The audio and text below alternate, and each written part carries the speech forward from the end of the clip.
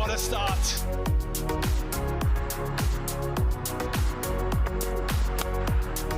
That is top class. That's power. Pure power. That is perfect. Absolutely perfect. The 2026 home summer has been busy for the West Indies as they faced a third visiting team in Trinidad yesterday. Pakistan were quick out of the blocks, Mohammad Abbas landing the first blow in the historic first ever test at the Brian Lara Cricket Academy. But an unbeaten 83 from Kavem Hodge, laced with positive intent and delightful stroke play, rallied the West Indies to the delight of the fans in South Trinidad. And his unbeaten stand of 88 with Shea Hope capped a satisfying day one for the hosts.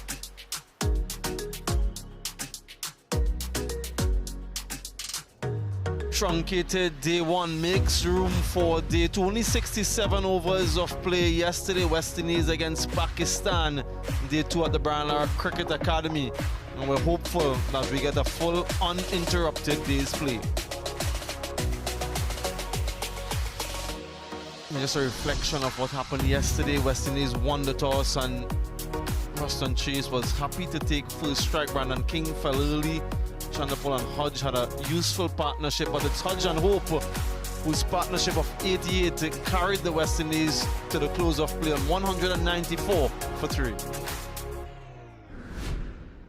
Bowling for Pakistan, while a dozen overs of spin didn't yield any success. Abbas has been good, as he usually is. A couple wickets for 44. Jamal with 1, although he was a touch expensive.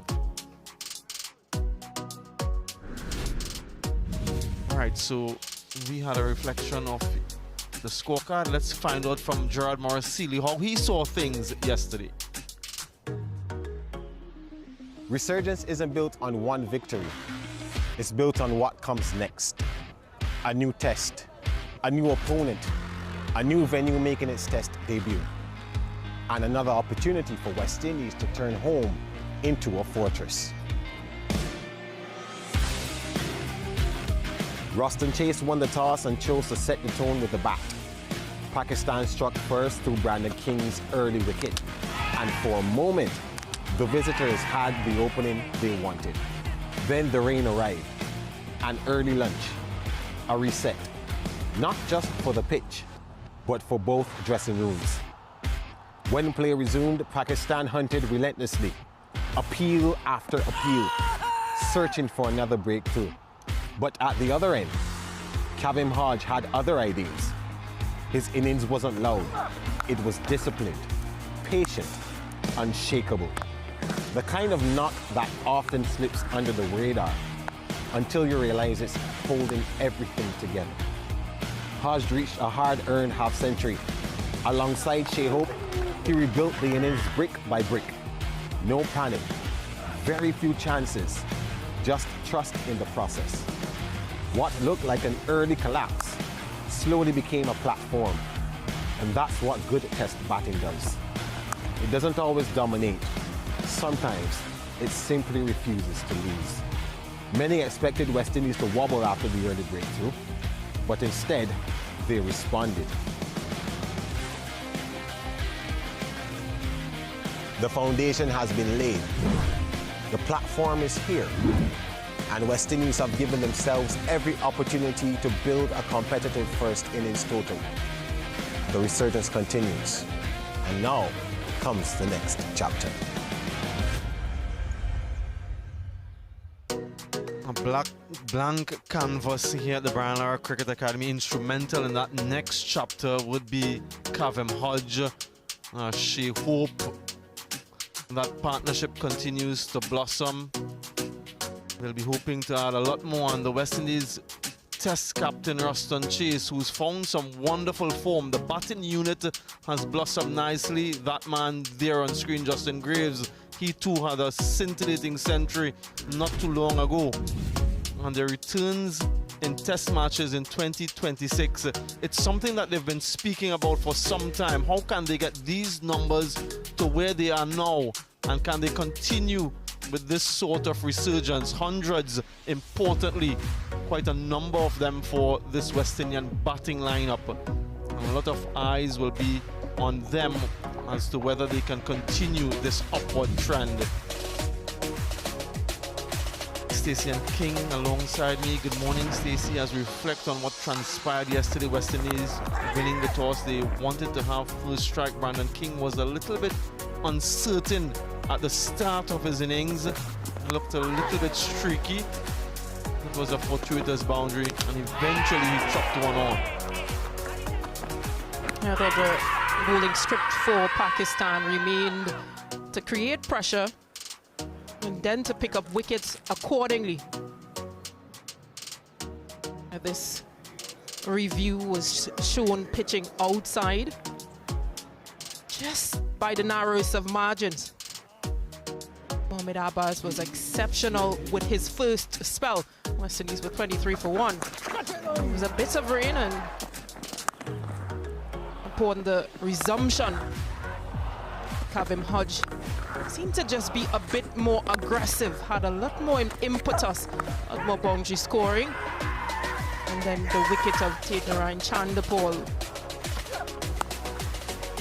Hodge continued with his new partner at the crease, Amir Jangu, who looked really comfortable until the plan from Mohamed Abbas. Wicketkeeper coming up to the stumps, creating the pressure, the uncertainty to leave his crease, and eventually being reviewed and retained by the umpire. Elation for Pakistan picking up that second wicket. Then left to Shea Hope, and Kavem Hodge brought up his fourth international half century. To lunch, and upon resumption, they just continued where they picked off. 88-run partnership. A few decisions that were overturned. Just missing a bit of relief for Kavem Hodge. There were 2 chances, there were 2 decisions, there were 2 appeals. With some wayward bowling from Pakistan. 8 no balls in that day's play, and still a few reviews.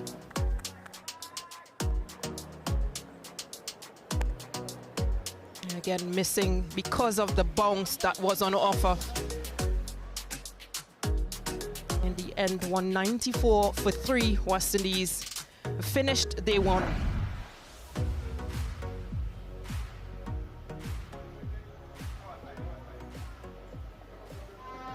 Right, just about set for day 2 action here at the Brian Lara Cricket Academy. West Indies will resume on 194 for 3. We want to push that as far as they possibly can. Baba Azam, no doubt, will have some plans of his own as to how can he break this partnership.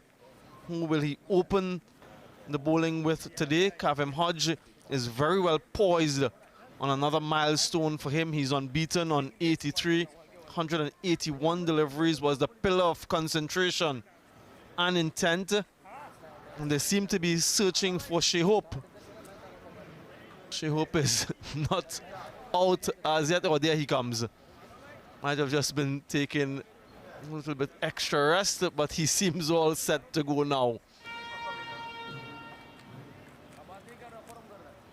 All right, day 1 was closely balanced, but the West Indies finished marginally ahead because they lost only 3 wickets after choosing to bat in challenging early conditions.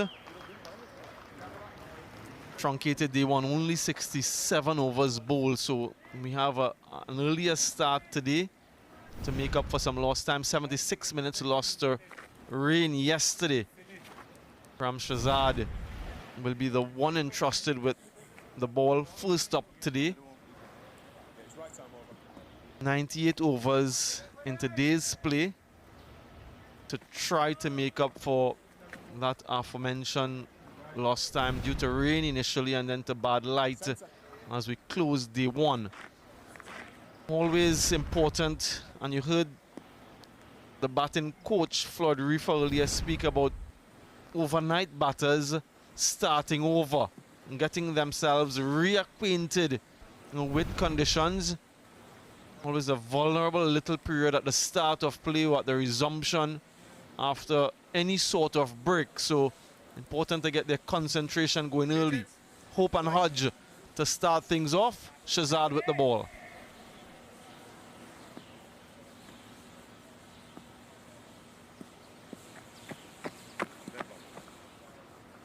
Right, he's aborted there, so we'll have another go. It's something that Pakistan will want to improve on their over rate. Already been sanctioned for that in this World Test Championship. All right, take two.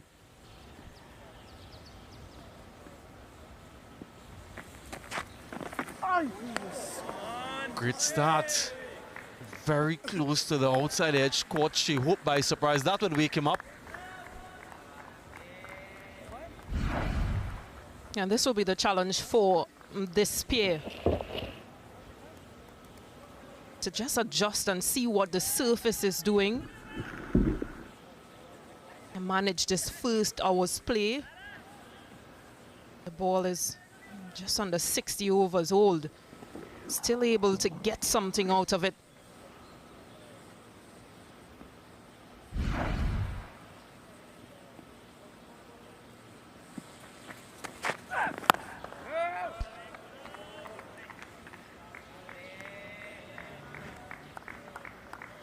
It's interesting to see how much more bounce than anticipated this one got on shape. Look at where the gloves are and where the bat is. So the ball passed in line with the gloves, which is an indication to it getting a lot more bounce than he thought.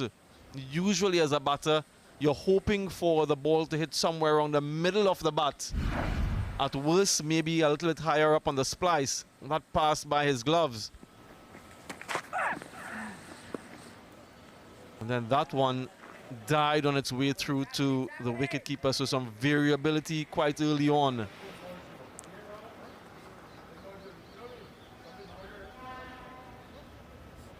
It'll be just how are they able to tie out the frontline bowlers, the frontline quicks.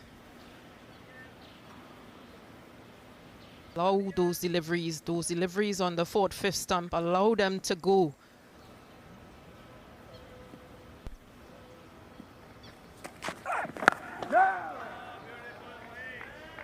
I think the central question to ask is, can Hodge and Hope turn a promising day one into a commanding first innings, or can Pakistan use the morning's restart to expose the West Indies middle and lower order? So this, I suppose, first 5-10 overs will be critical for both teams. Baba would be desperate for one early up.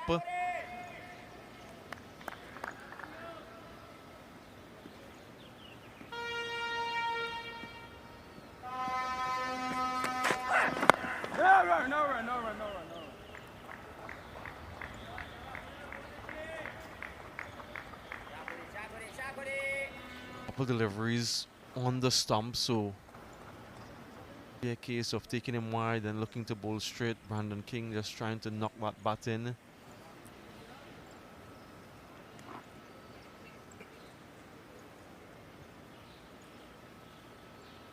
Wonderful weather at the start of day two. Hopefully it stays this way for the entirety of the day and the test match.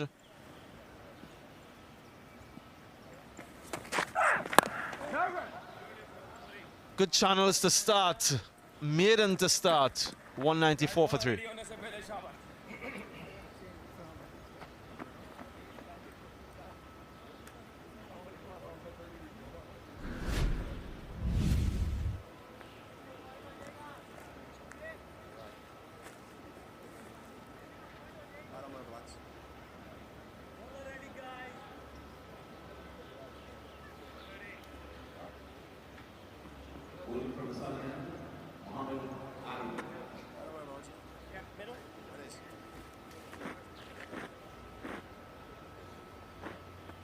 Gives it a wonderful century in that Sri Lanka series chase as well, so they'll be high on confidence.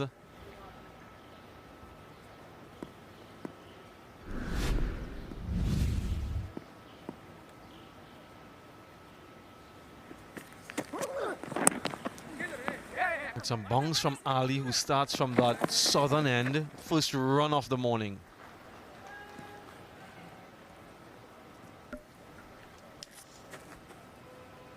I bowled the 12 overs in yesterday's day one. Economy of 1.81. Some bounce came off almost the shoulder of the bat, the high end of the bat. Very watchful, Hodge.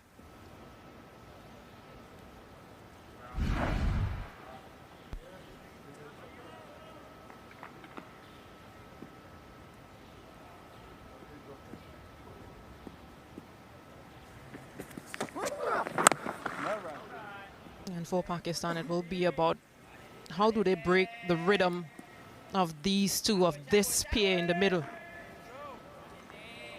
Because this game can slip away very easily from them on this sort of flattened surface. How can they create and squeeze the angles of scoring?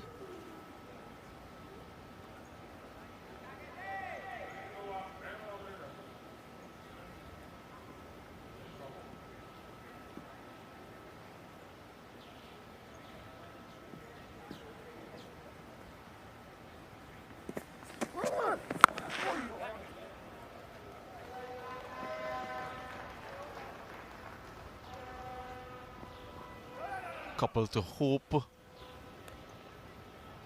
He moves into the 40s. Looking at this Pakistan bowling lineup and what they've averaged in the last 5 years, it's the second worst among these test playing nations. And one of the reasons for it is some of the flat pitches in which they've had to operate, particularly at home. Has significantly impacted their wicket-taking ability. That's one thing that teams have to balance when they play at home, what sort of conditions they create. Yes, you want to maximize on home advantage, but sometimes you go too far one way and it affects one of your bowling types. Bangladesh, they've done well in recent times. They have a battery of fast bowlers coming through who are challenging the world's best. Pakistan, surprisingly to many, what we've seen in this series so far, seem to lack penetration.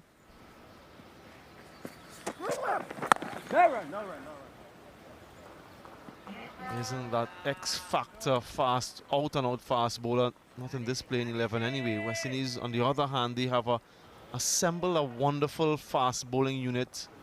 In the last 18 months or so, Jayden Seales has been brilliant in this format. Second fastest in terms of balls to 100 test wickets. And then that man right off screen, 300, the pantheon of West Indian greats, the fifth West Indian to 300 test match wickets. So it's a nice little bowling combination that the West Indies have put together. Pakistan still searching. 197 for 3.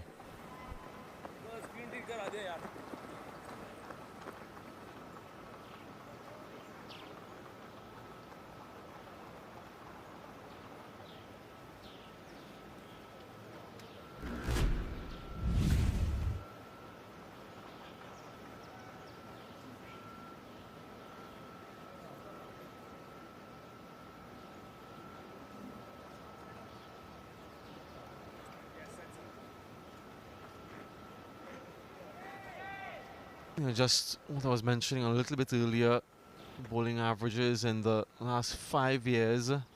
Pakistan second from bottom, just ahead of Bangladesh, who have shown great signs in the recent past. West Indies ahead of them. Edge taken. A wonderful start for Pakistan on day 2. Exactly what they wanted. A tentative prod from Hodge and carries to slip. 4th wicket down. And this was a plan from Shazad. He bowled a few deliveries in the previous over that were much fuller in length. which means that Hodge felt a need to play or a need to push at those deliveries. And healthy edge, and it goes into the hands of Salmon.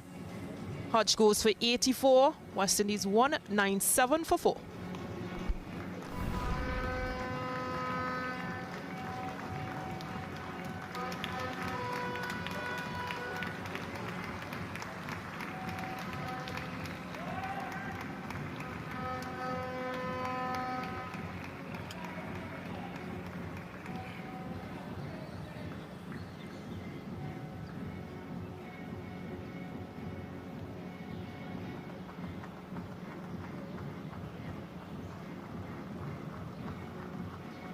New batter for the West Indies, Justin Graves. 3 test match hundreds to his name.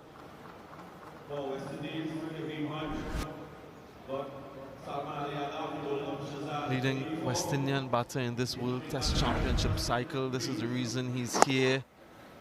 Nice healthy edge, a good low catch by Salman Aliaga.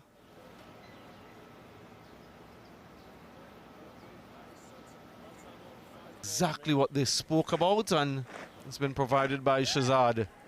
His first wicket of the test match. Right now, I think that has restored some parity in the contest. 4 wickets down, 197 on the board, tails up. Adding another fielder in that slip cordon. I think it's Baba himself who's gone into that 3rd slip region. So 3 slips and a gully now for Justin Graves.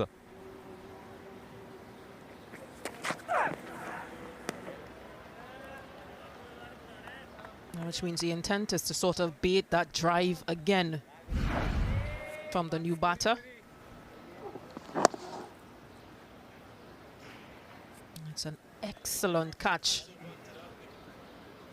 That will set up that blueprint of forcing the players to play at these deliveries. Bowl much straighter, much fuller.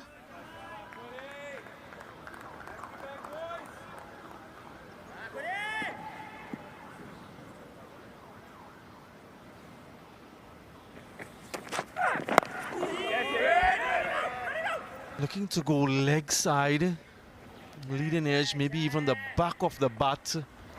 Goes on the offside.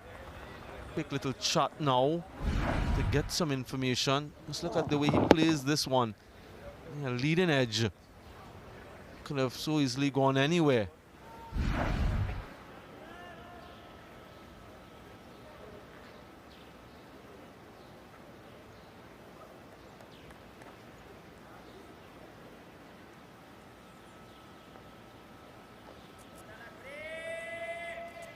Double century against New Zealand end of last year.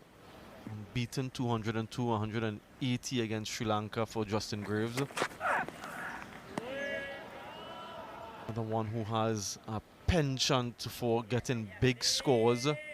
3 running centuries a couple of years ago in a Listier tournament. A couple of them scored right here at this venue. So he likes batting here. I think he made 150 as well in one of those Listier matches. Highest score for Leeward Islands in that format. Was scored here. So there'll be some familiarity for him. Needs to get himself set. Excellent delivery. Just the trajectory in and holding its line. Narrowly missing the outside edge. This is a great test from Shazad. And one thing you know about Shazad is that he is going to search. He is going to ask questions of the batters. He knows the threat on the other end, Justin Graves, and his batting prowess.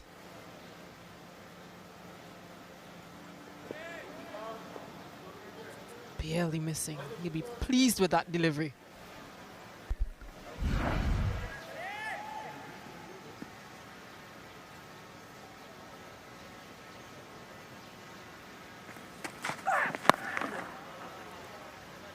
Excellent over. A wicket maiden for Shazad. 197 for 4.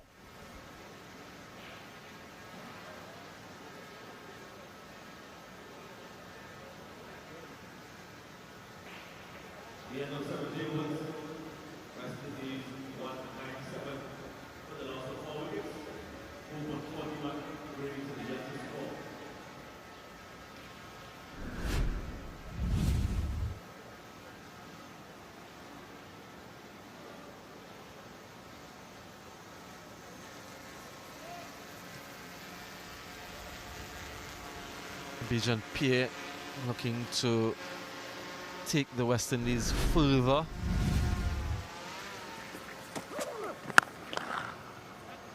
Very well played. Shea Hope at his absolute best. Caresses that one for 4. 200 on the board for the West Indies. And I don't think Ali will mind this very much. Pitching up this delivery just a bit fuller. Previously, there were a few mistimed, but this time, yeah, just look at the timing from Shea Hope. Doesn't miss out. Very good balance.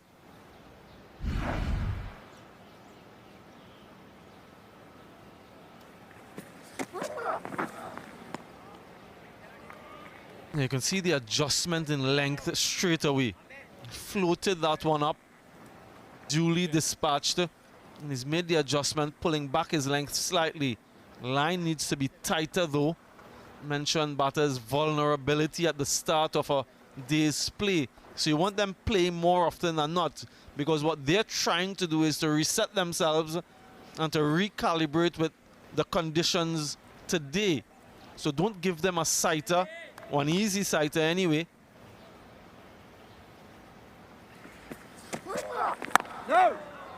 That's better. Make them work for it.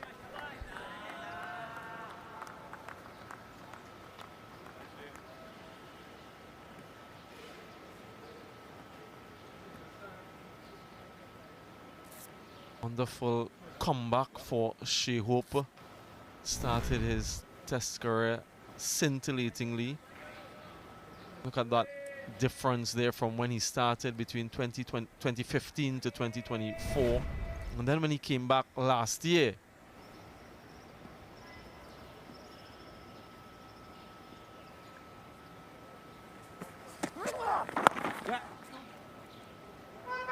Didn't play Test match cricket for 3 years. Shea Hope 2022, 23 and 24. Was enhancing his white ball game, made a wonderful resurgence in T20 cricket. We know how great he is in one-day internationals, but since his Test comeback, averaging over 40 and 3 Test match centuries. The cusp of another Test match half century. Much more mature now, knows his game inside out.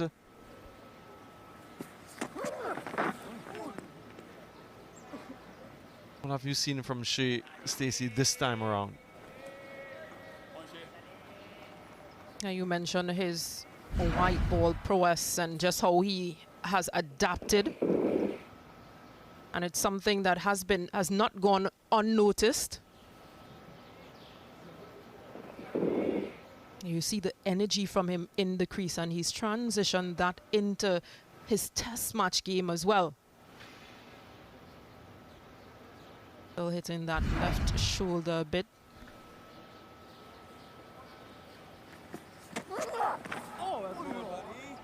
Wow, that one crept. There was some lateral movement as well, 2 or 3 for 4. We'll have to take a closer look at that one. Might be indicative of what is to come. Angling in again, hits the seam. And no bounce whatsoever. Just wonder if the Pakistan bowlers, based on that, will now look to target the stumps even more. If that was on target, it would have been quite tricky.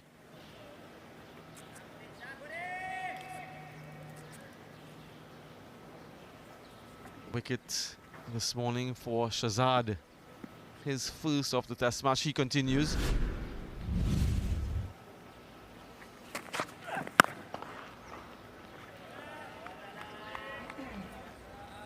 And I think that has been the blueprint for Shazad and for the Pakistan seamers. It's all of the previous over just shaped away. But again, the bounce, attack the stumps, bowl that 4th, 5th stump line. create that bit of uncertainty in the minds of the batters.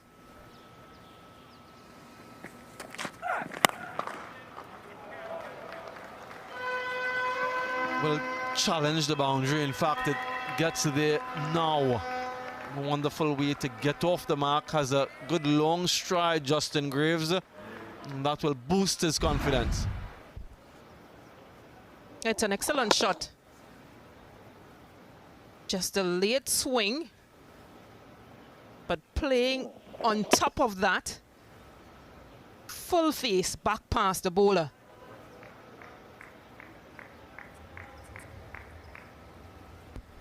You don't mind that for the new batter. You want to get him driving. That's why you have 3 slips and a gully.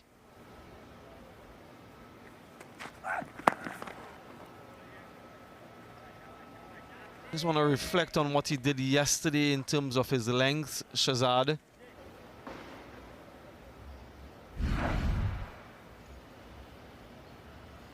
Right, so 53% in that band, that 68-meter band, 40% a little bit fuller, and today he's just on that front edge of that good length. So he's looking to inch up a little bit fuller this morning, and quite rightly so. He's getting some lateral movement.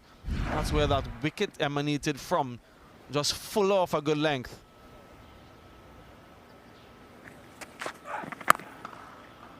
And as you can see him inching closer to the batter, this happens from time to time. So you take the good with the bad. On that occasion, a little bit too full, too close to Justin Graves. But then you reflect a little bit earlier to get the wicket of Kavem Hodge. So it's risk-reward. And you will have bowlers from time to time erring. Batters are good enough. They will capitalize when they do err.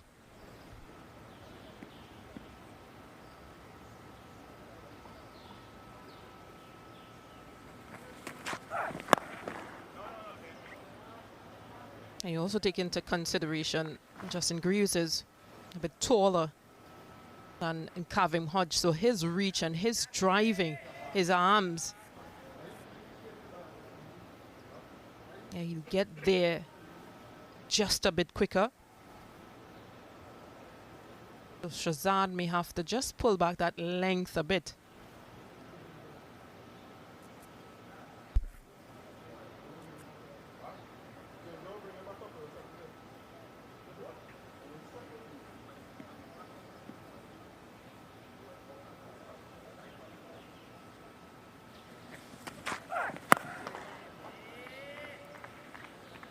.207 for 4.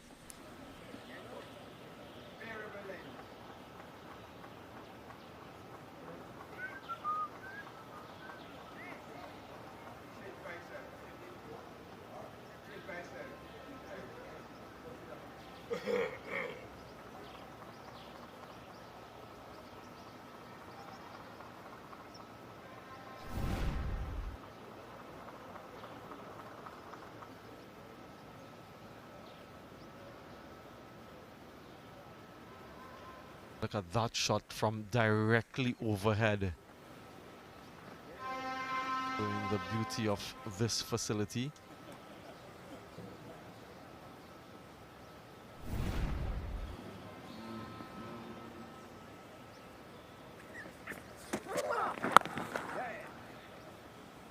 Stacey and King, you'd be very pleased to learn of this initiative by Cricket West Indies. Ladies free on day 2 of the test match. So if you're in and around the area, close to the Branlar Cricket Academy, close to Taruba, make use of the opportunity. Bring your crew, bring your coolers, and you can enjoy test match cricket. And some of them have already come in. Nice to see. Hopefully they are entertained and they appreciate the battle that's out there. Expect to see your crew coming down, Stacey.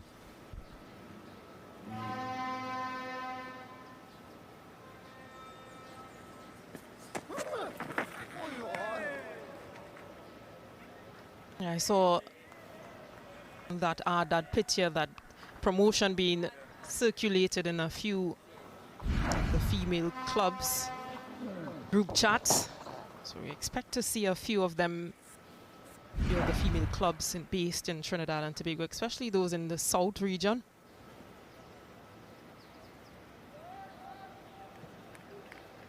We expect them to come out and support today. Ladies free.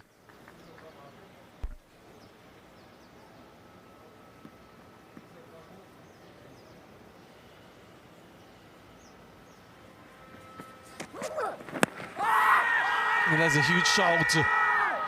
No interest from the umpire. No interest from Baba Azam as well in terms of a review. Height, yeah, the indication from the wicketkeeper and the captain. But testing the technique and defenses of Justin Graves. And they bowled with immense discipline during this morning's session. Just hitting high, and you can see it there. Yeah, it's too high. Confirmed by the skipper.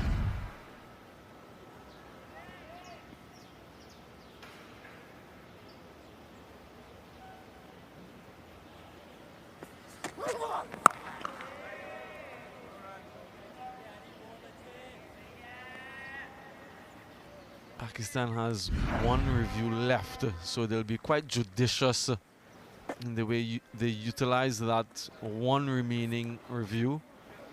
A confirmation of the height being the defining consideration.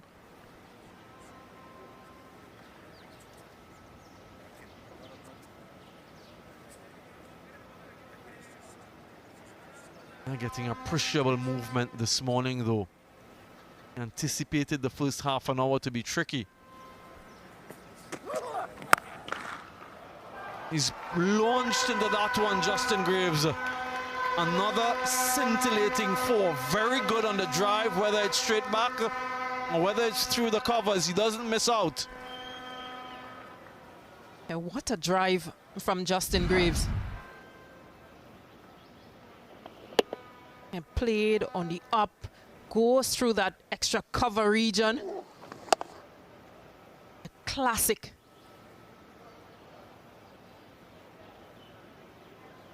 Ali will have to make adjustments, as he has done every time he has been struck for a four.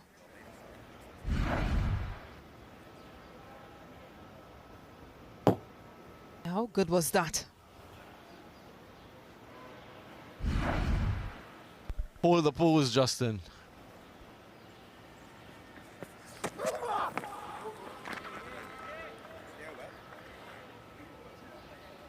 $212 for 4.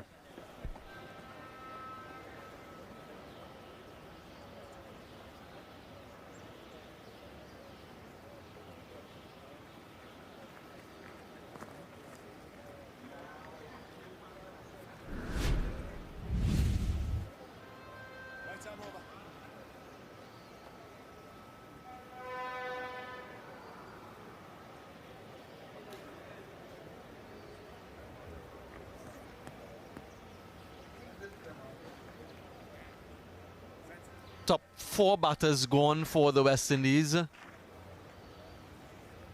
Early strike this morning for Pakistan. Change in bowling. Jamal replaces Shahzad from the northern end.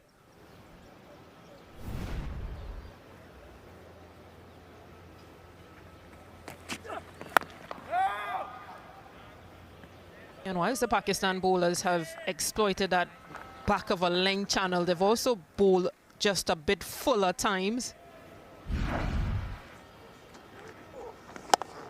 This was the boundary of the previous over. Good control, good composure.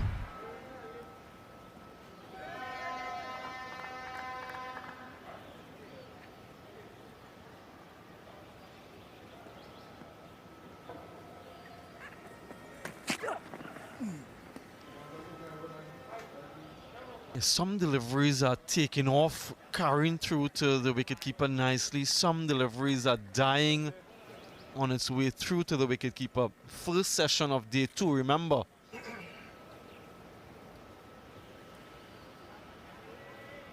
Intrigued to see how this pitch plays on day 4 and day 5 if we get there. First ever test match, so no historical data to rely on. So a blank canvas, we're all looking forward quite intently to see how it goes.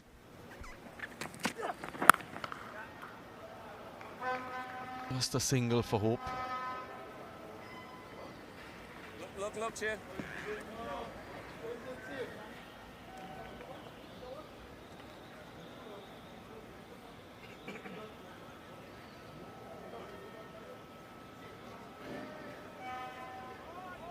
They've done this well, West Indies. Saw them in that Sri Lanka series. There was that transfer of information, communication, mid-wicket with regularity. Graves, who hasn't faced Jamal just yet, perhaps seeking from Hope as to what he does.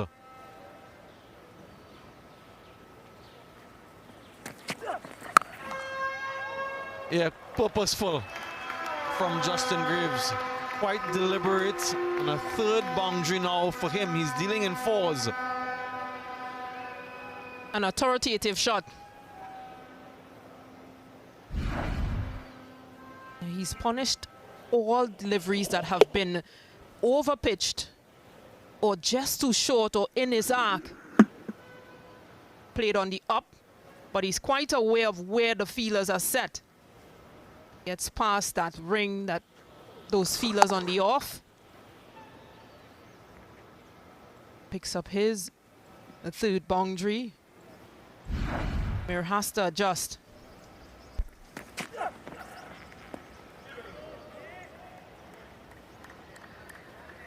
It wasn't there for some time. It's early on in his innings. Gets enough bat on it to not cause any sort of bother or worry.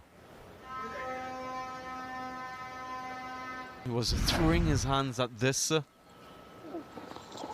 Went backward of point, but the fielder was further behind, so no issues there for Graves.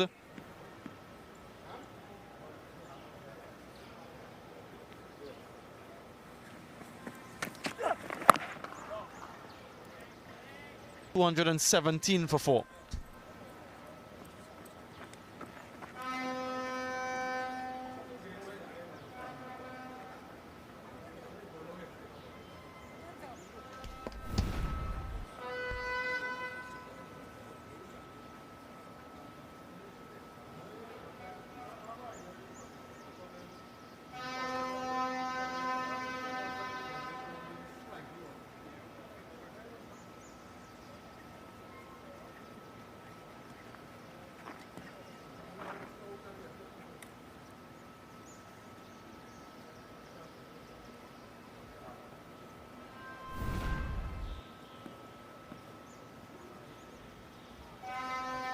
Muhammad Ali.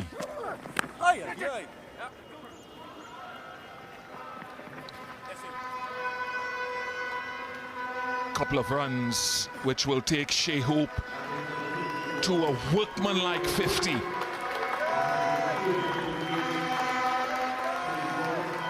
That's an interesting way to acknowledge it. But again, it's confirmation that he can bat in different modes, different tempos. And since his return to the Test team last year, the runs have flowed like water. Yeah, 7th Test 50 for Shea Hope, his second versus Pakistan. Greatly appreciated by everyone here in attendance. And as you said, Bish, he's really starting to fulfill that potential that we saw in this format of the game early. Nice from Muhammad Ali. I was saying since yesterday, actually, that I like Muhammad Ali from that end because the wind comes across his right shoulder to his left as he runs in. He did shape the ball from the opposite end too. But anytime he hits that good length area, with a lovely seam position, there is reward. He's got a fantastic wrist position. More often than not, he keeps that seam upright. And they're getting a bit of bounce. And what's interesting to see here on day two, there's a lot more lateral movement available to the Pakistani fast bowlers.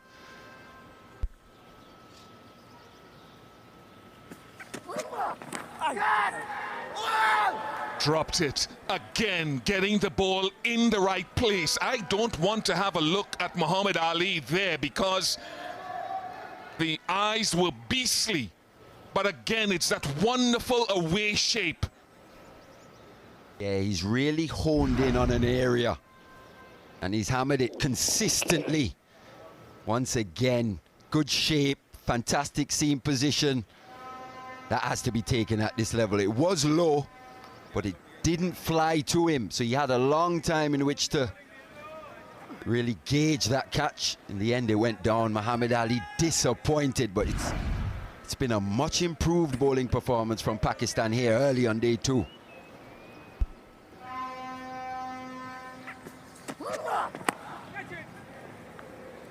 Azana Wace was the guilty party there at slip.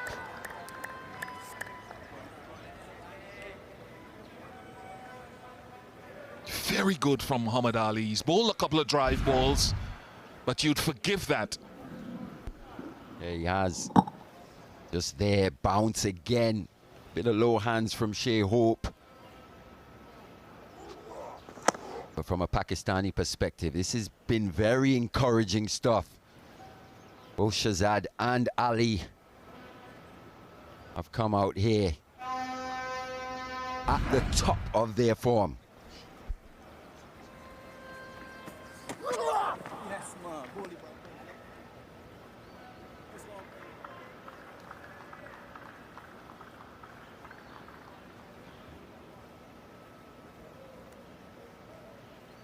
I was actually surprised that Muhammad Ali didn't get an over. Everyone else got an over from the opposite end that they started yesterday. Muhammad Ali didn't. He bowled all his overs from the opposite end, the northern end.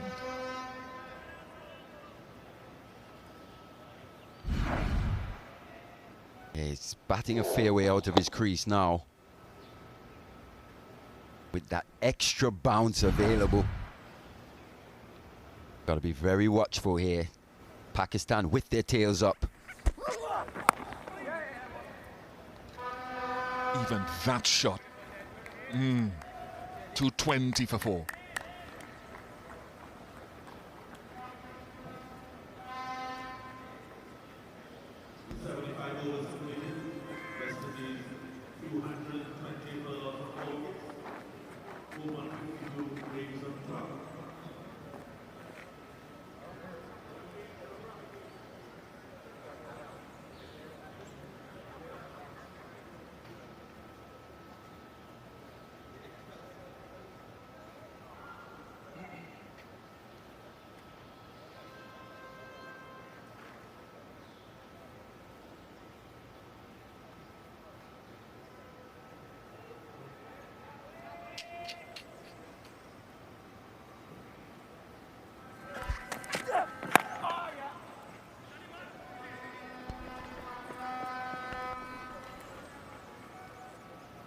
Yeah, I was looking at the comparisons of the bowling actions of Jamal and Ali. Ali comes inside of the perpendicular. High arm just inside. You talk about just being about 11 o'clock for most people and a slightly lower arm for Jamal. This is some good work from our ball tracking downstairs. Slightly outside. Not, I suppose, typical of some of the low slingy actions like a Matisha Patirana, Malinga Avola, Wakar Yunus.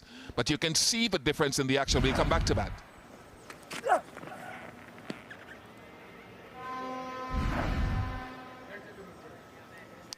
Jamal, the shorter of the two, more outside, whereas Muhammad Ali, more over the top and slightly inside, as we say it. But Mali, you said he has a great wrist, so even though he comes inside, he still releases the ball with a nice upright seam. Jamal can swing the ball away, and I suspect if there's reverse at any point in his career, he can slant it back.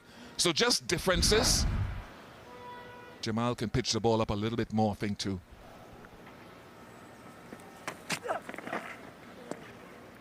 Looking at that graphic as well, Bish. The position in which Ali chooses to operate, he's operating a bit closer to the stumps. So more often than not, he draws the batters into playing, because that ball starts within the line of the stumps and then just shapes away late. Both bowlers pose different challenges. As you said, Jamal, that slightly lower arm, maybe not quite as consistent, but he's also got wicket-taking ability. We've seen this pitch here just be a bit spicy early on day two.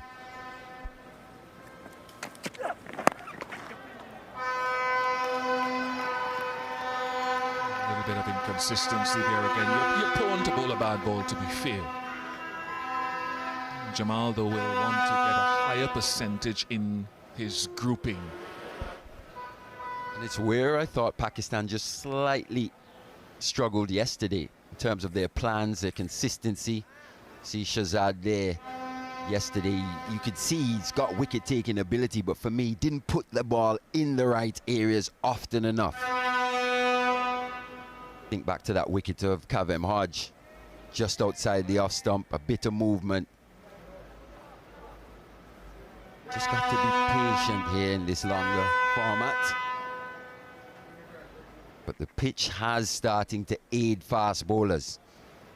Wonder what Pakistan are thinking, considering the West Indies have quite a lethal attack. Yeah, slip is out.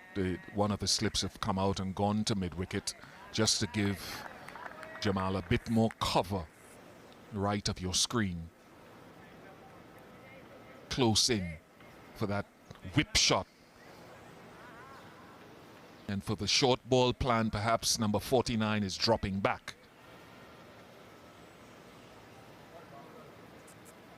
Quram Shahzad.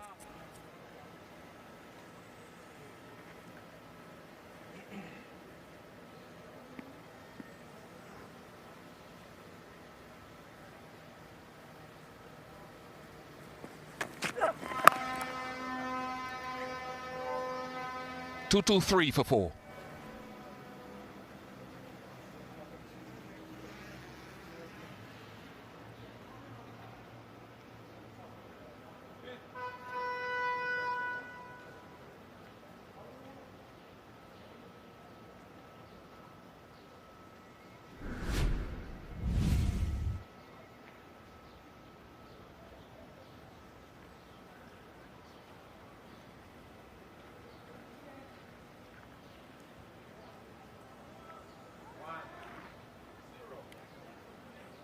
No overs this morning so far from Mohammad Abbas, with the new ball 4 overs away.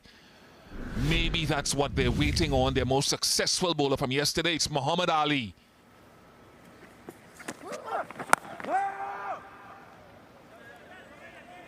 Not that the old ball isn't shaping, it's shaping beautifully, to be fair. Yeah, it's moving quite nicely here, this ball, for the Pakistanis. They've really honed in on an area. Muhammad Ali has been superb. Should have picked up a wicket in that previous over. But he's been on the money. And still got this man to come, Mohammad Abbas. Genuine wicket taker. Few adjustments to the field. Deep square comes in. Still got the 2 slips and a gully. They could get another man in that slip region, considering what we've seen from Ali here.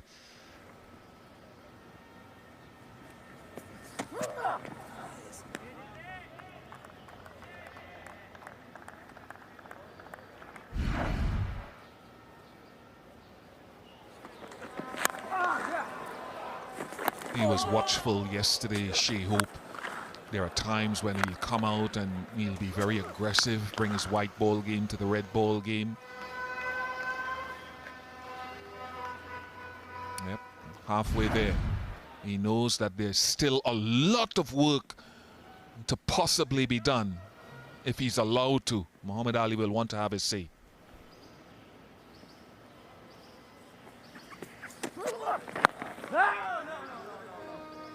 And I think this passage of play here on day 2 just illustrates the ebbs and flows of Test cricket. I'd say yesterday belonged to the West Indies. But so far here on day 2, Pakistan have come back very well indeed. Obviously had a chat, worked out a few plans. So far they've executed very well, bar that drop catch. Hope has dropped on 51.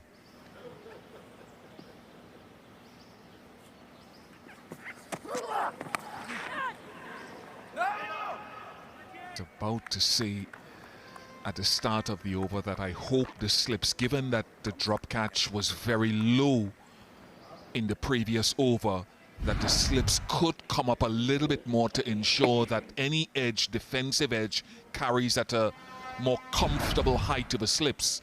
Take the risk and go up just a little bit more. And if it flies off an attacking shot, hey, you stand with it.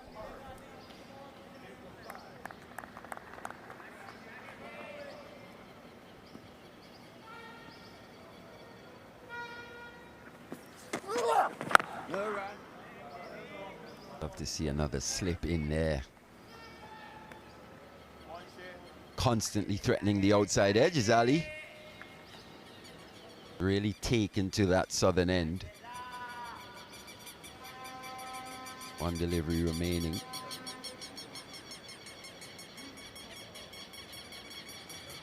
I think it's even more to your point. It's even more than where he's delivering from. It's because he falls away and comes inside the perpendicular. You think the ball is coming in at you as a right-handed batter.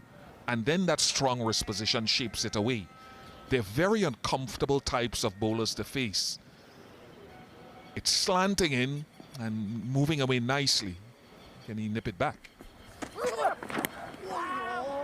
Maybe he tried. Went too straight. Times that unorthodoxy can play into the bowler's hands. Good over nonetheless, 2-2-4 for 4. Yeah, it's been a top spell this from Muhammad Ali. Constant threat, big lateral movement off the pitch. But have a look at that length. He's honing in on a good length in that good area. That should have been taken. Once again, another edge. And he's been very unlucky here on day 2.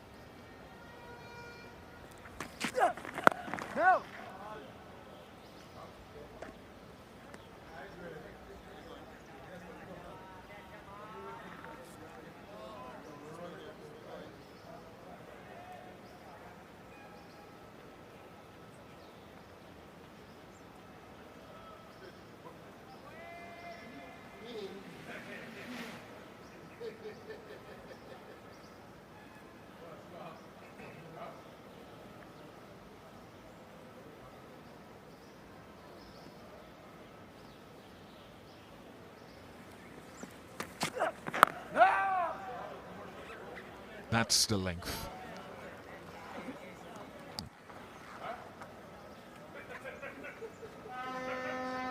It's where he wants his stock ball to be. You mix your short ball, your genuine bouncer, in and around it, but this is more where Jamal needs to be. That's sort of the area that Shazad picked up the wicket of Kabem Hodge this morning. Yeah, that hard length just in that corridor. Hope has faced 127 deliveries, so he's well acclimatized to conditions now.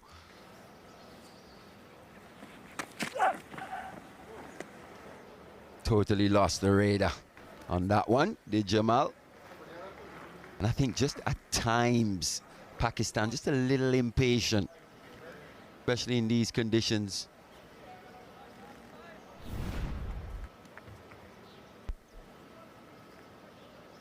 think your point is that once he bowled that good ball to Shea Hope, you follow it up with another good one, get his head sort of propping forward, and then use the short ball.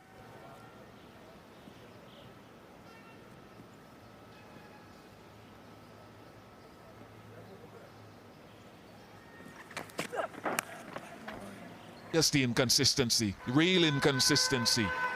Each ball in this over has been a different length and almost a different line. Good on Shea Hope.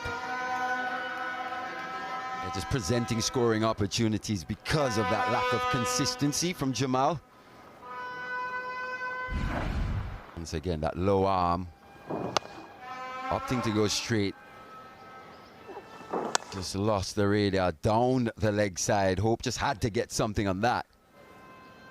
And so far, Jamal has just released the pressure slightly. Been quite expensive in this match. Most expensive for Pakistan so far.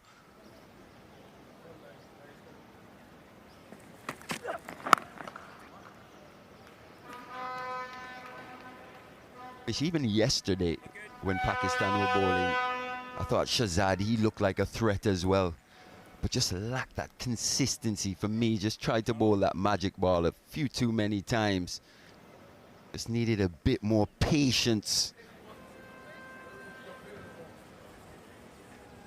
That's where Mohammad Abbas, who will come into play, I'm sure, after the water break, after the drinks break, will bring that consistency. And I'm not critical of this bowling attack. I just think they need one more addition amongst the group, someone with some extra pace. Just one more addition going forward against the top teams in the world. So I'm careful with what I say. I mentioned Ali Raza yesterday. I know he's not ready. He's not ready. But I'm talking future. Ubaid Shah is young. He's here. But he has growing to do. But I'm thinking 2 years down the road, just the infusion of someone who gets it regularly around 145 and more. There's Ubaid, younger brother of Nazim. Is Nazim in Ghana right now? Unain, the middle brother. So I'm talking down the road, just the infusion of one. The other guys are showing enough control.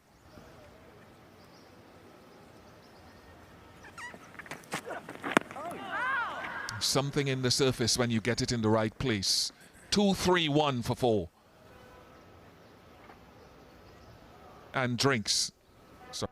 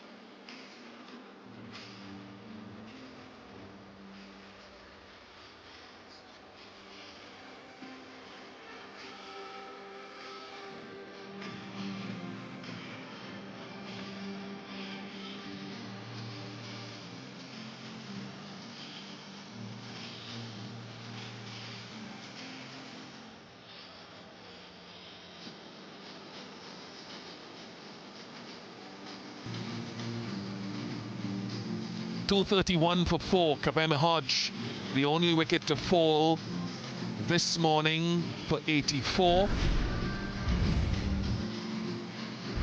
Reflection on Mali, that wicket. That was a good delivery. Maybe the first time where Pakistan really honed in on an area.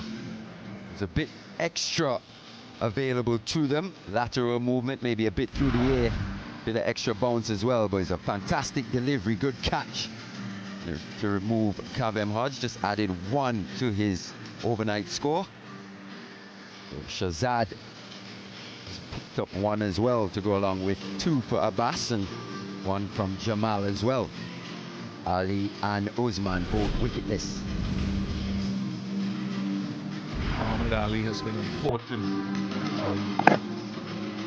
He bowled a few full balls early, but then started to home in on that length. Had that drop catch off of Shea Hope. Hope was at 51, should have been held. But you put in the investment and sometimes it pays off down the road. It doesn't always come immediately, and Muhammad Ali would know that. That grouping was fantastic. Probably grown more accustomed to see that from a Muhammad Abbas. But Muhammad Ali has found a length and line here. Been very unlucky not to pick up a wicket.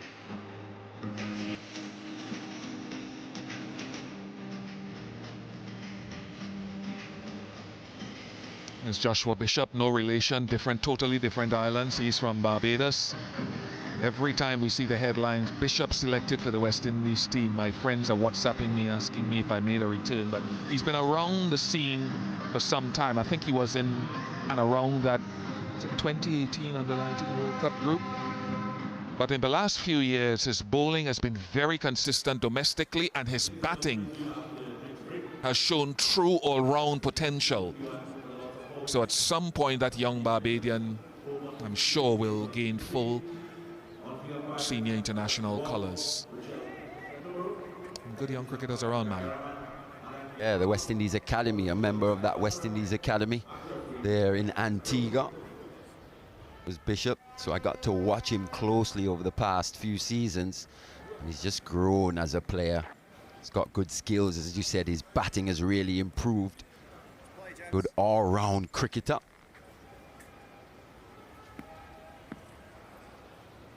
As you said, full honours are not too far away for him.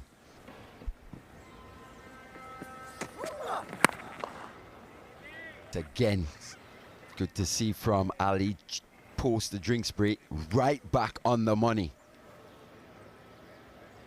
Been a real test for all the batters here today. Slightly unorthodox, as we mentioned, but that strong wrist has been on display. Good seam position, and on this pitch he's shown what's possible.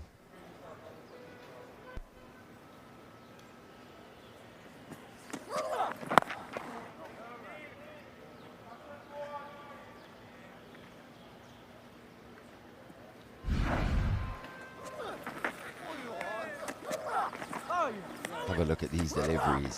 Some real top nuts here. That definitely should have been taken. A constant threat to the outside edge.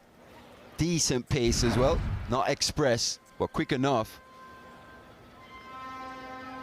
So far, he's just opting to go a bit straighter to Justin Graves. Maybe fancying an LBW. Right back outside the off stump. Probably towards the back end of his spell now.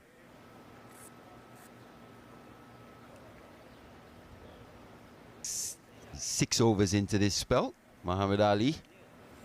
What a name as well, Muhammad Ali. The greatest, as they would say. But so far, he's been fantastic. Wicketless, but he's been fantastic.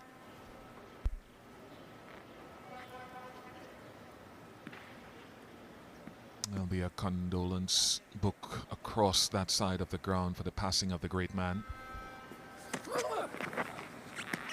And it was against Pakistan, actually, in 1958 at Sabina Park in Jamaica, that the late, right excellent Sir Garfield St. Auburn Sobers immortalized himself in cricketing history with that 365.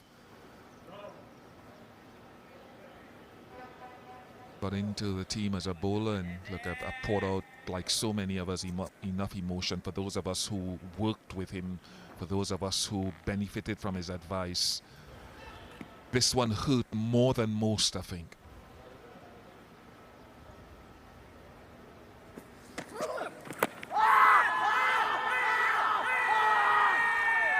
Vociferous appeal, but has it done too much?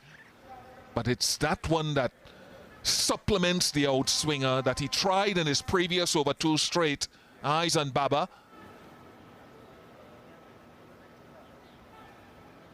Time up.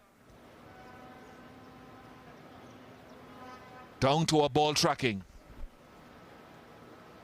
Yeah, went for that delivery previously. This time he got it spot on. Maybe just doing a bit too much, as you said.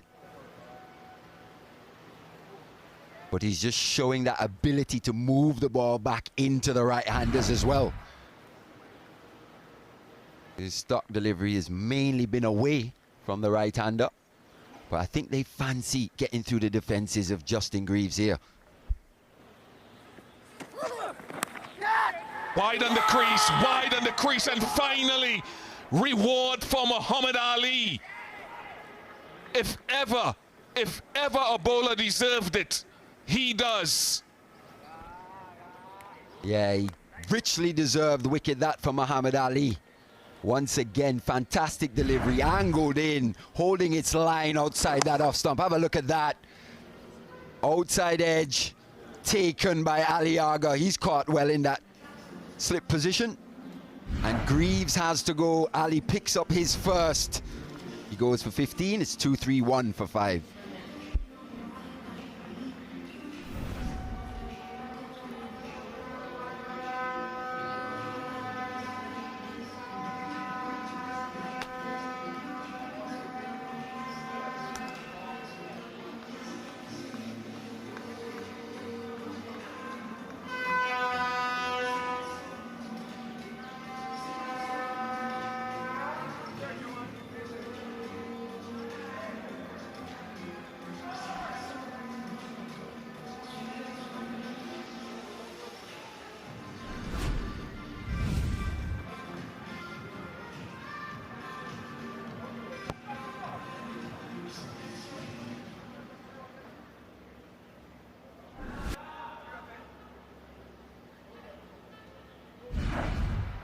Wonderful delivery and a rich reward for Muhammad Ali, who has persisted wide of the crease, that angle coming in and then straightening. A good catch by Salman Ali Aga, and you can see what that wicket meant to him. It's been a testing morning so far for the West Indians. A lot of credit has to go to the Pakistani bowlers who've asked questions time and time again. Shehop remains resolute in spite of losing a couple of wickets around him. Talking about questions, Carlos Brathwaite alongside me. New ball available after this over. Given what we've seen, Carlos, should they opt to take it immediately, have a further look, see what happens? Good morning, and a good question to start off. Good morning, Samuel. Just let me sit down and relax for a little bit. You come in with the heavy-hitting questions. It's been a pleasure to watch. I'd start by saying that. And I think I'd be inclined to give it a couple more overs, because you'd probably give Shahzad and Mohammed Abbas the new ball. What they would want, however, is for Amir Jamal from this end to be a tad more consistent. I think if he starts to go for runs, they'll be more inclined to take both bowlers off, get the second new ball. But if he can wrestle back some sort of control from his end, in tandem with the consistency and skill shown from the other end from Muhammad Ali, I'd be tempted to go with the older ball for 2-3 more overs, so 2 from each end. Hope to get another wicket, and then look to expose a lower order from the West Indies, Roach, Warrican, Joseph, Seals, that they think they'll be able to rattle through with that new ball. So the short answer to that, Samuel, is I'd be inclined to give them a few more, maybe 2 from each end. Look at over number 84 maybe to take that second new ball, and ideally if they get a wicket between now and then, they set up the lower order quite nicely.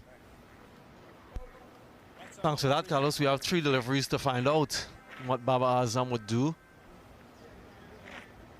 This partnership though, this partnership is crucial. You don't want your last established batter having to bat at this stage with that lower order.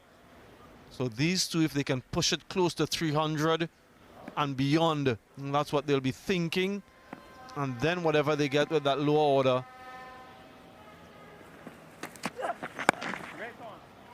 they'll take it. But you don't want someone like Ruston Chase now, who's new to the crease, having to get his innings started with a Jamel Warrican, with those to come, etc. Maybe a change of top or the inner t-shirt. It's been quite humid all the way through. Look at his spells. 7 over. His economy has been good all the way through and finally being rewarded.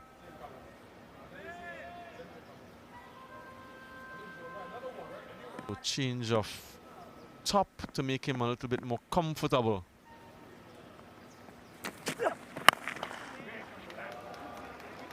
They've been good on that particular stroke, the West Indians. Doesn't time it as well as he would have liked, but he comes off the mark with a couple of Ruston Chase.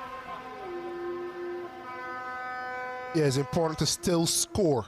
You still have to score. When you do get those opportunities to play a cover drive, maybe a flick into the leg side, you still have to capitalize. You still have to put a little bit of pressure on the bowlers. We just saw from the split that Muhammad Ali's gone 6 overs already. So depending on the fitness and the humidity, you can see him continue, or you can see him start to flag a bit. So as a batter, you have to ensure that you're scoring. 80 gone. Will they take the second new ball? West Indies 234 for 5.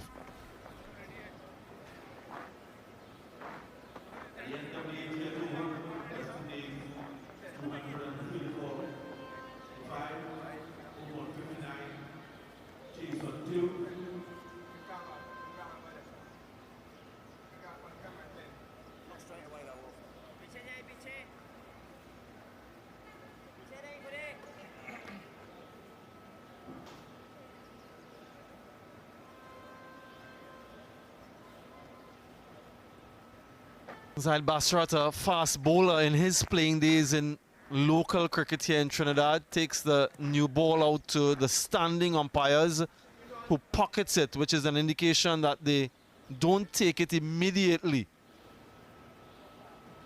So perhaps they heard some of the advice from Carlos Brathwaite. So Ali continues.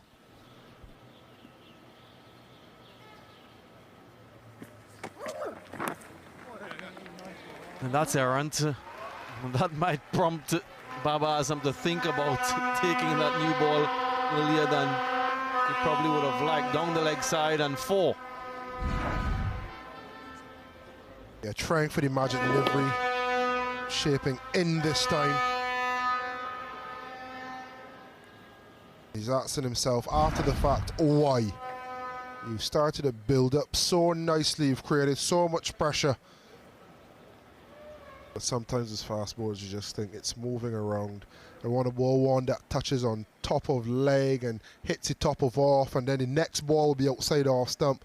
The batter will leave alone and he'll be bowled. And that's one of the magic deliveries. Carlos, I want you to talk us through that last over that resulted in the wicket and some of the things he did. used the crease quite well to Justin Graves. Started straight. I'm not sure if that one was just natural variation, but he started quite straight to him. Didn't give him much of an angle. That one went straight in, and then this one just a little bit wider, creating more of an angle, forcing him to play, and it's on the stump. It's a Jaffa, an absolute beaut of a delivery. And finally a catch was held for him. Yeah, he didn't run off the field to be congratulated by his teammates there. That was after the over. He went out to get a change of t-shirt. But you're right, it's just the subtle variations. And there again, going wide of the crease, angling it in. And those are some of the most difficult deliveries to face. Ask Courtney Walsh and the number of wickets he got doing something like that. Yeah, batters to come in next. They can all bat, at least defend their wickets. But this partnership, this is the crucial one from a West Indian perspective.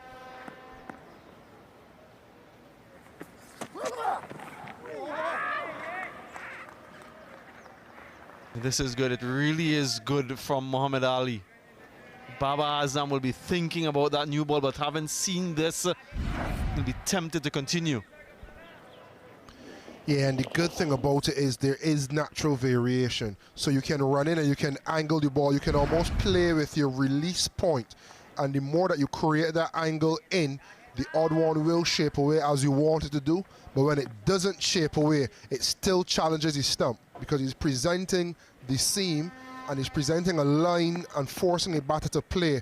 If they don't play, it will hit the pad, potentially the stump. Elegant drive, over-pitched on this occasion, and we spoke about continually having that intent to capitalize on errant deliveries. Yeah, he's trying to hit the ball in the direction from which it came. So full face of the bat, look at the high elbows from Ruston Chase. Very good shot to boost his confidence. Doesn't get too much of a striding, but waits for the ball to get close to him. So playing it under his eyes.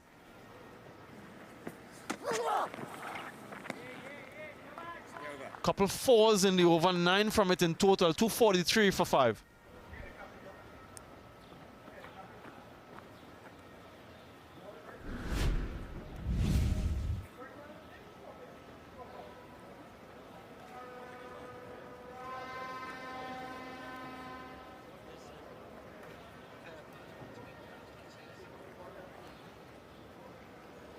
There's a bowling change over Pakistan from the other end. Replacing Amir Jamal, Mohammad Abbas.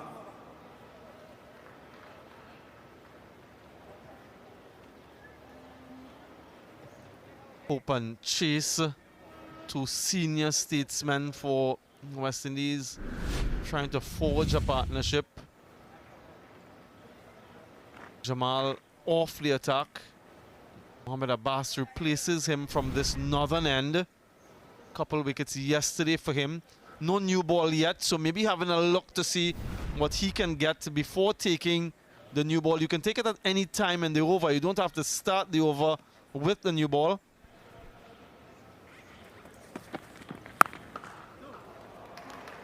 Two is the call.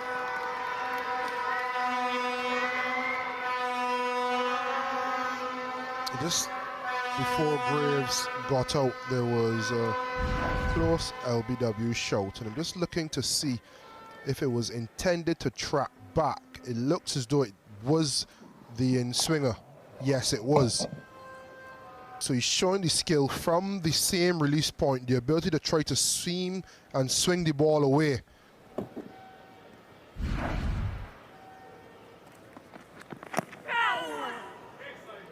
And then the ability to just change the pressure on the fingers and ask the ball to run back into the right-hander.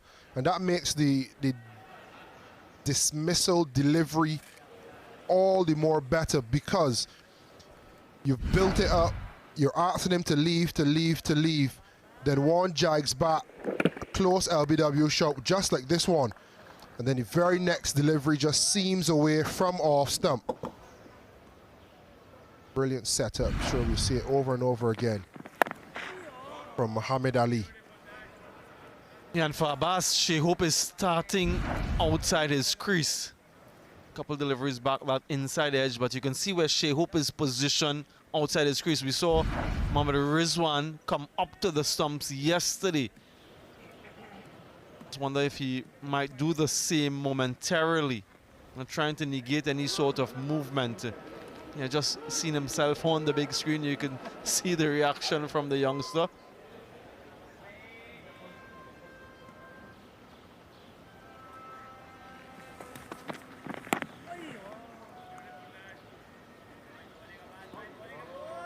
We felt the first half an hour, maybe 45 minutes would be a little bit tricky at the start of play. It was an earlier start today, 9:30 as compared to 10 a.m. because of lost time yesterday.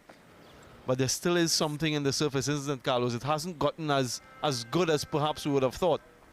Yeah, and Hodge made a really good point yesterday. Should have been obvious, but he missed it. The fact that it was under covers for a while for that rain break, it meant that it wasn't able to dry out at the rate that we were expecting it to. So it retained a little bit of moisture. It was able to sweat a little bit under the covers, and as a result, it ensured that it kept the seamers in the game. Now, I'd want to think that the West Indies seamers will be licking the lips. Just before the close of play today, I can suspect it would be similar for the West Indies seamers. I could only think around with the early start tomorrow, approaching lunch, and after lunch tomorrow it should start to feel well baked and flat. So the West Indies has a 200-run lead on the conditions as they were. End of the over, 2:45 for 5.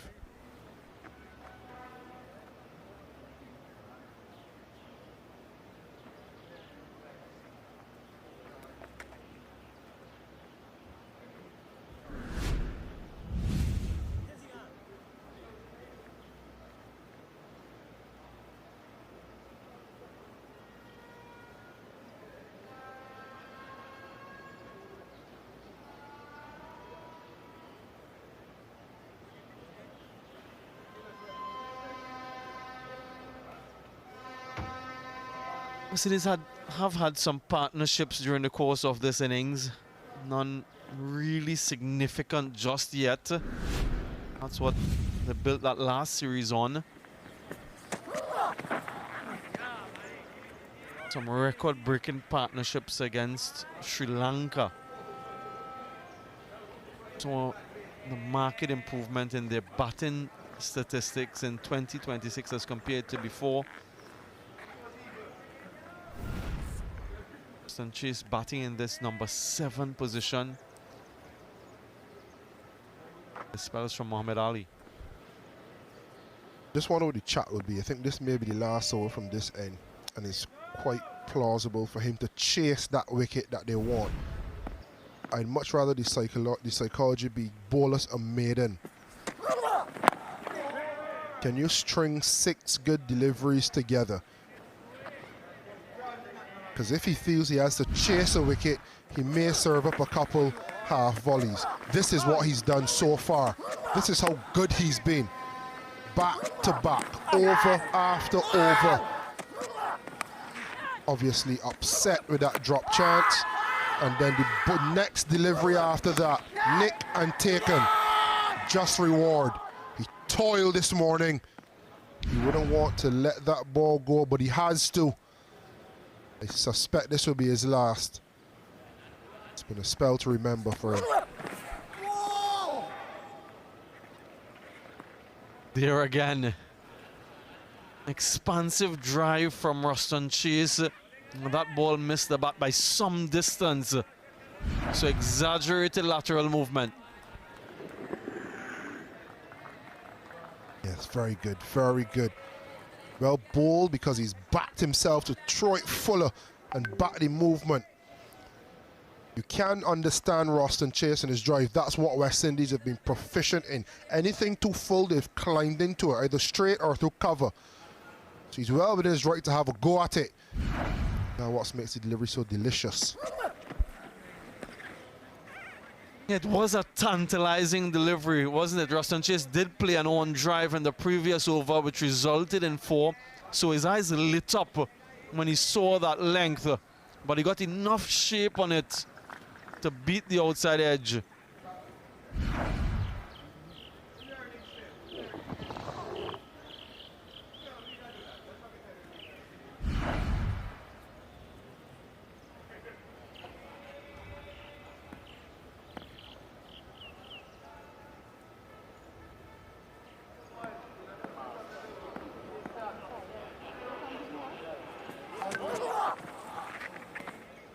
Getting some aroma of chow somewhere around. Someone in the com box or close by has some sort of chow in the vicinity.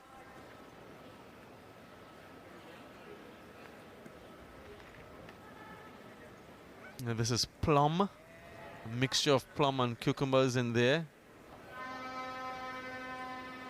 And he's a little bit late for the test series. The Sri Lanka series ended a couple of weeks ago.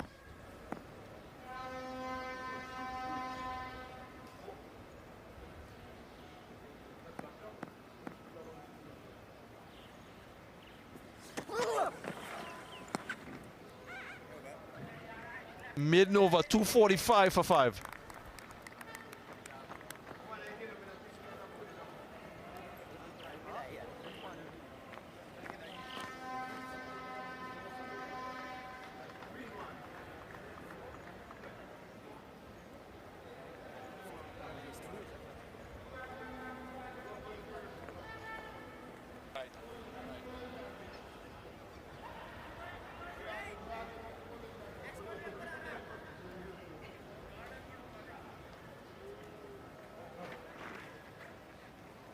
Session 1 today, 16 overs, a couple wickets.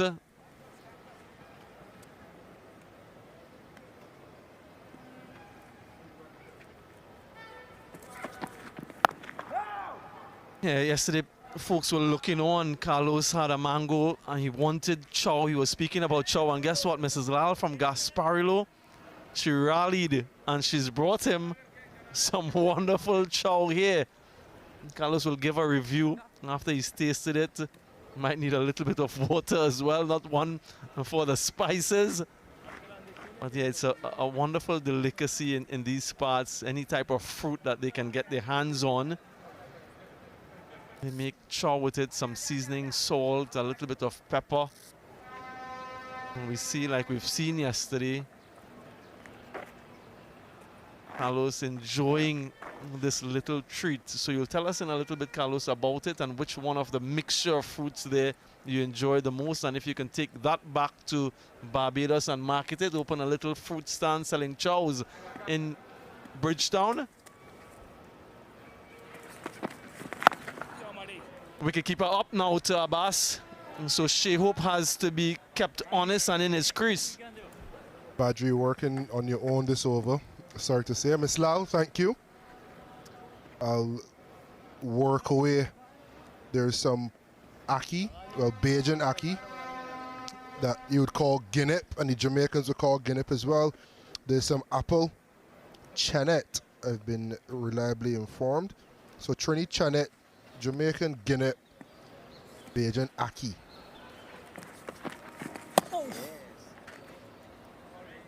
There's some apple. And there's one piece of mango, but I was a little greedy, so I didn't leave that one. I didn't leave that one to show. But yeah, lovely so far. Cucumber as well. Miss Lal was listening because she heard I don't like my pepper, so you might see me start to bead with sweat. But it's been flavorful, not just hot. Right, so the new ball is taken as Carlos gets his bearings back. Mohamed Abbas has revved up, he's warmed up, and we saw some prodigious lateral movement with that older ball. What will this new ball bring?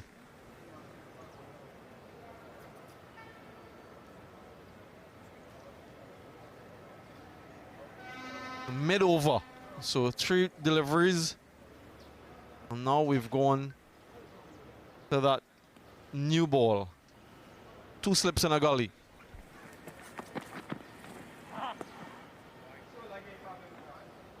It starts off with a wide. He much prefer he had the older ball, Abbas. It will give Shea Hope some respite from the keeper being up to the stump. We saw that was the downfall of Amir Django. It just messes with your feet. Someone with lesser pace, nibbling the ball, you want to get out to them.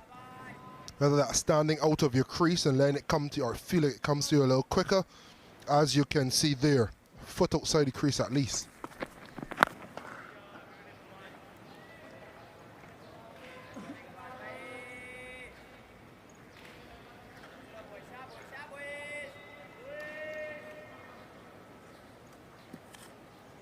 Has been the epitome of consistency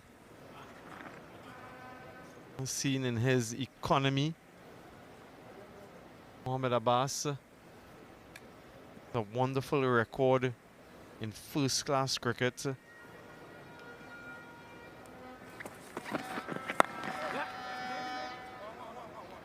Just a single. The 4th most wickets in first-class cricket among active players. Mohamed Abbas, 891 wickets. Jimmy Anderson leads that list with over 1,000. Simon Hammer has over 1,000 as well. But Mohamed Abbas, 891 first-class wickets at a wonderful average of 20.47.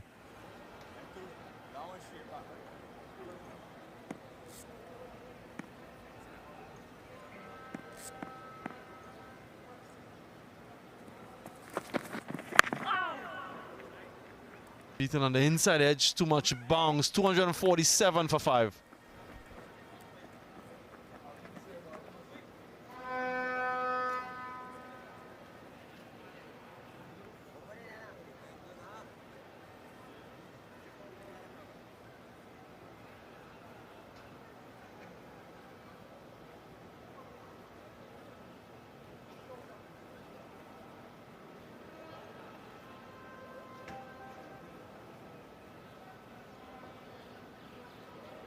Bowling for Pakistan from the southern end, Shazad. Yeah, the aforementioned most wickets in first-class cricket among active players. Jimmy Anderson with 1,181 first-class wickets. Wow. Mohamed Abbas, 891. Look at the average to go with that. I can't believe you missed out Melinda Pushpakamara for the first gen cricket games. You used to hear the great late Richie Beno say Pushpakamara steaming in. What a name. But yeah, a list that speaks not only to quality but longevity. You would have done it in a few places as well, not only home, not only test, but in county cricket in the UK, which you would think suits his style of bowling.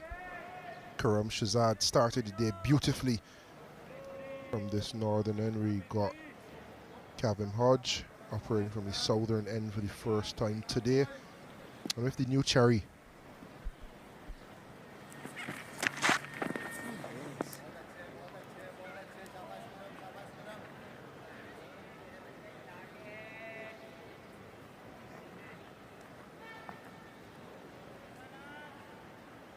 Yeah, there might just be a little extra pressure on Shazad and Mohamed Abbas to do what they've been doing with the old ball with the new ball. There's a greater expectation now from the bowling group now that they have that cherry in their hand to produce a few magical deliveries. I mentioned before, 1 wicket here and then you're into the bowlers. That's a one-day or white ball shot from Shea Hope all the way for 6. You don't often see that in test match cricket against a fast bowler. Richly rewarded. The crowd is awake. On a length, new ball hoisted from Hope. well back into the stand as well.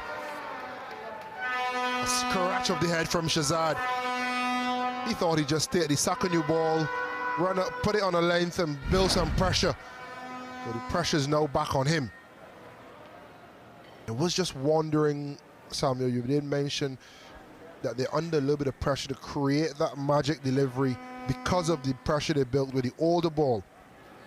And I'm wondering if you apply that same discipline you had with the older ball, getting the extra assistance from the new ball, would they be more effective? I felt at times yesterday, Jamal in particular, but Shazad could be found guilty, or could have been found guilty as well, of trying to produce that magic delivery. Bowl 4 or 5 good deliveries and then throw one wide outside the off stump or wide down the leg side. Can you build pressure with the new ball the way you've done it with the old ball?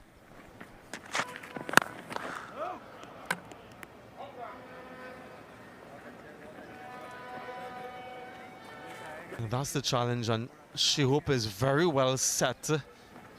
So if he's presented with run scoring opportunity, you won't expect him to miss out.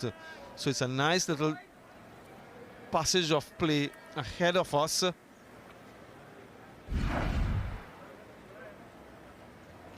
Comfortably back in his crease, Aston Chase.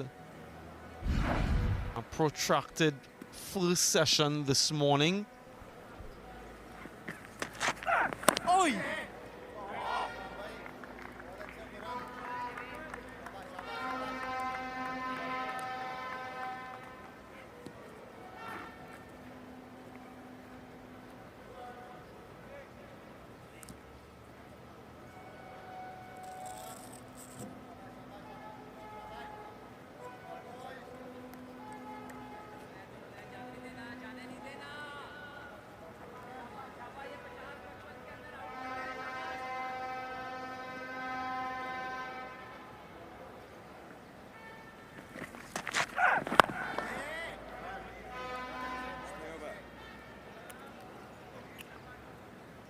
253 for 5.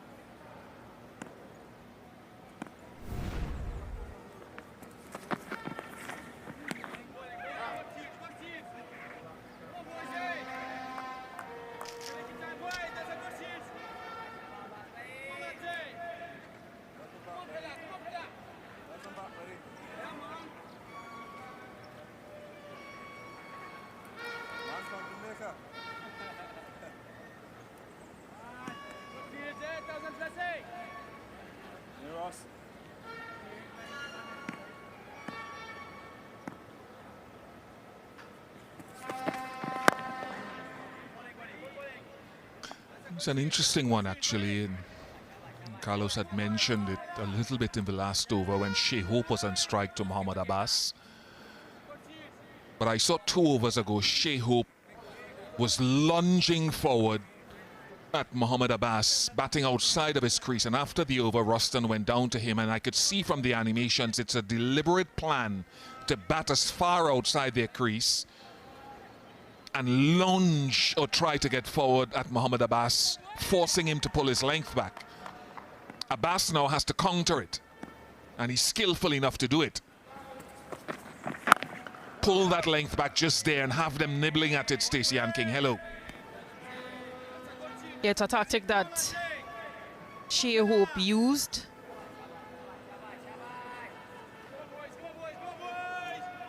When the wicketkeeper came up to the crease, it sort of brought him back into that crease line. So now that he's back Ruston Chase just using that average.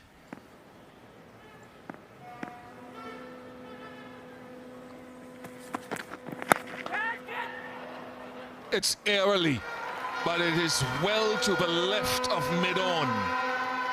And 4 to chase. Yeah, that advantage just working in his favor. And it's not express pace. So batting out of the crease, that reach. And just a push at that delivery. But it's vacant space. It's away from the fielder.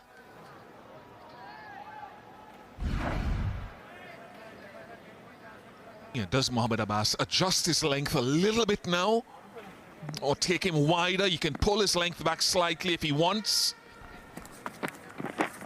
And he does do it, but too straight.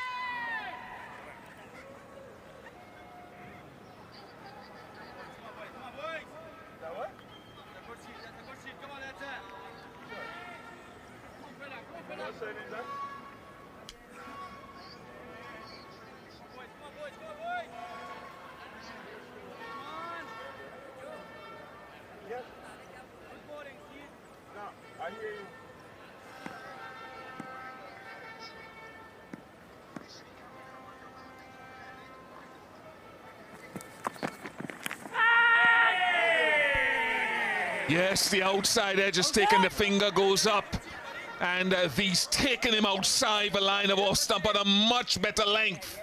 And Mohamed Abbas, the excellent Mohamed Abbas, strikes.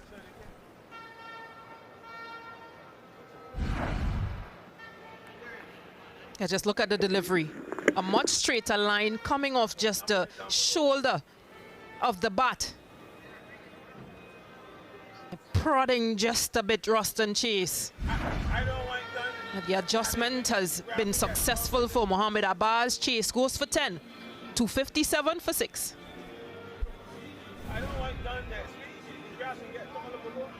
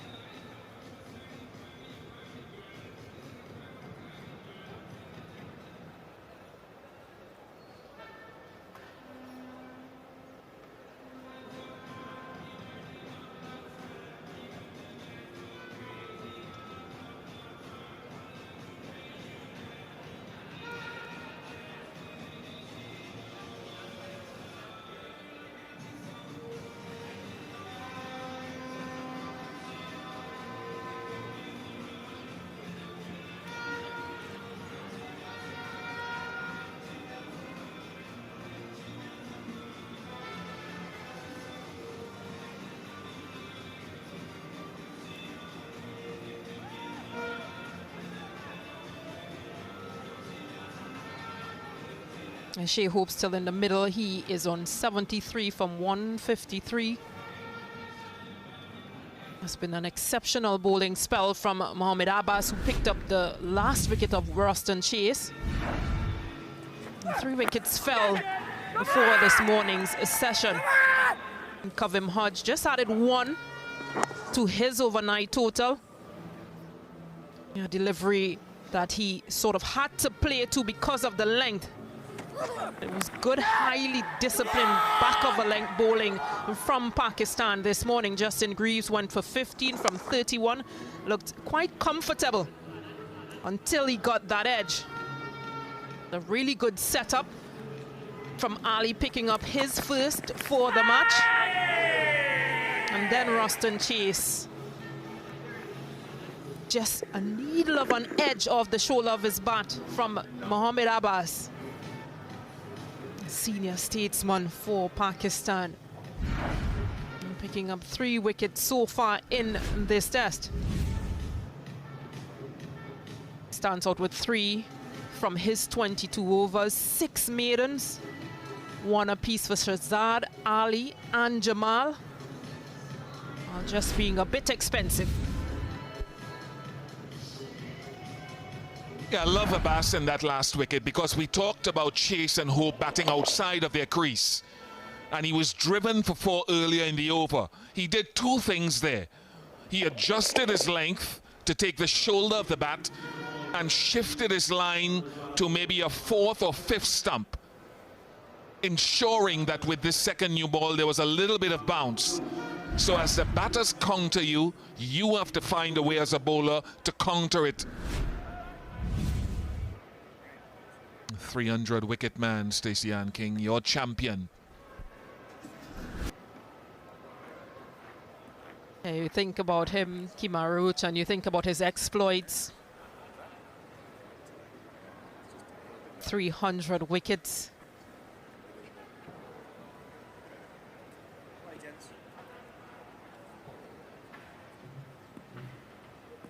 They'll be looking to remove Shai Hope. Shai Hope has to guide the back end of this innings.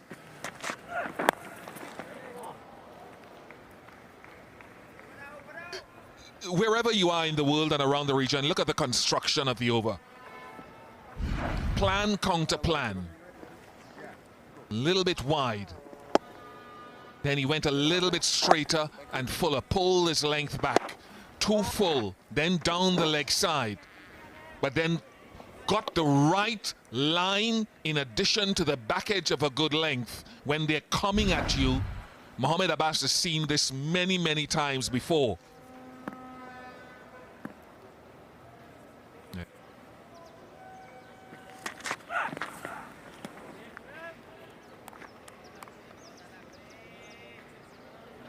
Big Bird is here. Big Joel Garner.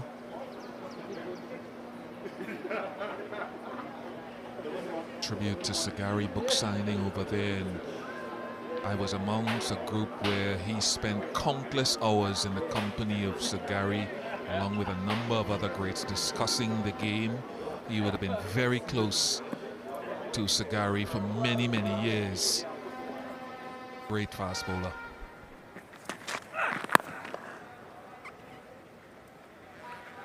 And Kemar Roach at the crease there on 300 wickets has gone past a number of great bowlers. Only Courtney Walsh, Curtly Ambrose, Malcolm Marshall, the late Malcolm Marshall, and Lance Gibbs ahead of him.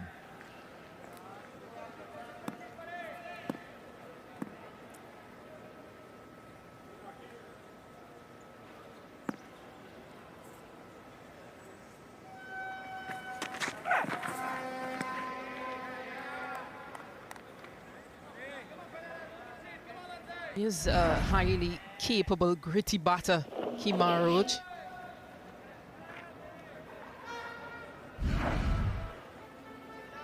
Talk about those 300 test wickets. Does have a defensive resilience with batting hand. It's just under 1,500 test runs.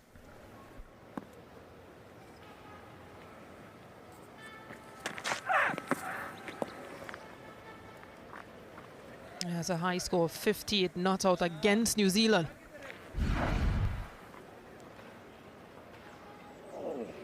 He has to counter. He's a good defensive batter. Remember that test match that he helped to win with Jaden Seals up at Sabina Park in 2021. Signed by the great Joel Garner, legend. West Indies, Big Bird. Sure, if that's Memories, Carlos Brathwaite or number Kemar one. Roach on there. They've been watching Heroes, cricket Big around Bird. Trinidad and international Joel cricket Garner. for a long time, many years, when their beard was black. Yes, I think it might be Joel Garner's signature on the ball. 258 for 6.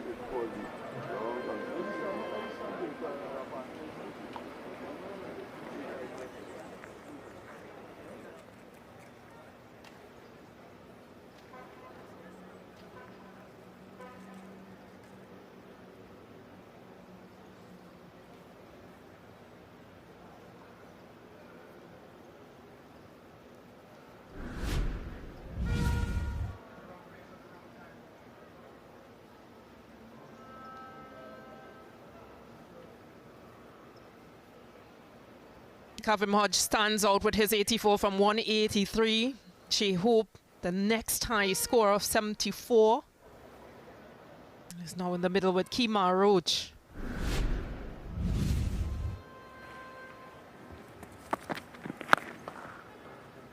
There we go again. It's that exaggerated movement to get forward to Mohammad Abbas.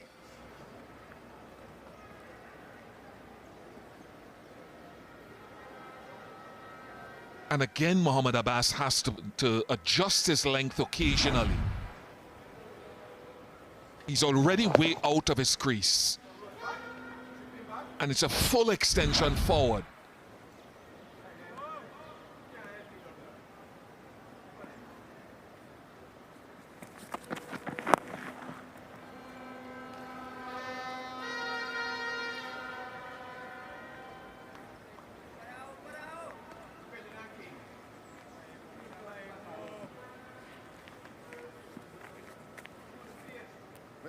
That's centre. Thank you. Same action, 4 balls remaining.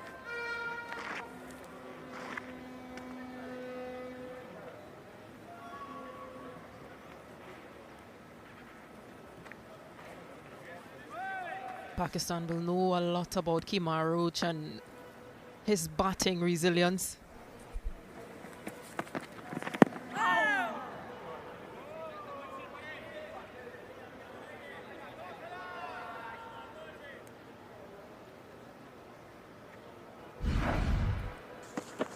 Talking about Shea Hope looking to get forward a little bit. He's way outside of his crease.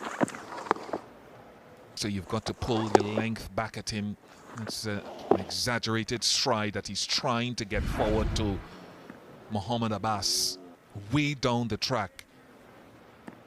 To Roach, he'll be fuller.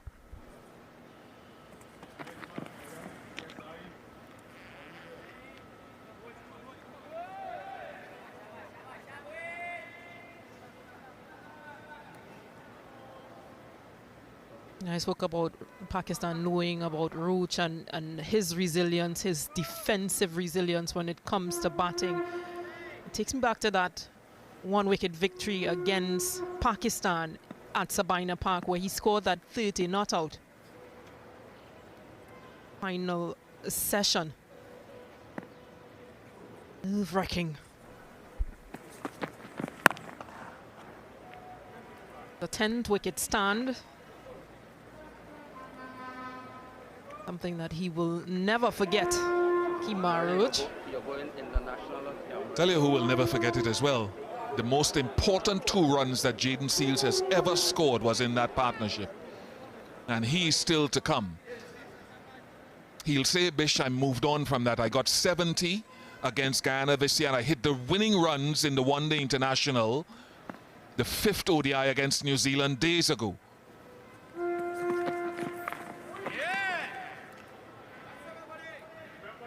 259 for 6.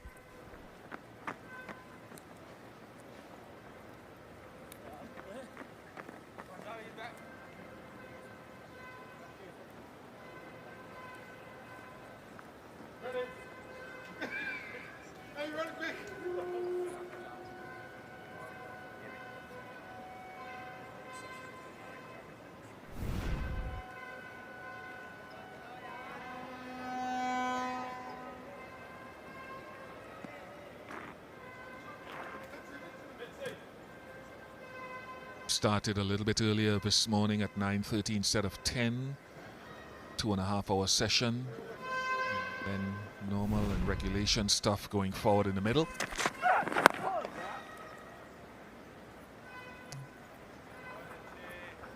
Then scheduled to finish at 9 at 5:30, weather permitting, light permitting,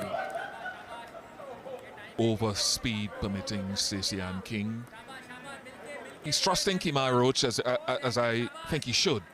Roach, as you said, it's no guarantee that he will score, but he's shown that inclination over his career, long and illustrious career, to spend time. I'd love to see another slip in play for him, to be honest.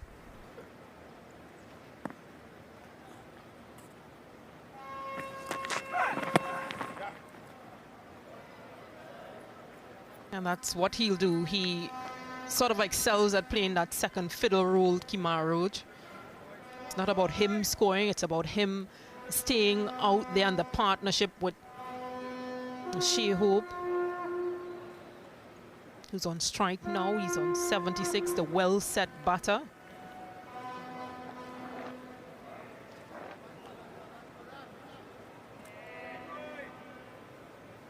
His approach will be defensive.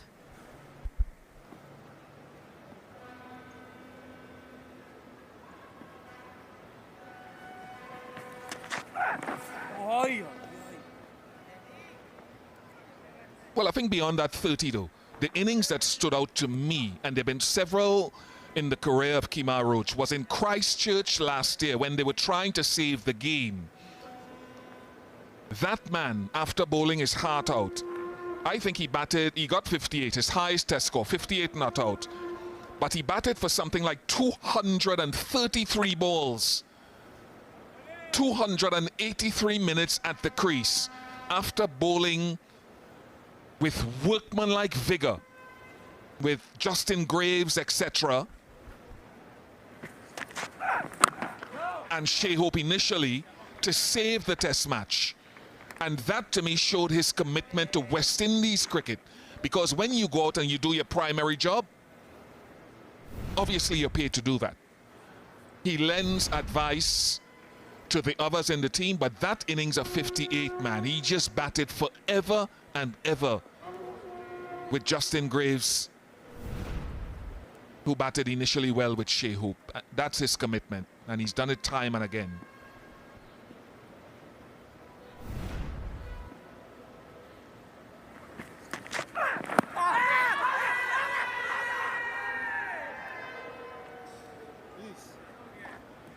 There are two good umpires in this test match, two very good umpires, Richard Kettleborough, Alex Wharf. They're not guys who don't make errors, but generally they get a lot of decisions right. As the time elapses, Pakistan only has one review left.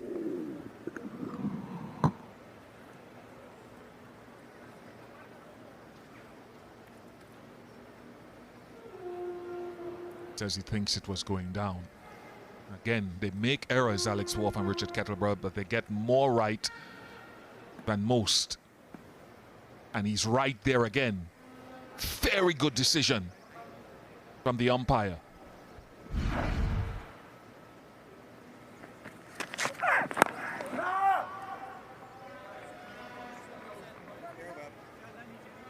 .261 for 6.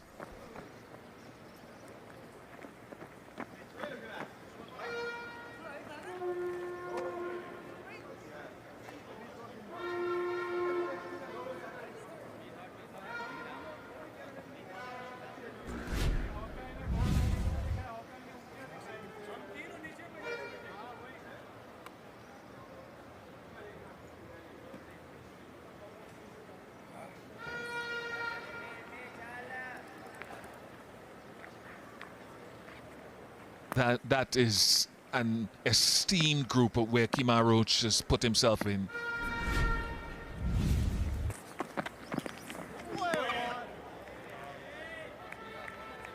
The average of Joel Garner per wicket, along with Malcolm Marshall, tells you so much with Sir Curtly Ambrose. Look at the last column. 20.97, 20.94, 20.99. Good grief. And Kemar Roach, that average of 26.83 stands toe-to-toe with some of the best of this era.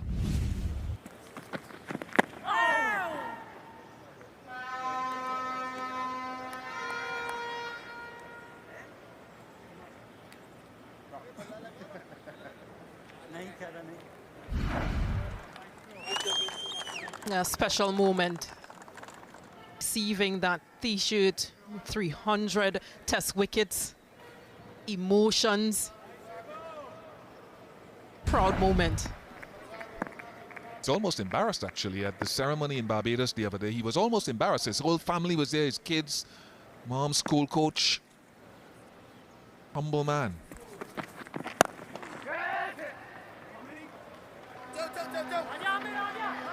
He's off the mark. As Stacey Ann King said, his main concern will be spending time with Hope at the crease.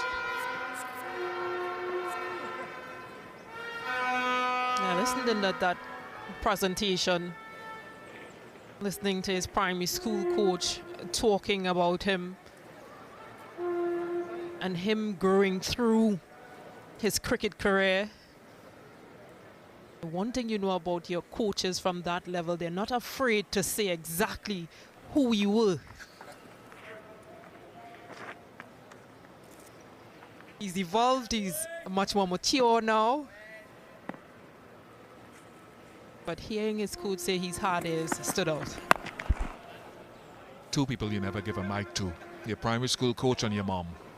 All the secrets come out.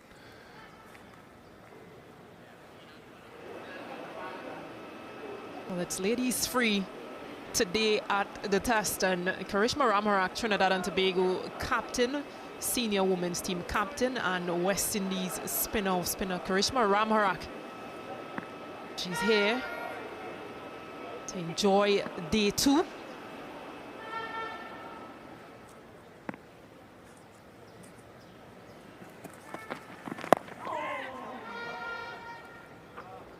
Fresh off the West Indies women's ODI series in Ireland that they won their semi-final showing at the T20 Women's World Cup in England just earlier this month. Yeah, good on them. Stefani Taylor was outstanding, back-to-back hundreds. Hayley Matthews, back-to-back hundreds. But again, I'll say we need to get some of these other young women involved. Leandra Dutton is 35. Stefani is mid-30s. They need help. They need assistance. We need to develop others. They're number 4 now, I think, in the cycle of the rankings in the world, the women, and they're doing a great job. 263 for 6.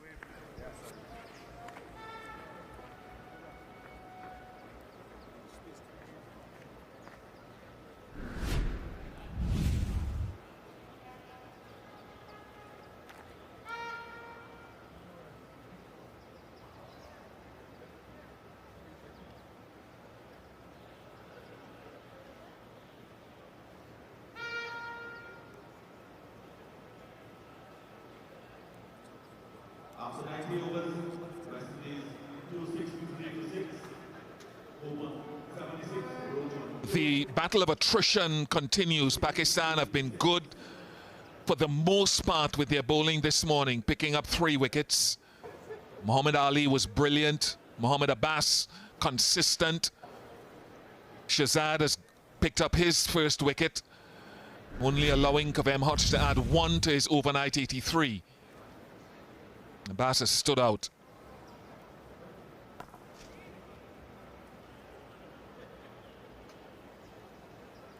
Played for Hampshire, Leicestershire, Nottinghamshire, and of late Derbyshire, Mohammad Abbas.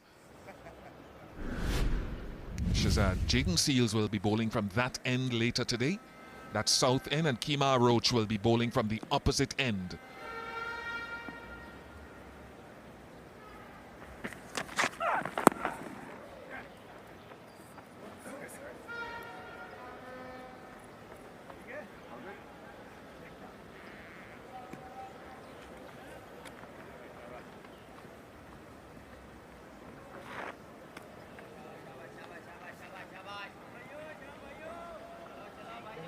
say it one more time, Stacey. I'm going to pluck it out of the air. Can we please do more for West Indies women? They're in a much better place than they were 10 years ago.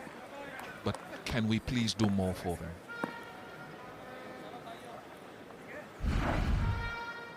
They've flown the flag for West Indies in ICC tournaments in the last 10 years. 3 semi-finals.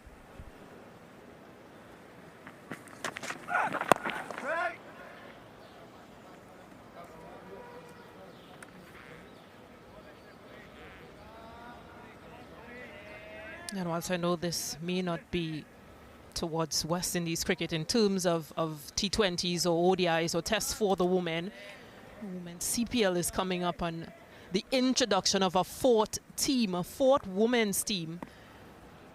I think it's long overdue, which means that there'll be another 11 to 15 girls that are going to be around the setup, the West Indies players, the international players. But the experience to understand what is required at that professional and international level. I think it's a really great initiative, bringing in the Jamaica Princesses, just to create those opportunities, give them more chances, make it a bit more competitive as well. You'll be looking on, especially for that Barbados leg.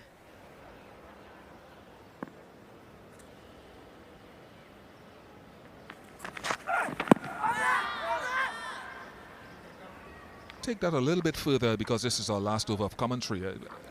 Sidra Amin of Pakistan scored a 7th ODI 100 a couple of days ago. Wasn't enough to defeat Sri Lanka, who got 2 of their own.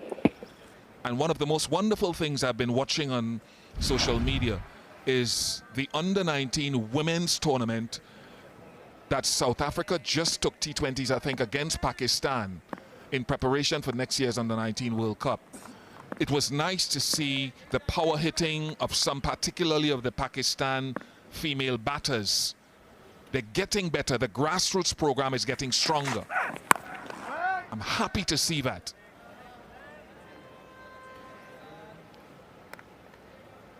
It's something that Sana Mir herself has been championing, to try and have more cricket played, more exposure for some of the youngsters. No ball signaled, adding that tally to 9 now for Pakistan.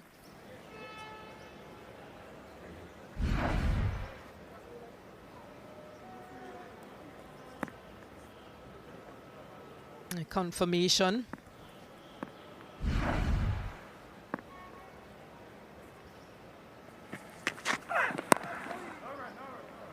But back to your point, it also leads to that question for the West Indies and the West Indies women and the general setup, that more cricket needs to be played from an under-19, a West Indies A team.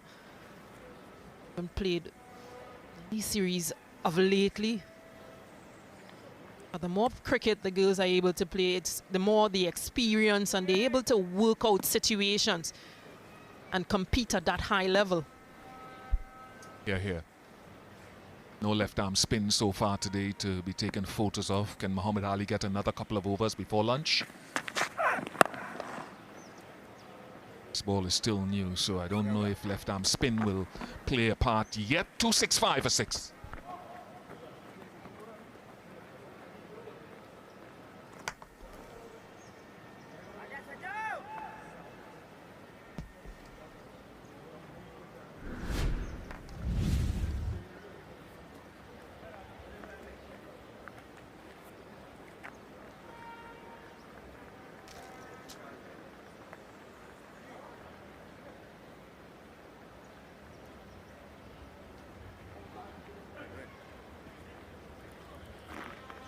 Shea Hope, the key here for the West Indies, 265 for 6. That partnership of 91 between Hope and Hodge. The best partnership for the West Indies so far.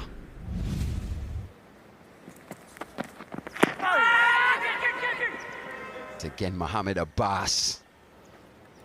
Proving a real challenge here for Shea Hope.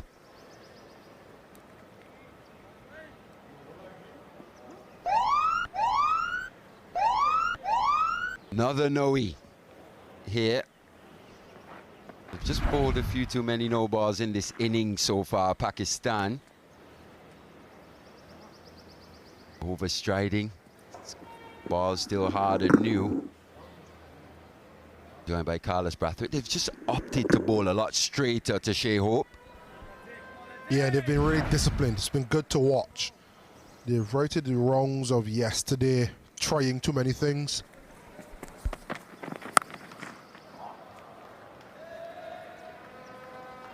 They've been a lot more consistent, led by this man, the effervescent, ever consistent Mohamed Abbas. They've played the cards well. So often you see a set battle with, I mean, Kemar Roach would hate me saying this, the tail or the low order, and you spread the field and give an easy single. What they have done with the new ball is kept boundary riders, yes, but they've kept enough players in catching positions that they can still attack Shea Hope when they need to. Just there, that's what Roach does so well. He's got a very solid defense indeed. That dead bat presents a full face as well. He's got a solid base. And now he's in his advanced years in Test cricket. I must say, over the last 4 or 5, he's actually improved with the bat. That technique has gotten even sounder, that defensive technique. Hence why he's shared in so many partnerships. Been a part of so many. I think he's always had batting ability. But when he was younger, he tried to show that batting ability.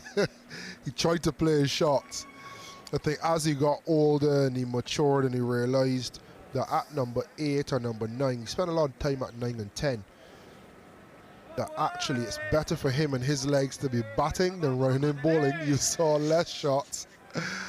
And I think what that does as well is it gives confidence in the guy at the other end, the set batter, that they know they can give him a single on the first or second delivery. They know they don't have to play shots once he comes in, so it kind of settles the batting order that although the lower order is now exposed and it's Kemar Roach, we know the discipline he'll bring with the bat. He's up against Mohamed Abbas. This is into the 92nd over. This is his phase of the game as well. Second new ball in hand.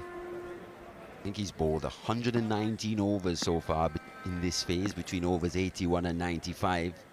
He's picked up 8 wickets, average of 32.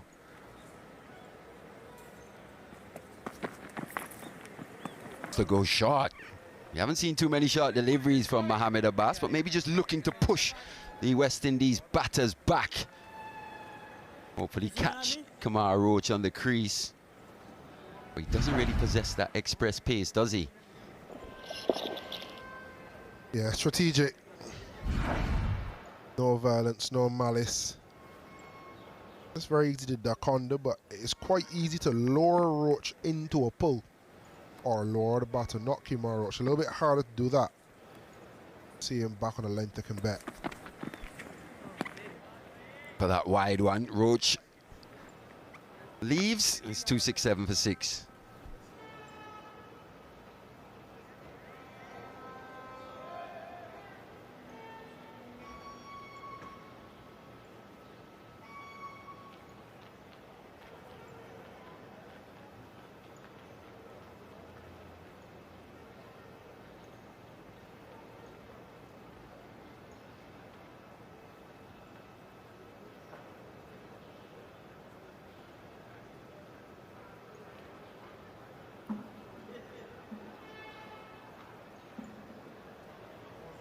Been a very good session this for Pakistan. West Indies have showed a bit of fight as well. It's been good Test cricket. 25 overs, 3 wickets, 73 runs. Honours even at the moment, I'd say. Hope the key 77 up 164. He'll have to marshal this lower order. Look to really take control, but he takes a single off the first delivery. Over to Roche. Yeah, that shows the confidence he has in Kemar Roach. knows Kimar will put a high price on his wicket. Difficult to drag him out of his comfort zone as a batter, Kimar, especially in his latter years, more experienced years. It's quite daunting for bowling attack as well. You want to be able to run through the other end, not being posed with such resistance. Once again, no close fielder in there in that short leg position. There've been a few deliveries that have just travelled in that area throughout this innings. In fact, on day one as well. Still a bit of bounce available to the fast bowlers. It'll be so interesting to see what the West Indies extract out of this pitch. Still a fair way to go. They'll be hoping to get at least 350, 400 from this stage.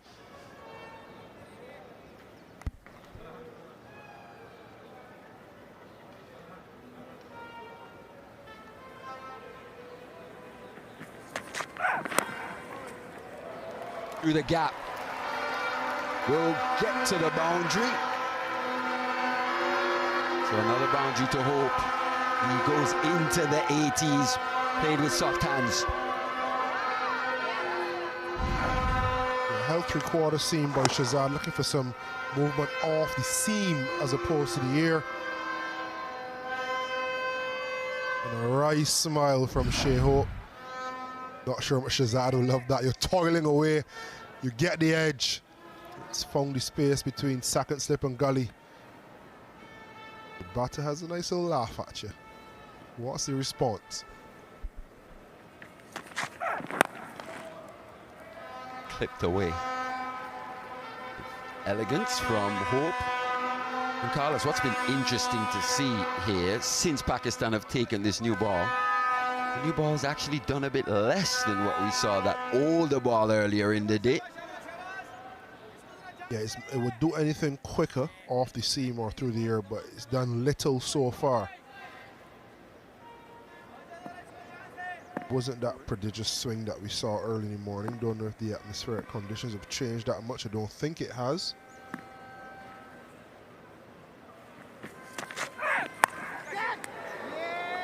Hard length and wicket. Roach goes. Baba Azam in at slip, takes the catch. Windies lose their 7th. I think that will be 3 for Shazad as well. Another good delivery just outside that off stump. A bit of bounce, takes the outside edge. They'll be happy to see the back of Roach. Yeah, good reward. Kimar Roach. His resistance comes to an end for 3, 274 for 7.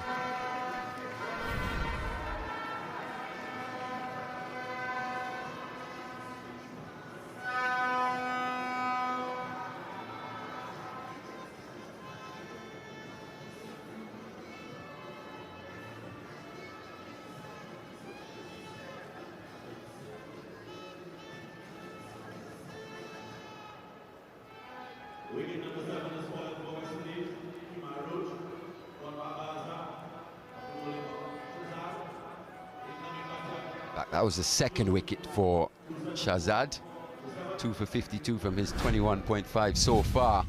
It's been a much improved bowling performance this by Pakistan on day 2. Been a lot more consistent in their areas. Have a look at this again. Roach always shows that sound defense. Good lever of the ball as well, but had to play at that. Hit high up on the bat, couldn't keep it down. And have a look at Shazad. He's a happy man indeed. Just one delivery remaining. Shamar Joseph, the new batter at the crease. Shall we expect a few shots here, Carlos? Yeah, the complete opposite of Kimar Roach. Good batter in his own right, Shamar, but doesn't hang around. He'll have a go, he'll have a dip. And if he can get going, it's good to watch. Remember innings in Nottingham.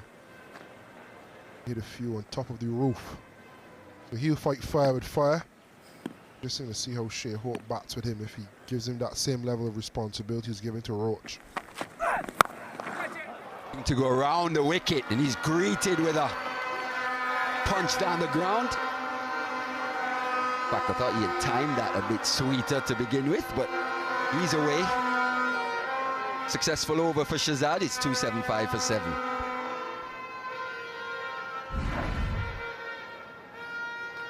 As we mentioned, fight fire with fire. A little high on the bat, but the high elbows, the holding of the paws, we can see or expect to see some fireworks with Shamar Joseph at the crease.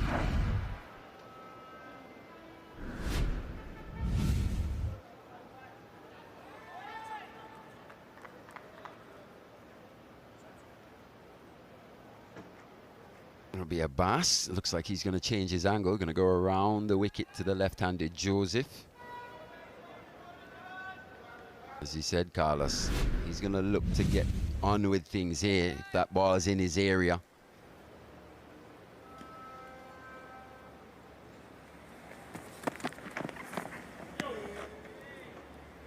But for me, you look around the West Indies, you look through this West Indies lineup, at the bowlers, the lower order.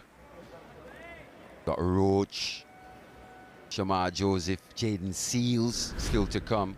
Azari Joseph not here. But all these fast bowlers have a bit of batting ability. We've seen it exhibited on a few occasions. Jamel Warrican as well. A lot of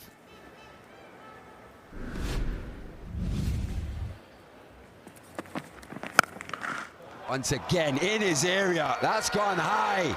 Handsome. Over wide, long on for 6. So just as you anticipated, Carlos, Shamar Joseph is here and announcing himself.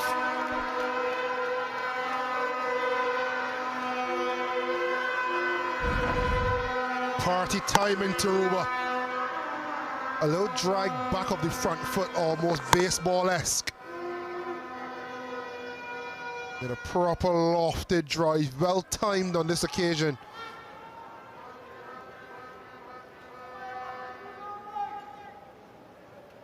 Look at that response. Look at that facial expression. It's going to be interesting.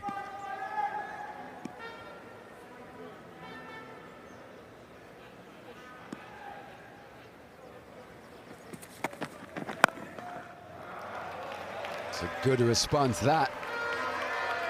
Solid for front foot defense. Have a look at that 6 again in his natural swinging arc. Made fantastic contact. Brought up his first 6. So he's going to look to go after Abbas, especially with that lack of pace. Anything just slightly overpitched, it's going to go through the line.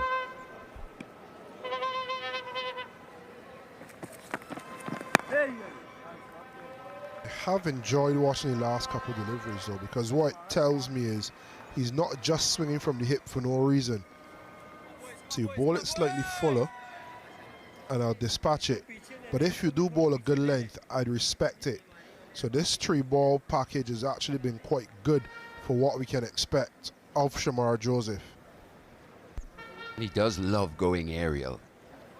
I was finding those maximums. Actually hit 15 sixes in his 25 innings test career so far. Oh, what a response that was. On the money, perfect line and length, angled in, just a bit of movement away off the seam. That would give Shamar Joseph, even though that beat the outside edge, he'd be thinking, oh, I'd be loving that new ball in hand on a pitch such as this. Missed it by a long way in the end. Acknowledgement of that good delivery from Abbas. 1 delivery remaining, 6 from the over.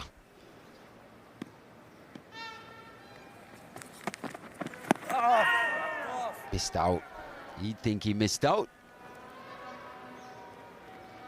94 gone, it's 281 for 7.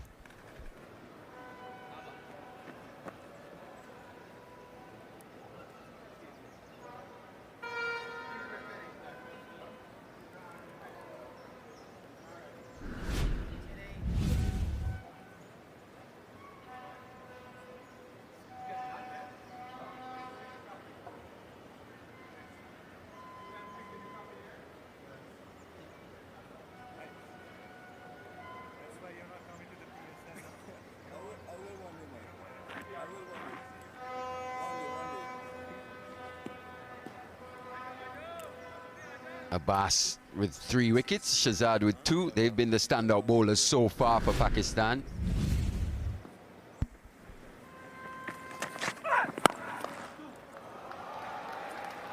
Worked away. He's got work for that fielder to do.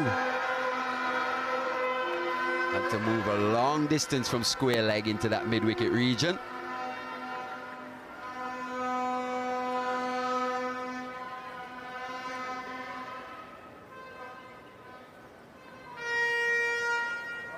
Salman Aliaga, 3 catches already.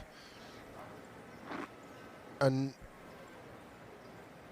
a couple overs ago, Kimar Roach.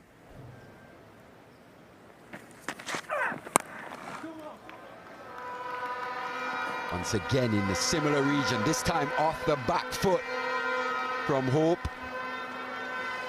Not something you see that often from him, heavy onside play. He's a balanced scorer, but today they've opted to just employ that straighter line to the right-handed Hope. He's just picked them off. Moves to 87 now.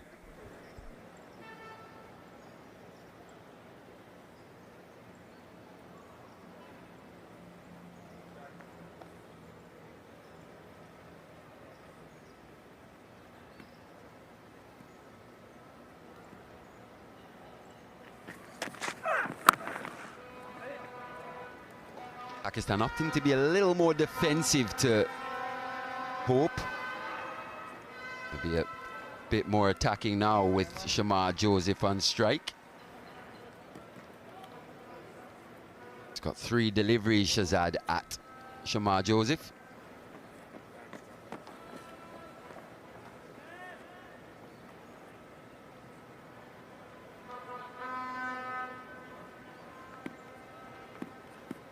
Round the wicket.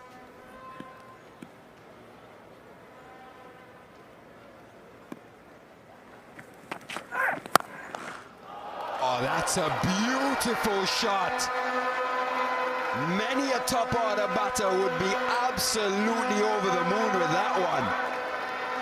Jeez. That was absolutely stupendous from Shamar Joseph. Have a look at this in the swinging arc. Not too much foot movement, holds the pose. Wow.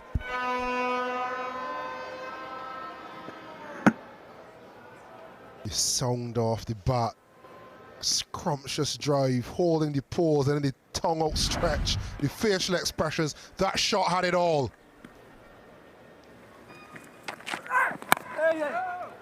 Shot of the day, Carlos. Hard to think of a better one, especially today. Look at that.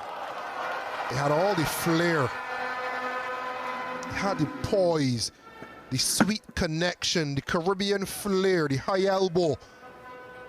Oh, it had everything. Look at the umpire in the background. He is as impressed as we are. What a stroke from Shamar.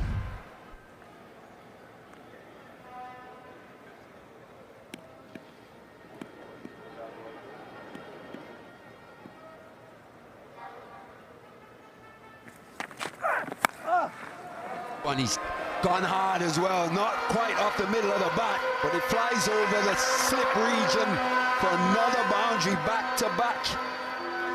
In fact, no, 2 boundaries in the over, 294 for 7.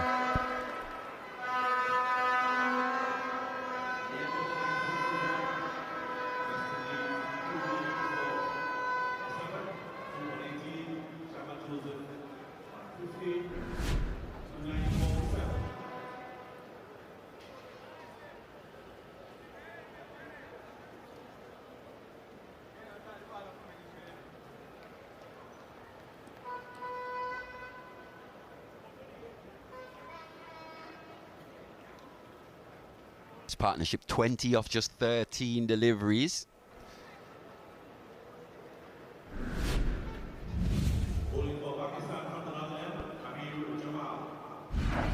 It was that final delivery of the last over. Not quite where he wanted it to go, but it went nonetheless.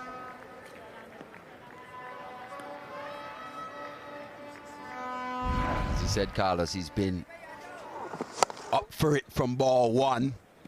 You almost expect this positive intent from Shamar Joseph. But it was that cover drive. I'm still thinking about that cover drive. Absolutely beautiful cricket shot.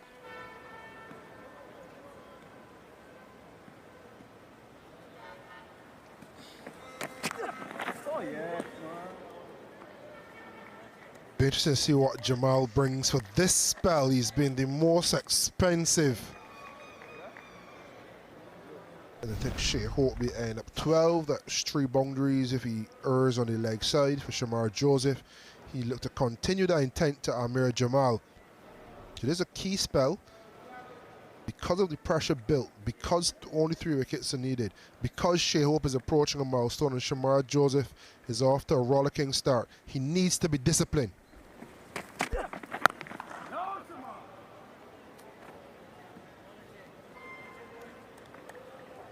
Just a few minutes to the luncheon interval. And brought back into the attack here, Jamal. He's got to be able to produce something for this Pakistan team. As you said, Carlos, he's just been a little expensive, a little inconsistent. At times, we've seen what he's all about. 100 runs so far in this session. Fruitful session this for the Windies. Also been quite fruitful for Pakistan in terms of wickets, picking up 4.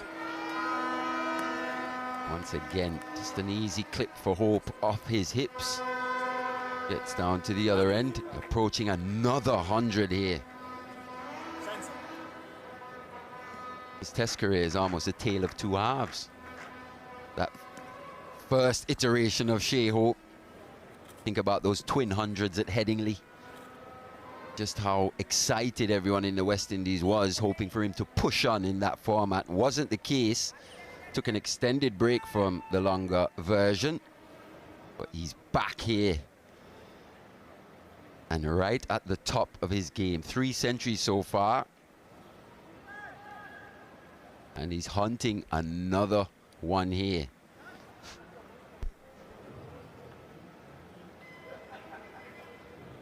I think that was a conversation between Hope and Joseph. Hope telling Joseph to see it through to lunch. He's taking it on, and it will be another 4. So the runs are flowing freely from the bat of Shamar Joseph. And you can tell the crowd here really appreciating what they're seeing from the Guyanese fast bowler.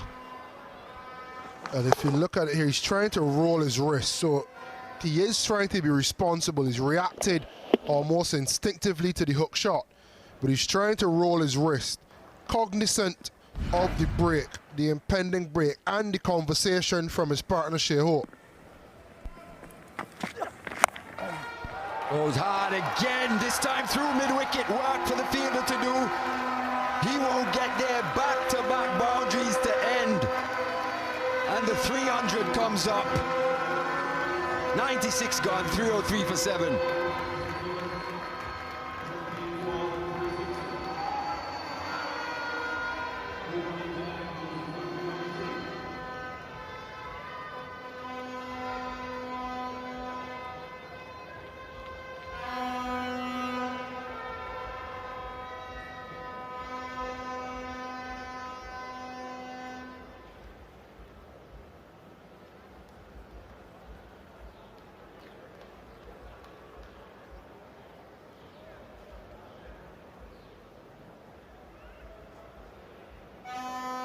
Almost thought we would get an extra one in, but it will be the luncheon interval. Let's have a look at this final delivery of that over. Shamar Joseph not quite out the middle once again, but he does pack a punch. Fast hands, he's a strong guy.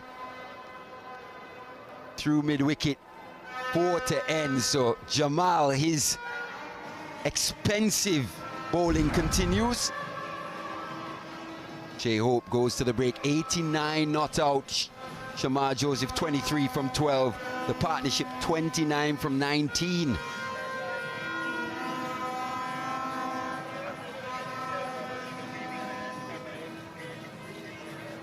A good finish from the West Indies, but this man started the day quite well. Muhammad Ali from one end, consistency, skill, and eventually being rewarded for it. Shea Hope, however, on the left of your screen, started the day and walks into lunch on the brink of yet another century. 89, lost his partner overnight, partner Kevin Hodge, for 84. Seen Graves, Chase and Roach, a trio of his Barbadian counterparts, come and go, but has found a partnership with Shamar Joseph. That partnership so far 29 off 19, a rate of knots. Hope and Hodge just failing to breach the century mark.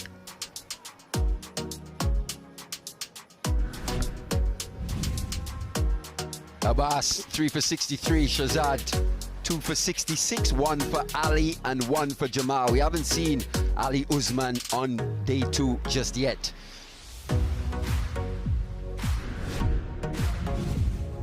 So highlights of the first session here on day 2. Hope and Hodge were 193 for 3, sorry, 194 for 3. That was the wicket of Hodge, just adding 1 to his overnight tally. Shea Hope continued in his customary fashion, playing shots all around the ground, ended up picking up his 7th Test match half century, but that was Greaves down the ground. He played quite a few sweet extra cover drives. That one was off the back foot. Looked like Jamal once again just presenting a few too many boundary deliveries. But Ali was superb, finding the outside edge. That was the drop catch though. A waste. Easy catch put down. Hope got another life. Then this was the wicket. Justin Graves. Muhammad Ali, his first. Thought he was very unlucky. Been superb here on day 2. Ruston Chase came to the crease, played a couple nice shots. That one down the ground. That was a massive 6 from Shea Hope, bringing out that one-day play, as you'd say, white ball format. But this was the wicket of Chase. Fantastic delivery, just on that 4th or 5th stump. Just a hint of movement away, and he had to go. Hope continued. It's a little scratchy at times, but he continued to fight. That was the wicket of Roach. After showing some sound defense, good delivery from Shazad, taken by Aga again. This was the Shamar Joseph show though. That was his first 6. That was a shot of the day for me. Maybe even the shot of the match. So far, he just found the boundaries very consistently. Back-to-back boundaries to end that session from Joseph. West Indies 303 for 7. So this is how things have proceeded over the 2 days so far. Well, a day and a bit. 3 wickets for 194 on day 1 and 4 for 109 in 29 overs. We'll take a break now for lunch. Join us back for session 2.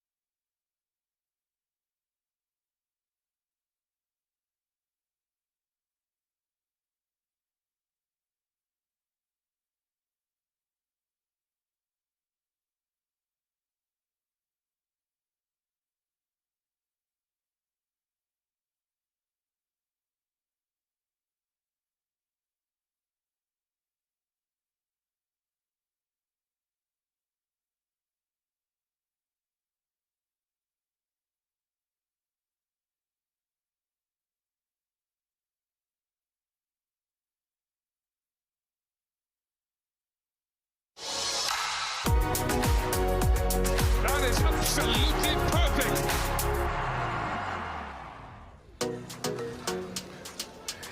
Back here at the Brian Lara Cricket Academy, the battle continues, and Shea Hope has held things together off the face of his own bat. Another half century and an excellent run on return to the Test match arena since the Australian series last year. What he has led the West Indies to is a total of 303 for 7. He is on 89 not out with Shamar Joseph, who has scored a quick-fire 23. Hodge added just a solitary run to his overnight total. 3 wickets to Mohammad Abbas. Mr. Consistency. A couple of wickets for Shazad. I thought he bowled a lot better today than he did yesterday, and he wasn't that bad actually on the opening day's play. Muhammad Ali was outstanding today. Figures don't reflect it. 1 for 47 and 1 for 81 for Jamal.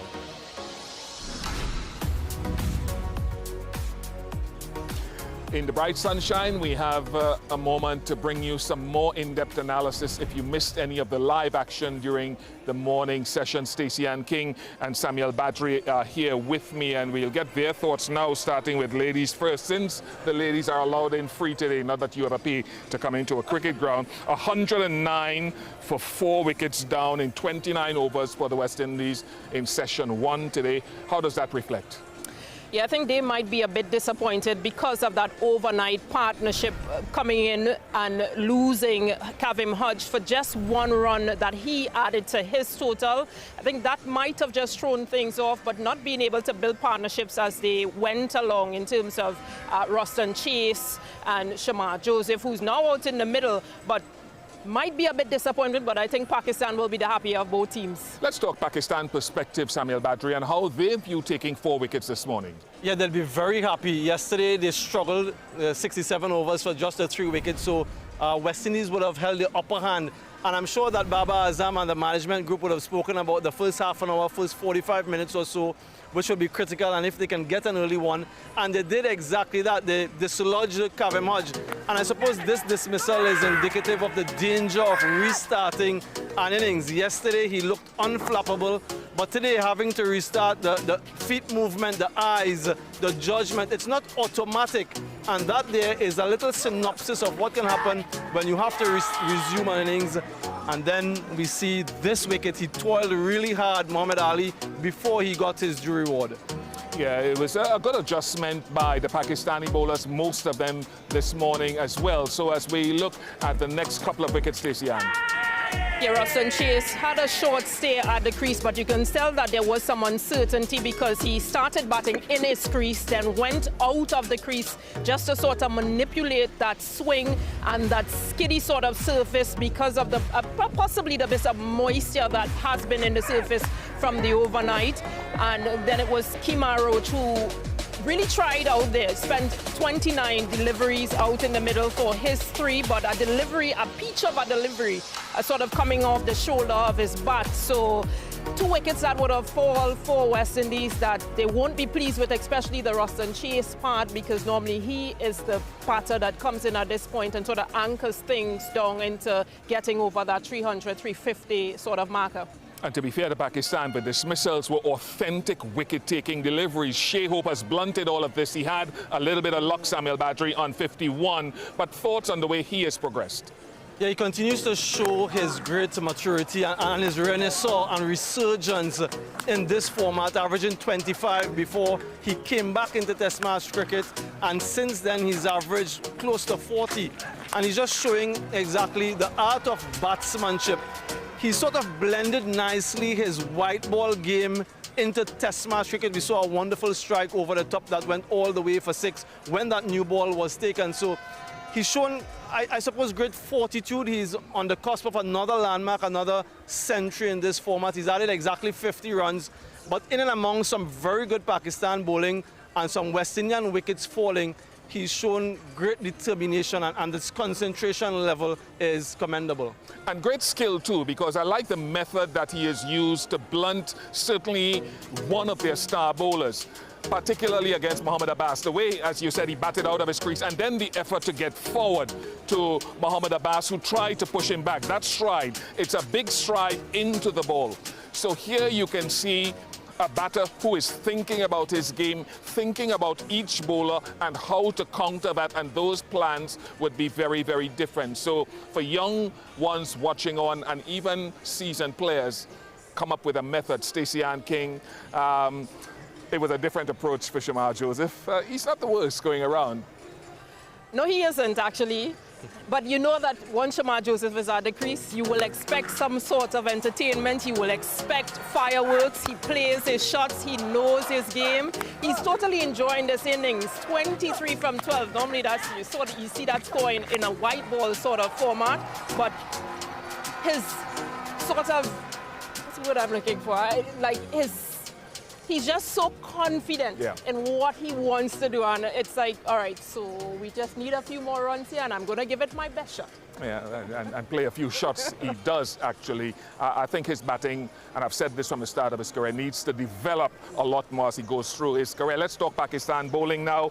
And Muhammad Ali, float like a butterfly, sting like a bee. And how good was he, Samuel Badri, this morning? Yeah, you just mentioned it. I suppose the numbers don't reflect how good he was, just the one wicket. But as you can see here, he tested the West Indians. I thought he found a brilliant length. That was the opportunity to get the wicket off Shea Hope when he was on 51. But the length today for me, a little bit fuller. He hits the deck hard, and then the angle, the subtle variation. So he starts some deliveries closer to the umpire, and then he moves a little bit further away to get that ball to move away, which resulted in the wicket eventually. So his skill set, and more than his skill set, his heart to bowl in these humid conditions and to do a job for Pakistan. I thought that's exactly what they wanted. He did get one wicket, one reward, so they'll expect more of that from him in that next session. Let's delve more into that then, Stacey Ann King, because the setup to Justin Greaves, he showed his full variation of crease movement and moving the ball about.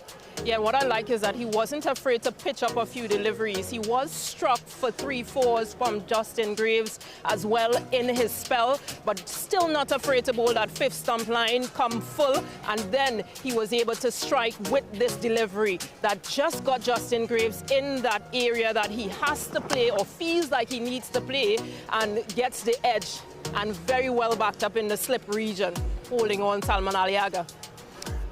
Shazad is another one. He's picked up a couple of wickets today. What did he do better today than he did yesterday? I think it's similar to what Muhammad Ali did in terms of getting the length a touch fuller.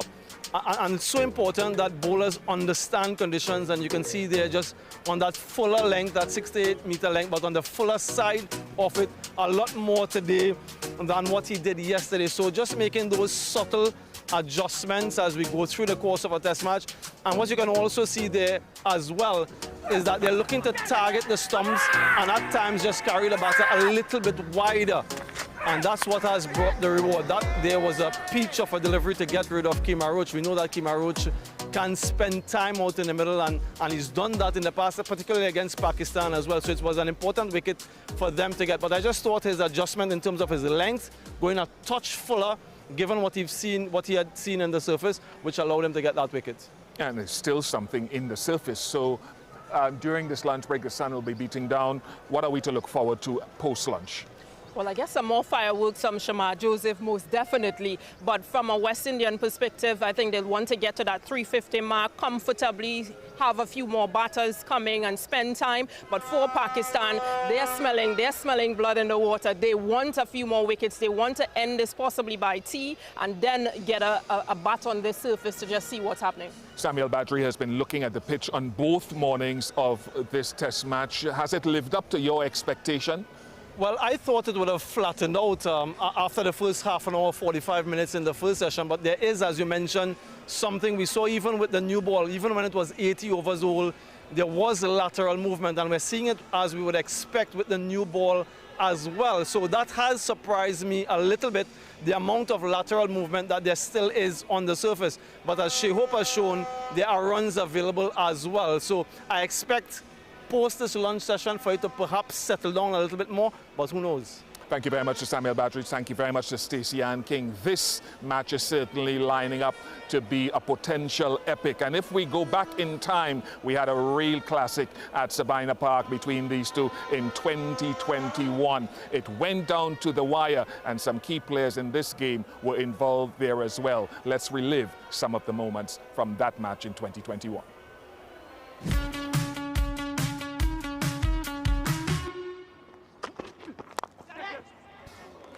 Edged and in the gap. Fortuitous boundary.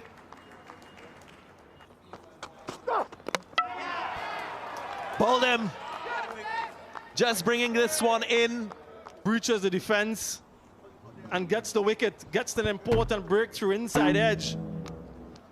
Just trying to hit that one a little bit too hard. Brilliant, brilliant from Seals into that green area. And the deviation doing the work. For that line that he's been persistently and naggingly bowling at Pakistan batters, he gets the reward. Just gets his batter. This time, the West Indies finally strikes and takes a wicket. Wonderfully taken in slip by Jason Holder.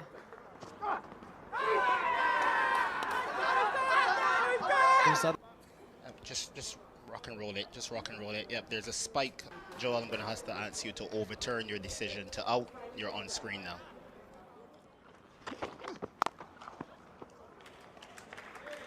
Short delivery. In there and gone. Finds the fielder. Ruston Chase, a simple catch. Over the keeper's head. Runs given. Big single, is there a chance?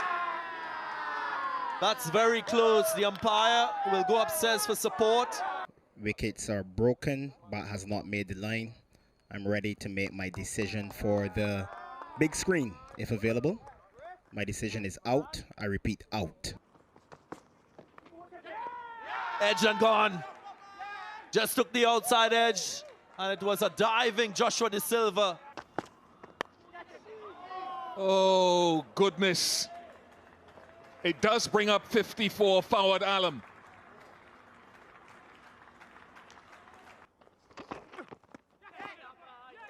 Very good from Seals. Very, very good. Got him. That is huge from Jason Holder.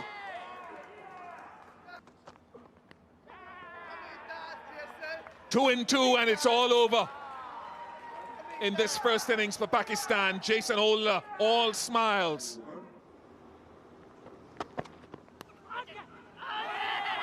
Edge and taken. A brilliant catch, diving forward.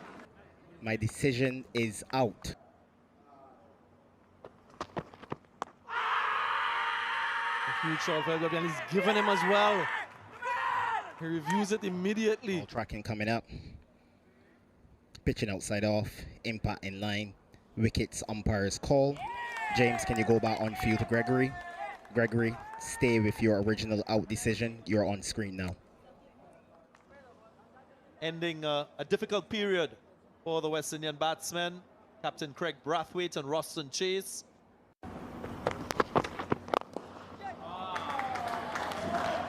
Beautifully played. Hassan Ali prevails.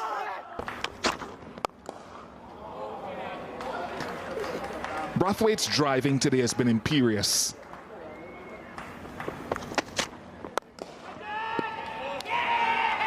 Yet again, he gets out in this region. Loud appeal, and the dreaded finger goes up.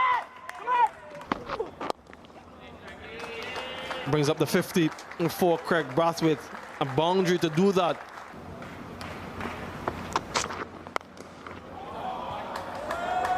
Graceful. Just lent into that one.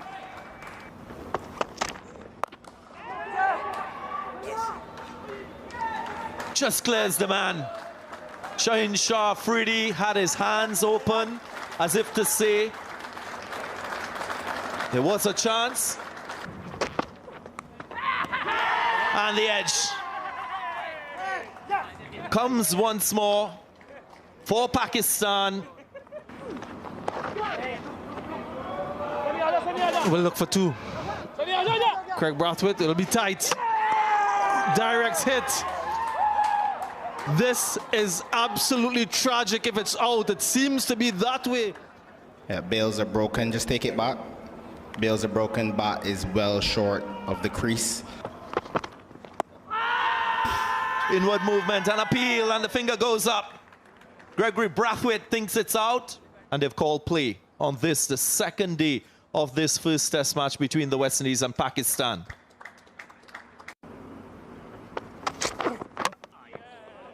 Doesn't need that. Castled. Loud appeal, loud appeal. And the umpire believes that he's out, but Joshua De Silva reviews. Ball tracking coming up, Joe. Pitching in line, impact in line, wickets hitting. James, can you go back on field to Joel, please? Joe, stay with your original out decision. You're on screen now.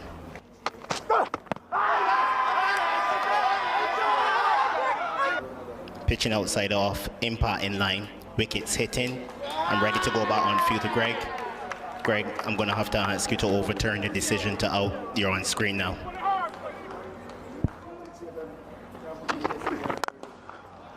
That's a lovely shot. Pleasing to the eye. Swept away.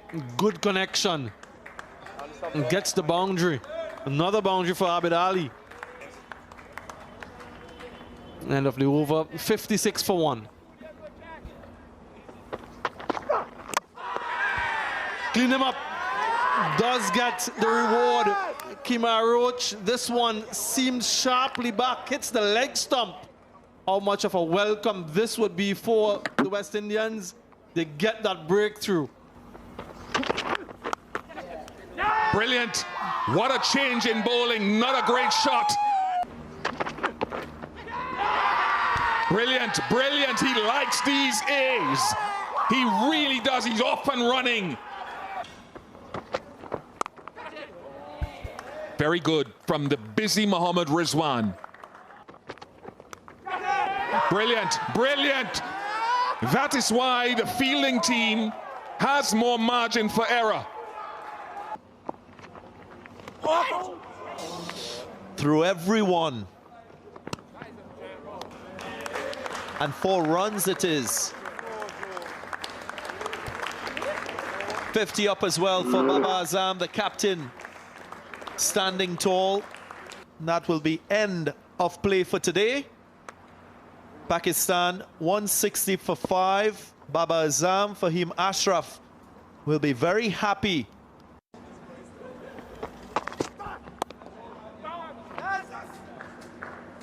Runs here. Edged and taken. You've been hearing from the man, and now you're seeing him in action. And again, what a masterful stroke.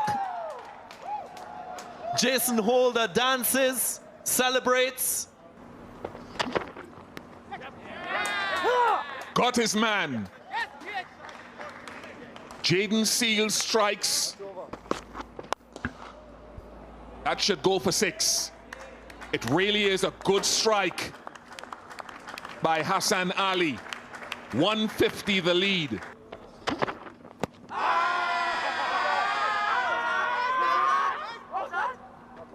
Impact, pitching in line, impact in line, wickets hitting. I'm ready to go back on field to Joel.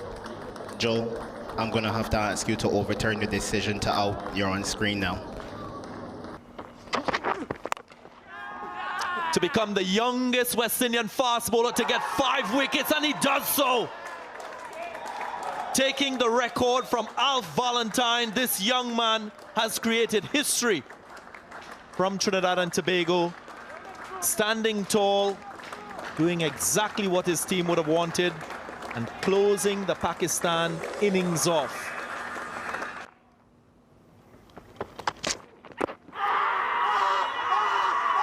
Again, another challenge. And given out.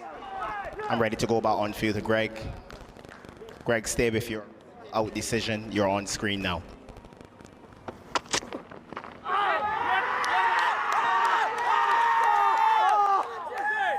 I'm going to have to go back to on field to Gregory.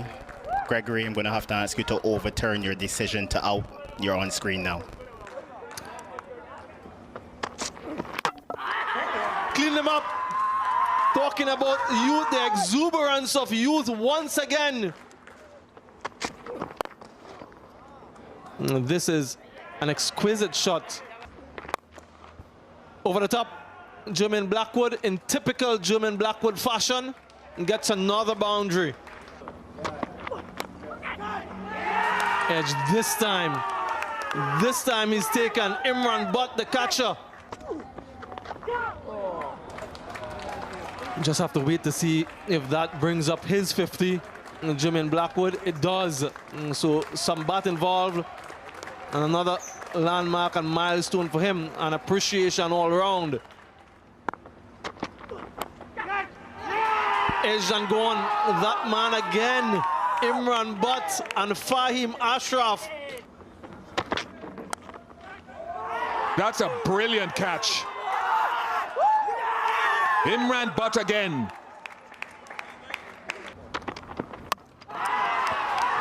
Castled.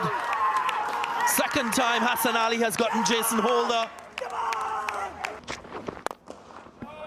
Excellent shot from Joshua De Silva. Pumped down the ground. Welcome boundary for the West Indies and for De Silva. Edged, and gone. So the breakthrough finally comes. Shaheen Shah Afridi, his persistence paying off. High in the air. Four fielders after it. Four fielders. Rizwan, brilliant. Brilliant from Mohammed Rizwan. Will they look for two? May not be a thing. Is a thing. Two gotten, 12 to get.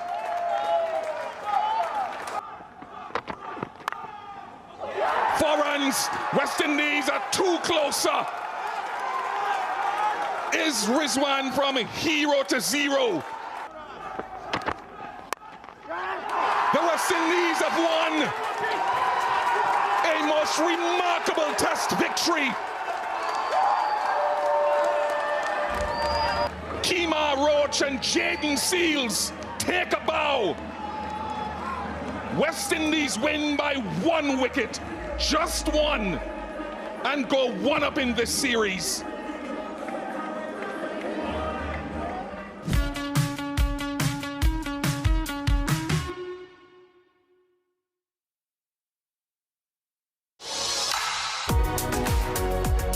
That is absolutely perfect.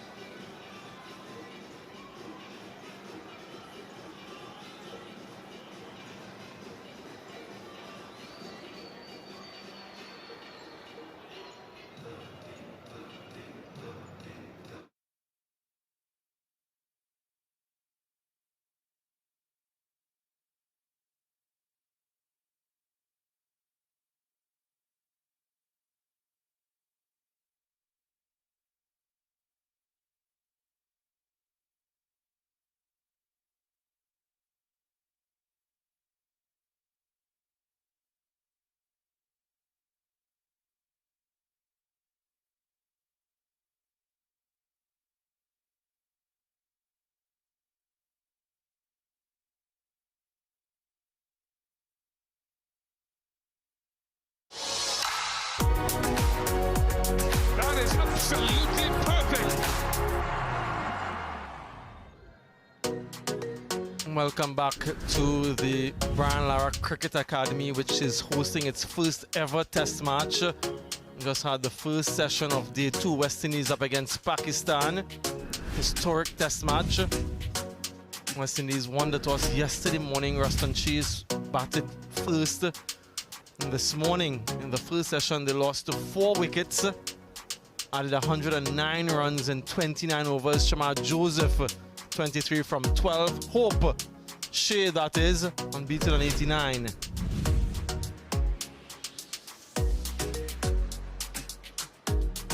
He started the day unbeaten on 39. So an examination early up, had an opportunity that went down in the slip cordon, but outside of that, it's what we've grown accustomed to from Shea Hope since his reintroduction into test match cricket. Added exactly 50 runs so far in that session, and on the cusp of another test century. Abbas, the standout bowler for Pakistan with 3 wickets, a couple for Shazad Ali. Muhammad Ali worked tirelessly for his 1 wicket, and Jamal with 1 of his own. No sign of spin just yet, even in that protracted first session. Wickets to fall in first. Kavem Hodge just adding 1 to his overnight total. And then that wonderful setup by Muhammad Ali to get rid of Justin Graves, utilizing the crease. And then the West Indian captain, a feather through to the wicketkeeper Abbas, celebrated eventually. And then Kemar Roach, the last of the wickets to fall in that first session. And last week we heard of the sad news of the passing of the Right Excellent Sir Gary Sobers' state funeral. This week there is an opportunity to recognize and to remember the great man here at the Brian Lara Cricket Academy on the concourse level. Book where you can record your signature. Joel Garner doing the honors there. Vice President of Cricket West Indies, Mr. Azam Bassert, along with other directors of Cricket West Indies, paying homage to one of our great players who owned this format. No doubt we will continue to recognize and to remember his contributions to West Indies cricket.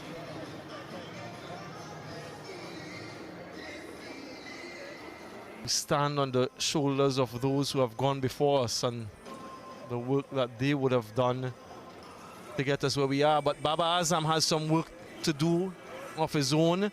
How does he counter this counter-attack from Shamar Joseph, partnership 29? They'll want to get 1 quickly. They'll want to get the remaining 3 wickets quickly. They've struggled with the bat as well. Mali Richards alongside me in recent times. So they don't want this first innings score from the West Indies to swell to too many. What would be some of their discussions as they head out to this session, Mali? Good afternoon, Sam. Good afternoon, everyone. They'll be hoping for a bit more composure towards the back end of that first session. Just lost composure slightly. Well, in fact, the initiative was taken by Shamar Joseph. The effervescent Shamar Joseph. Every time he's either got ball in hand or bat in hand, he's always making an impact. He's quite an exciting cricketer. Fans here in the West Indies love to see him perform. But he's there with Shea Hope, who's been very composed in his innings.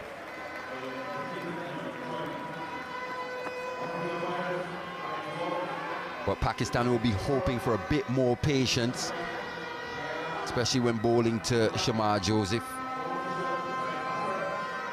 We're also looking to bowl more deliveries to Shamar Joseph. Probably gives them the best option of taking a wicket.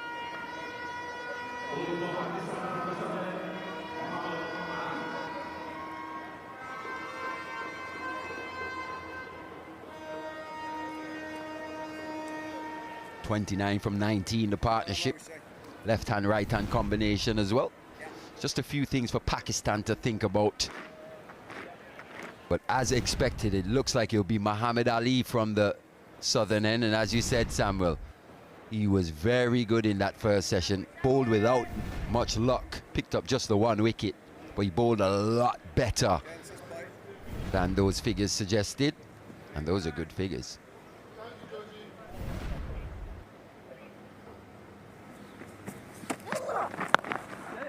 I suppose we expect Mali the same from Shea Hope as what we've seen from him, not only in this innings, but from the recent past. But what can we expect from Shamar Joseph? I think more of the same. I heard Stacey Ann in the lunch and interval show speaking about just what to expect from Shamar Joseph. And anything in his hitting area is going to go hard. Saw that sweet cover drive all along the ground. Massive 6 over long on as well. Loves hitting the ball in the air. But Pakistan have to have the right field set for him. Got a deep square in front. Fine leg. Mid on. Looks like mid wicket coming in. So just the one slip and gully. Backward point, cover, and mid off.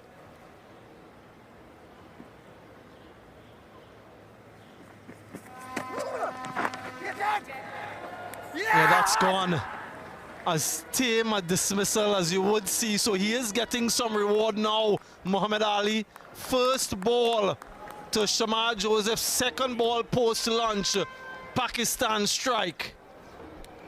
Exactly what Pakistan would have wanted. Shamar Joseph, very dangerous in these situations. But first delivery, opting to go short. And as you said, he's starting to reap the rewards now. Muhammad Ali picking up his second. That from the southern end. West Indies 304 for 8. Joseph has to go, doesn't add to his tally. 23 from 13. And another catch in the slip region to Salman Ali Agha.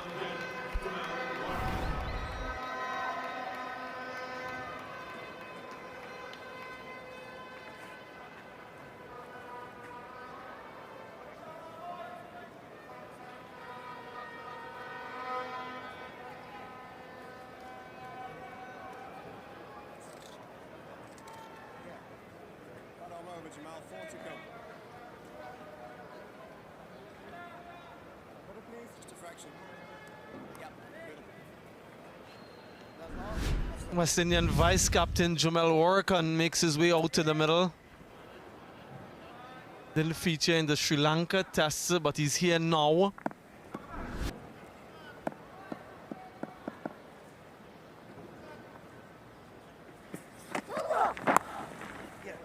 It's off the mark straight away. Muhammad Ali shown great resolve in that first session, just the 1 wicket. That was an innocuous enough looking delivery. And somehow he's managed to get that to first slip or second slip.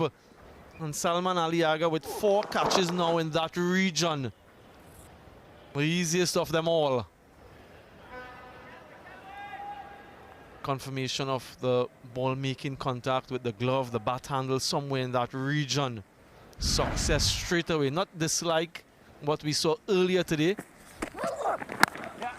Got the wicket of Kavem Hodge. He just added 1 to his overnight score, and Shea Hope is trusting Warrikan, giving him back the strike. He's into the 90s now, Shea Hope. So first port of call for Jumel Warrikan is to ensure that he's there for Shea Hope to get to that milestone, and then they want to get to 350 and beyond. Yeah, the vice captain will have to support Shea Hope in this situation. Very similar to a Kamar Roach in terms of he's got the ability to spend long periods at the crease. To get under that one.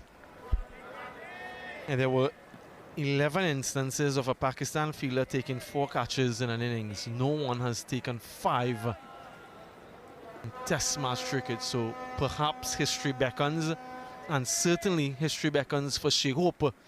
Can he become the first centurion at this venue? Mentioned that it's a blank canvas. Everyone has an opportunity to stake a claim for history. Who gets the first wicket, first 5 wickets, first half century, but who gets the first century? That's the one people remember.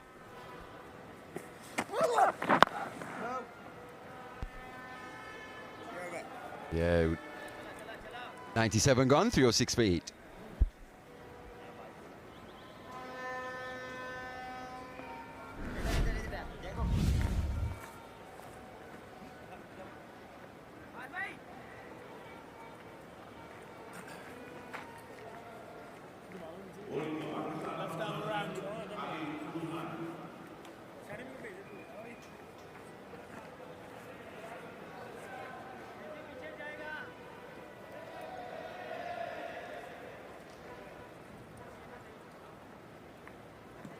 Everyone getting into double figures except Kemar Roach. Standout batters Hodge and Hope for the West Indies. Change in bowling from the northern end. Ali Usman searching for his first test wicket on test debut, remember.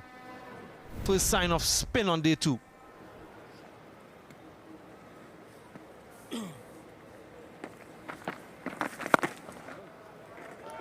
.33-year-old Usman Ali. You think back to day 1, would have bowled 4 overs in that first spell, conceded 19.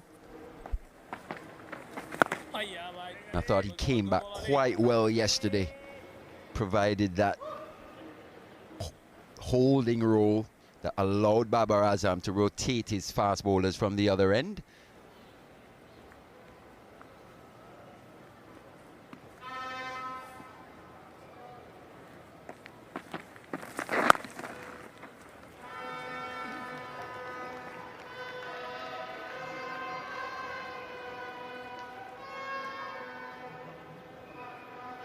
Interesting that Pakistan have opted to go for spin, but this new ball only about 13 overs or so old.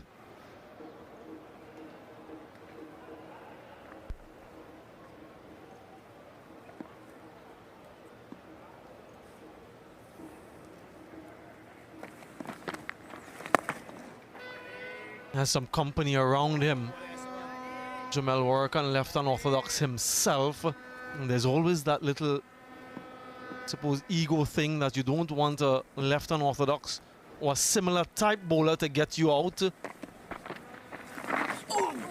What did that ball do? We have to have another look at that one. It goes for 4 byes. It beats everyone. Went in the opposite direction. Took me by surprise, certainly. Yes. The other one there from Usman. Let's have a look at that. Looked like an orthodox delivery. Just came back in, almost taking that leg stump. Was quite close to the leg stump. Jamal Warrican getting a fair way across his stumps. And he can look quite ungainly at times, Warrican. But he does have that ability to present that dead bat. Bat for long periods can be quite annoying to an opposition team.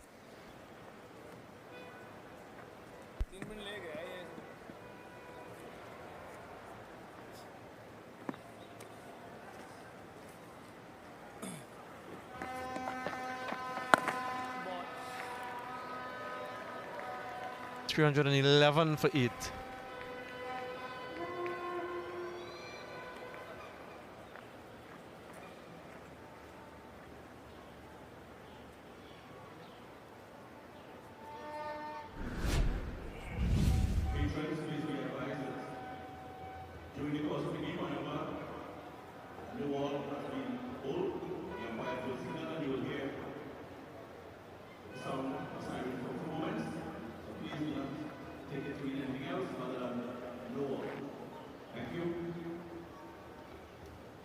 Just looking at that Pakistan bowling lineup here. Abbas, Shazad, Ali, Usman and Jamal. Can't help but think Listening to Ian Bishop earlier today, those top 3 bowlers in the, if you could just add someone with a bit of extra pace to that. Got the makings of a pretty decent test attack. As we see the drone here in the comm box.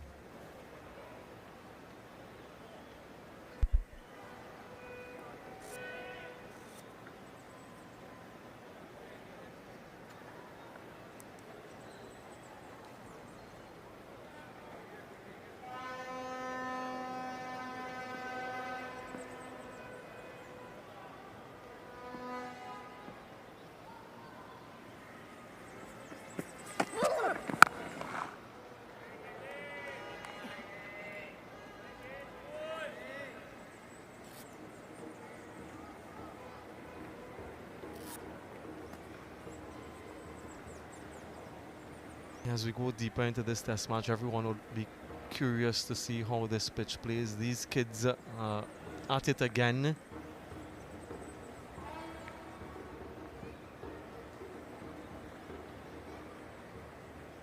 See what he's bowling, what bowling type. Right. Good ingredients. It is a huge shout. Vociferous appeal, the finger goes up. Shea Hope reviews it immediately. We'll have a further investigation. We need some support. Ali, the man. TV umpire to director. We have a player review for LBW. Original decision is out. I've checked the feet, it's a fair delivery. Front on, please.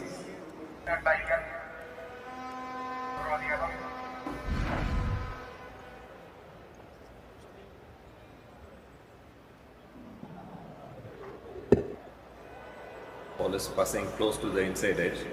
Can we have ultra edge, please?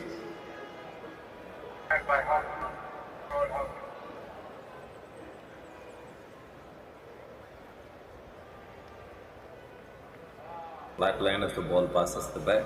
Satisfied, no bat involved. Ball tracking, please.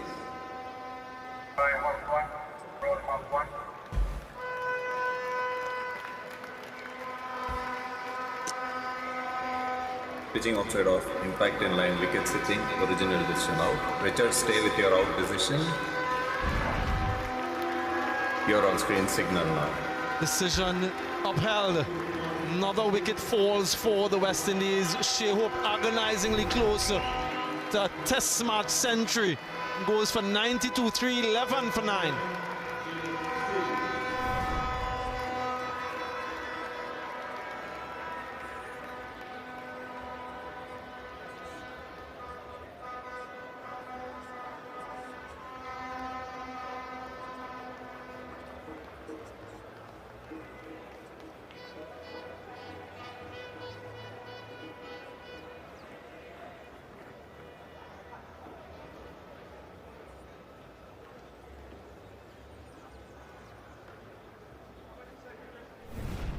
Final man in for the West Indies, Jaden Seals, scored the winning runs a couple of days ago at the Kensington Oval.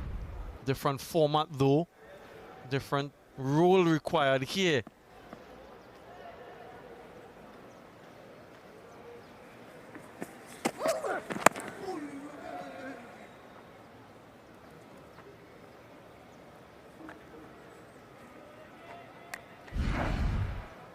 This is the wicket. Good delivery this. They've opted to employ that straighter line to Shea Hope. Just breaching the defences. Hope went upstairs. The only thing that could have saved him was an inside edge. So Muhammad Ali is reaping the rewards here. Very unlucky earlier in the day.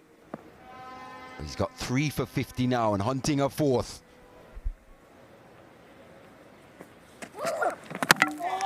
Clean them up. You call it a 4-for. Beaten all ends up. That off stump gone for a walk. And Muhammad Ali finishes off the innings in quick time. West Indies bowled out for 311. Look at that delivery. Just enough shape on that through bat and pad. Top of off. Ali, you beauty. Toiled tirelessly in that first session, but he's been rewarded richly in the second session. 3 wickets in very quick time. Exactly what Pakistan wanted. Baba Azam is pleased. He smiles. And now it's over to the batters. Your turn, guys. Yeah, Pakistan have run through the West Indian tail here. Muhammad Ali 4 for 50. That will please the Pakistan bowling coach, Umar Gul. West Indies bowled out for 311. Shea Hope, the standout batter. 92, falling just 8 runs short. Earlier was Hodge just adding 1 to his overnight total. He fell for 84. Warrican not out on 1.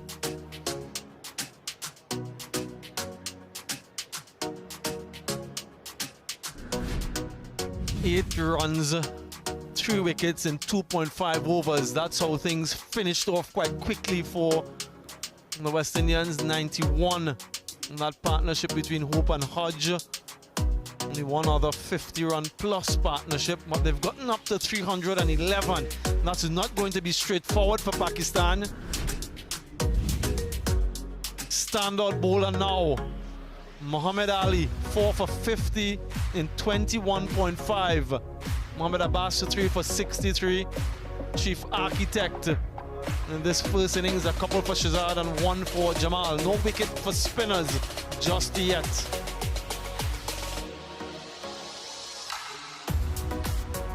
We'll take a short break, and on the other side we'll have that Pakistan batting effort. Do stay with us.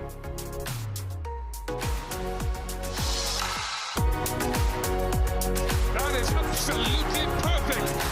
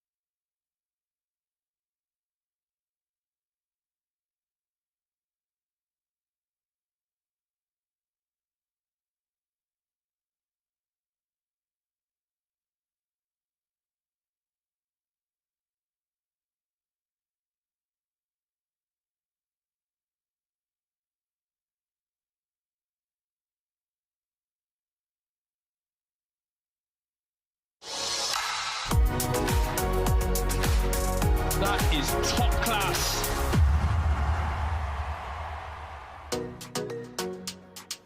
Yeah, reflecting on that West Indian batting effort. Welcome back to the Brian Lara Cricket Academy. 92, the top score for the West Indies, and that came off the bat of Shea Hope, 84 to Kavem Hodge, the two overnight not-out batters. West Indies folded for 311. The end came quite quickly. 3 wickets for 8 runs in the post-lunch session. The first wicket to fall yesterday, though, that of Brandon King, dragging one back on. 29 deliveries for his 12. So he wanted to get a little move on. Not able to get enough bat on that. And there was that despondency from him. And a smile from Mohamed Abbas. And then Tej Narayan Chandrapal, a defensive prod, the first catch for Salman Aliaga. First of many in this innings. Well watched, good technique, good comfortable height as well. An elation for Pakistan. And then Amir Jangu, W to Mohamed Abbas, going around the line of that one, beating the outside edge, which was a little bit surprising. Confirmed upon review that it was hitting all the reds. And that decision had to be overturned. Now, good catch there, good low catch. Kavem Hodge only added 1 to his overnight score, the first to be dismissed today. And then Justin Graves, similar fashion. So Salman has been busy in that slip region, going wide of the crease. Subtle variation and reward for Muhammad Ali. What's in store for him? If only he knew at that point in time. A feather through from Ruston Chase off the bowling of the ever-reliable Mohamed Abbas. So metronomic in what he does. West Indies lost their last 5 wickets for just 54 runs. Kemar Roach, the last to go before lunch, prodding tentatively. Some extra bounce might have surprised him. He'll be looking at that though when it's his turn to bowl momentarily. And then Mali after lunch.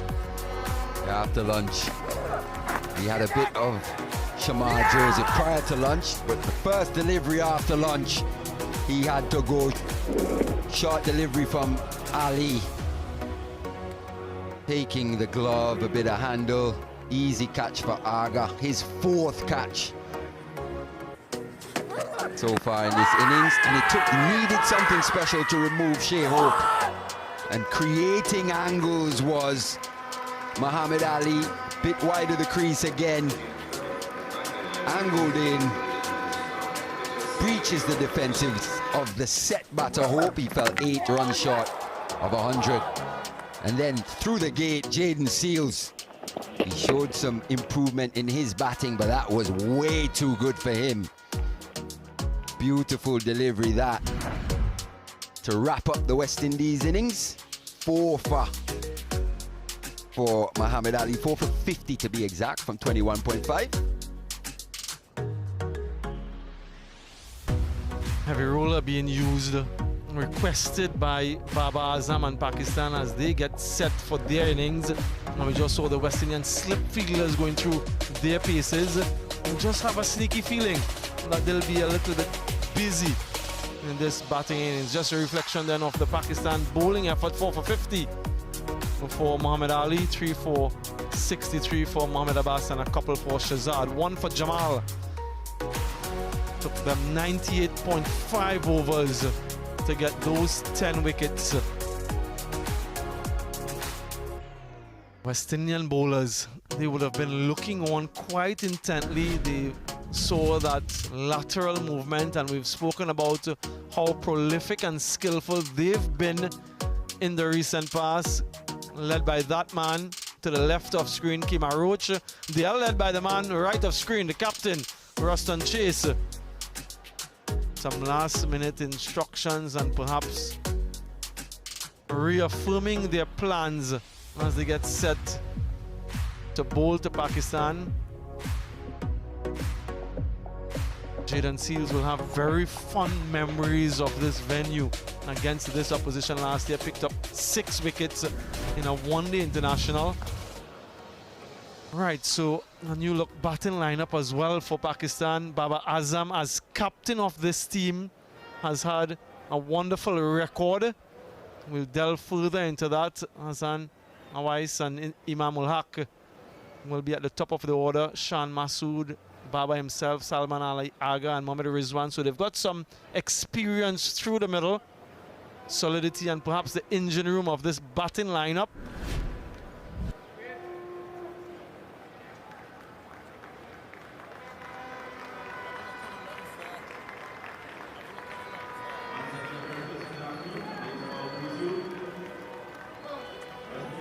Nice little applause for the West Indians as they make the field. And I'm looking forward eagerly for this new ball battle, Mali. I am as well, especially with Kamar Roach with new ball in hand. He'll be taking up the attack from the northern end. And one thing he loves bowling to here, Sammy's left-handers, and he's got 3 in the top 3 in which to bowl at.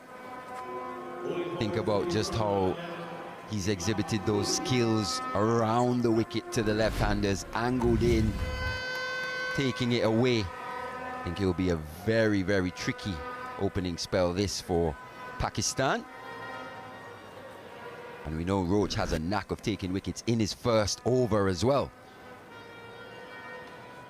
Both these openers are playing their first test in the West Indies, and it will be exactly that, a test for them. Has a century already. Has 3 of them, so they have pedigree. They do have batting pedigree. Kemar Roach, though, has been exceptional against left-handed batters. Starts immediately around the wicket. He's got 4 slips in weight. First ball of the Pakistan innings.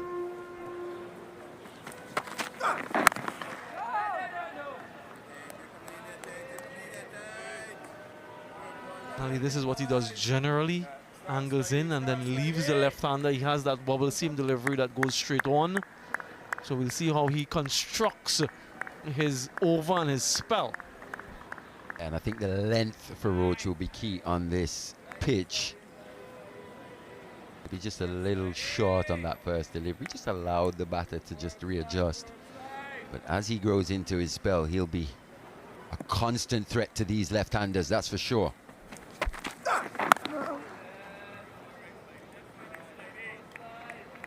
Got the close fielder in at short leg. As you said, just playing his 3rd test match. Azan Awais has already picked up a century. He said he's coming in with a bit of pedigree. And he got 100 as well in the warm-up game at Queen's Park Oval versus the West Indies Select. So he's in a good form indeed.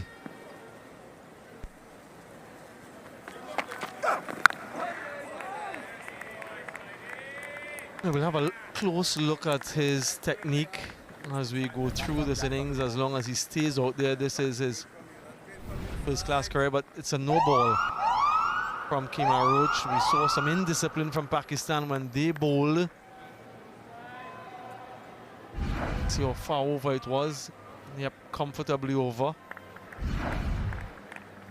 Let's have a look at his first-class record. How many centuries does he have at the first-class level? 11 of them. Best of 203, so good conversion. 950s, 1100s. How much do you rate that, Mali, in terms of converting 50s into 100s, 9 and 11? It shows that when he gets in, he goes big. When he gets past 50, tends to get to 100 more often than not. Have a look at those figures. Fantastic average as well. Just 21 years old. Pakistan will be hoping that they've found one here that can really lead the batting attack going forward. Yep, that's what he does so well. You have to play at that delivery. You might look at it on the replay and think, why is he playing at that? It's outside off stump. Look how far it is. But you have to factor in the angle from around the wicket and that initial trajectory. It's zoning into the stumps. And as a batter, that's what you're seeing. And then it moves away incrementally. And then it pitches and moves further away. So only in hindsight can you say, well, you know what? Maybe he should not have played like that. But in the moment itself, it's difficult to judge.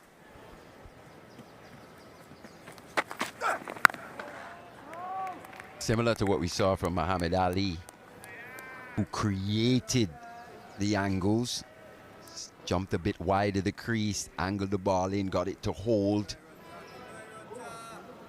Roach will be quite similar at times, looking to create that angle from around the wicket.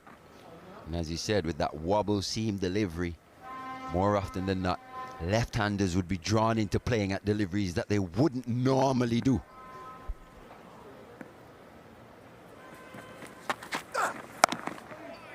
Kemar Roach was facilitated in his hometown a couple of days ago in that one-day international for his 300 wickets, one without loss.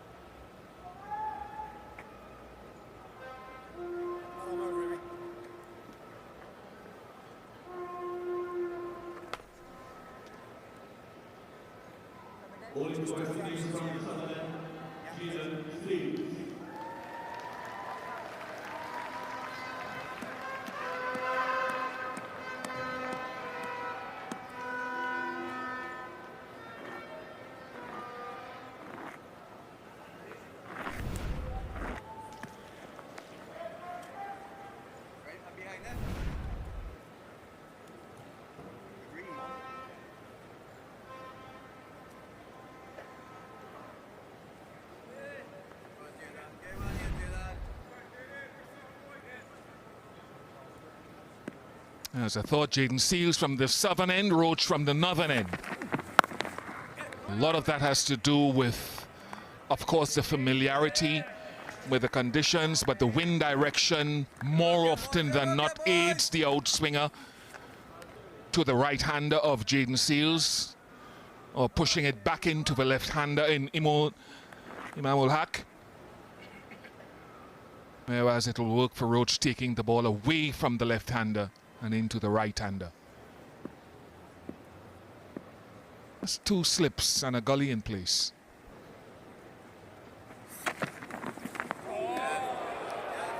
Nice one. Hello, Carlos Brathwaite. Yeah, I was going to ask about the two on a gully. Seems as though after that one beating the bat in the fashion that it did, the slips reason will be reinforced. So you're now going to see three on a gully. This is a Jaden Seals that we know and love. Good areas, stern steer. You know you're in a contest, you know you're in a battle when he has the ball in hand.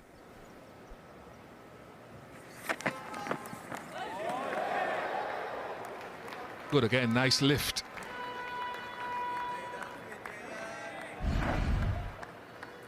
Yeah, dangerous shot from Imamul Haq. You never want to be caught with that three-quarter blade. You either want to punch it, and if it's too wide for a punch, you cut.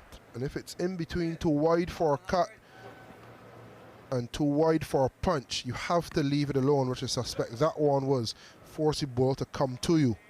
Jaden Seals be buoyed by that little flirt and flash outside the off stump.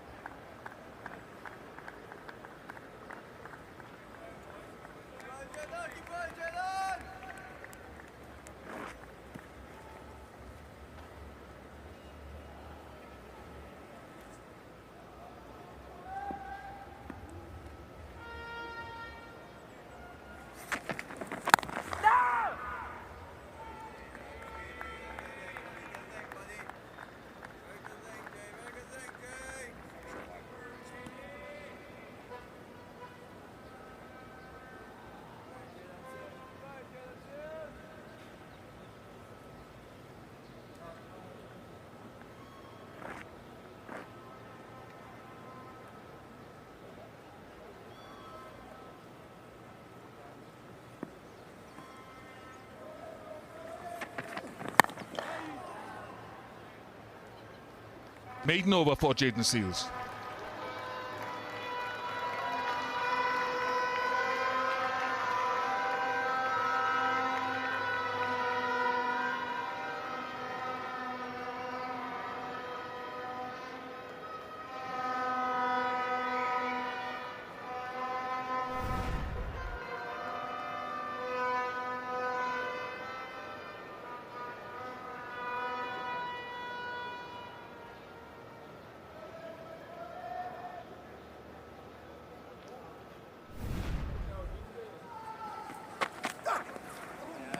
And you could see the general late movement away from the left-hander.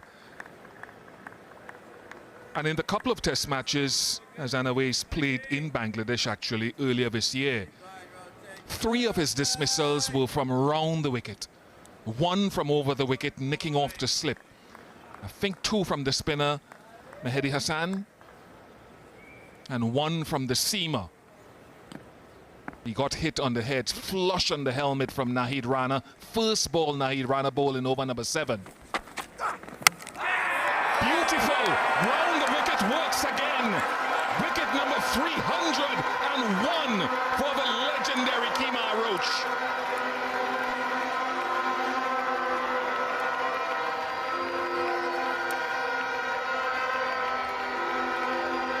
A sight to behold for the legend.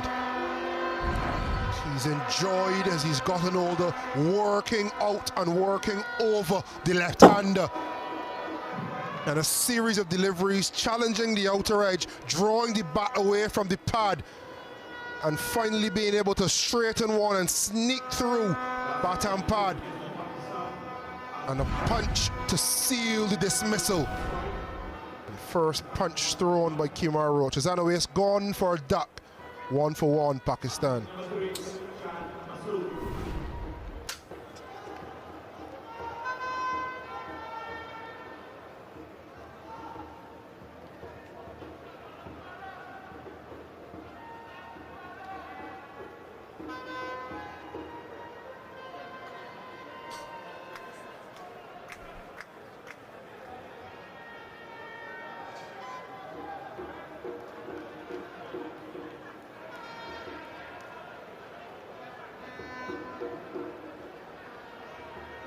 Former captain Shan Masood. Find out now how he will go post the captaincy. 3 tests against the West Indies, averaging 18. But you're absolutely right. The first ball of the over was left alone. It swung away just a little bit. And is it natural variation? It just didn't go anywhere. Brilliant. But natural variation comes to the fore when you're in that good area regardless.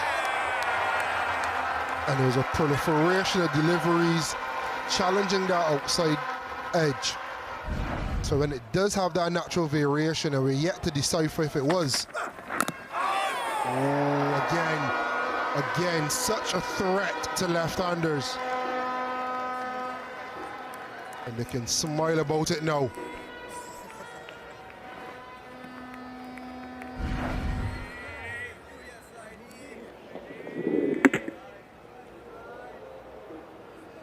Way off. So it's something I think he's developed this, Carlos, and you know him as well as anyone, better than most. When he got into the car accident and then he came back into the team in 2017 for the tour of the UK that summer. I don't know the numbers offhand, but since then that round the wicket to left-handers has become much more appreciable. Nice from Imam. That's just stroking it with the swing. This is a delightful cricket shot by Imam Ul-Haq. First time facing Kemar today. Just allowing it to swing, hitting it late underneath the eyes, not going against the swing, but caressing it with the swing. A pure cover drive. His first test match ever against the West Indies. He's played some white ball cricket against them before.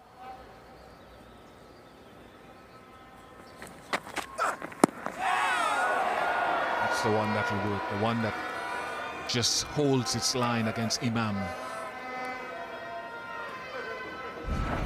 And talking about the working over, you can see that was the last delivery.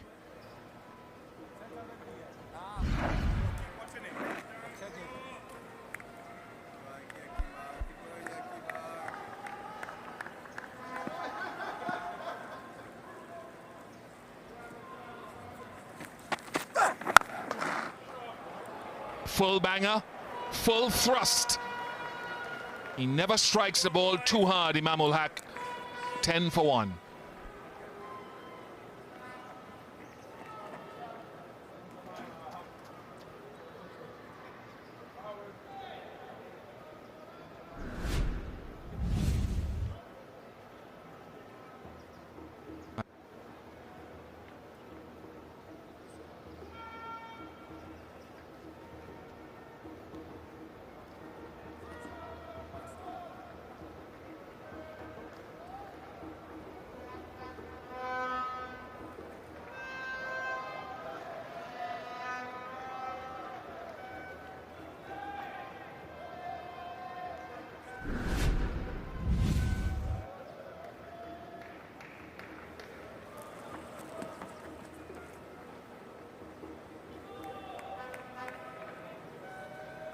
Believe that the captaincy, Shan Masood. A shot from Imam. Runs. Outfield is quickened up a bit, actually. So what have we had? 3 boundaries in the last 3 balls? This one will please Jaden Seals ever so slightly though. Squared up ever so slightly. Even we haven't seen the ball run across the outfield as quickly as it did just now. Thought off the what we seen yesterday and this morning that would have held up and pulled up just inside. But it's maybe good signs for Pakistan. If the outfield is quick enough, probably pitches as well.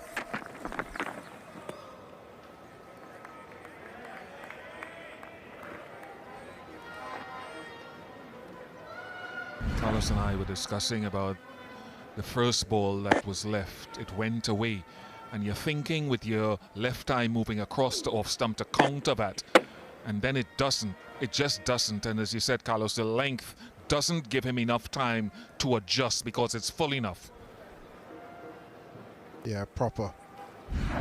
And you mentioned Kimar post the accident versus pre.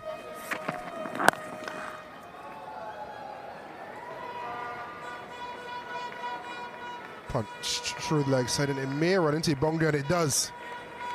Some confidence shown from Shan Masood to just take a jog as it was approaching the boundary. Well timed. Nice little flick off the pads.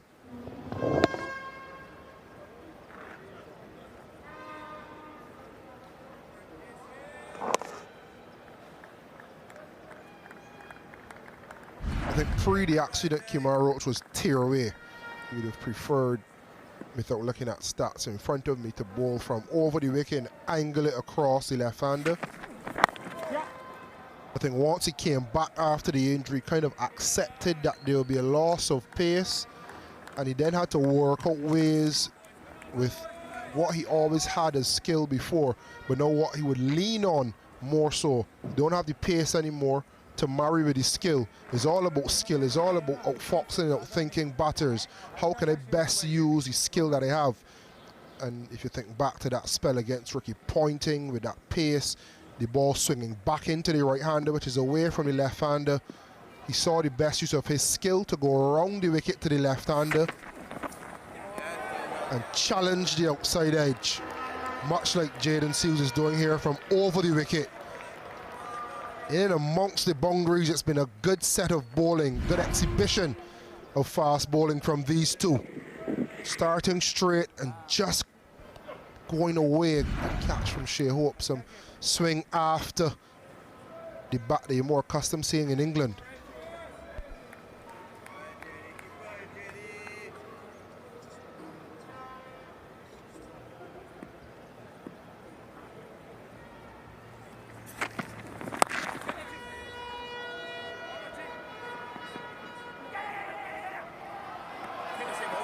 Good running from Imam ul Haq.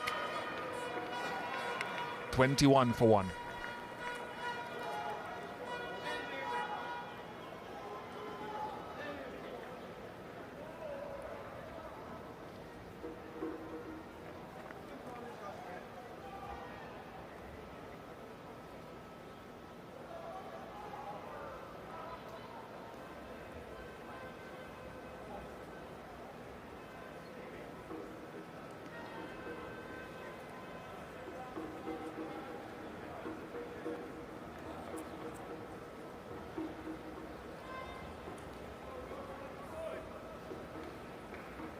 .71 to Shan Masood in his last innings in Test match cricket prior to this one against Bangladesh in Bangladesh a while ago, a few weeks ago.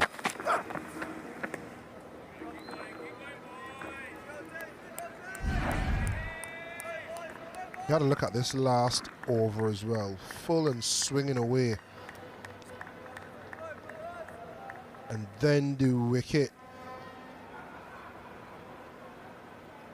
Just looking to see if it's natural variation, Kimar, or if you are indeed a wizard.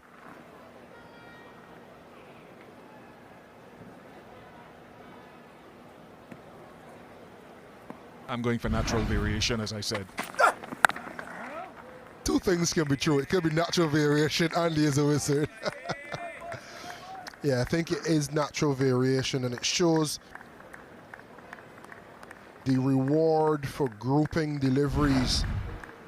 I was checking to see if he finished his action any differently as well. Sometimes to get that away swing to the right-hander, you finish on one pocket, and to get the in-swinger to the left hand, you finish on the other, and you can potentially do that with the same grip.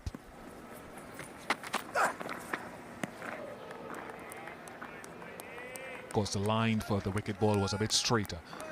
But we talked about the injury that he sustained in India. I think it was around 2012-13, shoulder injury. Had to do some running repairs, then the car accident in 2014-15. When I first saw him after about 5 tests, I thought, and I said it on air, he looks like the next West Indies bowler to get 300 test match wickets. Then after the accident, I wondered, would he get there? Reformed and rethought his process and came back strong.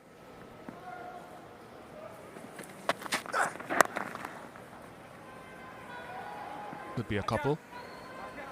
And then, nope. There were a couple of times after that where, especially away from home, he got left out of the team, and I thought, maybe he might not get to 300. And then in New Zealand last year, we started counting down, myself and Katie Martin. 289, 290, 291, 292, 293. So very happy for him.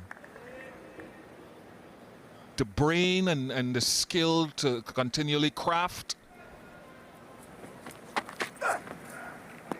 He's brilliant, and he's just part of a unit. I know he's not of great pace, and Pakistan can take heart from some of what they have, but they need to surround that. Carlos, in my view, Muhammad Ali was brilliant, and I said yesterday he needed to bowl from the southern end. I said that on commentary. So happy they changed him to the southern end today. 4 wickets.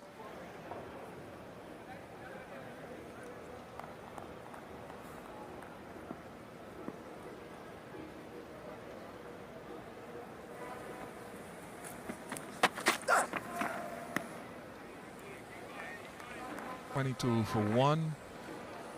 Sorry, wasn't here, Carlos, but that 300 was a moment for you and many others, including Kima. Yeah, years of toil and hard work, and you can see that pause there. That is relief, and it's so good to see a fellow West Indian cricketer being mobbed and appreciated by his peers, by fans, adored by his family and friends, but being appreciated by your peers and being able to get that appreciation while you're still playing, it means a lot to him. You cast back.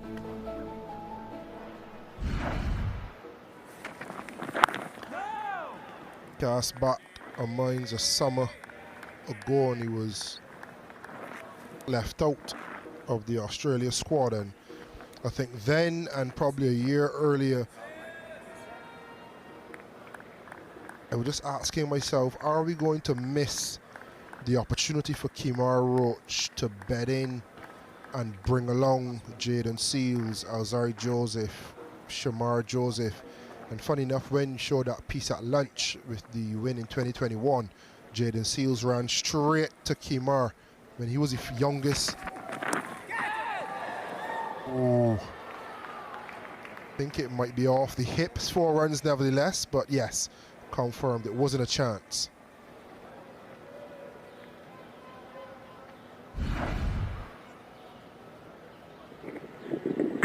Yeah, badly lined by Jaden Seals. And Jaden ran straight to Kemar.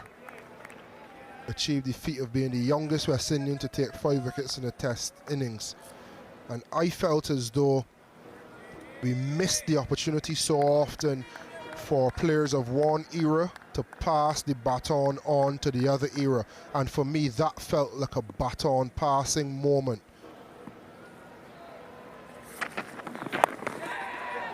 Oh, just passed. I wonder if he got a touch on it, Jomel Warrican. Just wonder.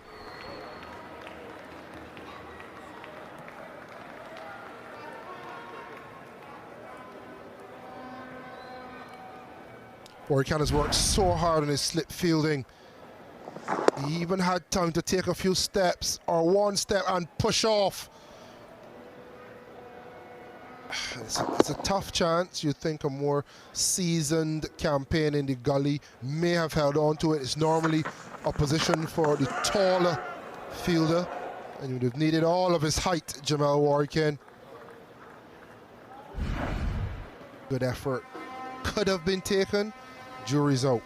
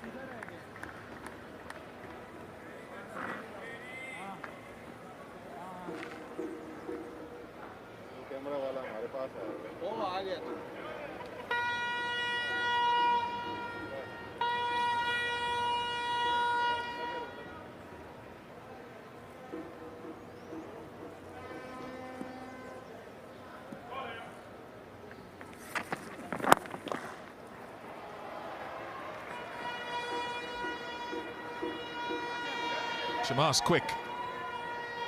Does well.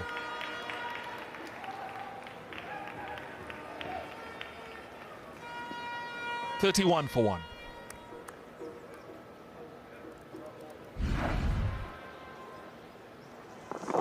Yeah, Pakistan have front run scoring fairly easy.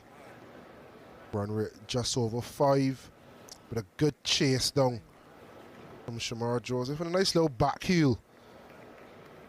Would have looked out of place a couple weeks ago in Miami or Atlanta in the FIFA World Cup. Saving a run for his country, more importantly.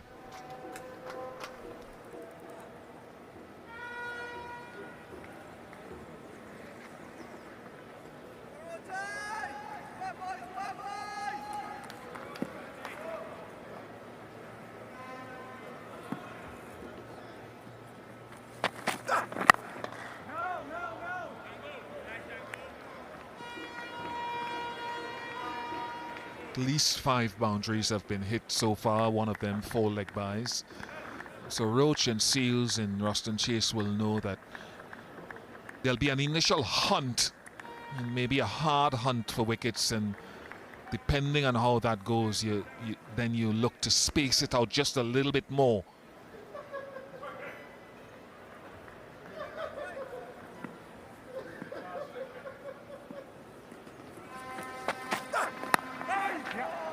There'll be another boundary. So the boundaries are float, not always off the middle of the bat. Not a bad delivery at all.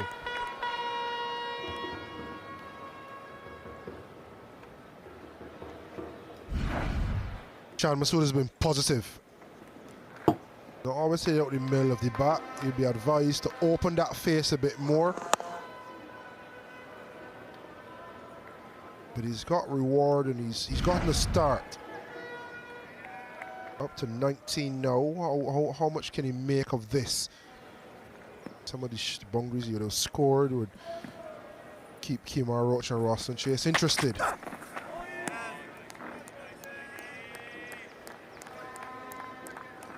Last delivery is what I'm talking about, spacing it out. You go hunting initially, but then you hold a little bit and you space out your wicket-taking deliveries. Because I firmly believe in Test match cricket, there are moments where you're looking for a wicket, very rare moments every ball, but the reason strike rates and the best of them are late 40s to 50s to 60s is because you have to plan and bowl a sequence of deliveries to get top batsmen out.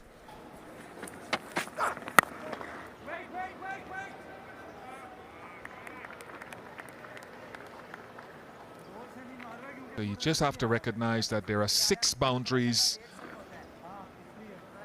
in 7 overs, 6.4 overs. So just have to be able to control it a little bit more.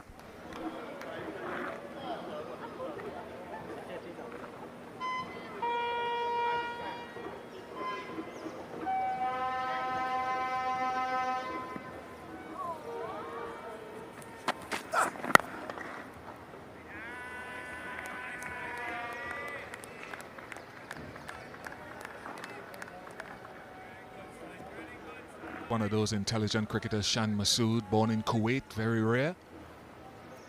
Has a degree in economics and sports management, and we talked about Muhammad Ali with a degree in English literature. Kavem Hodge, a degree in kinesiology. Doesn't guarantee you anything, but it's good to see guys marrying academics and sport. More runs, just a couple of them, I think.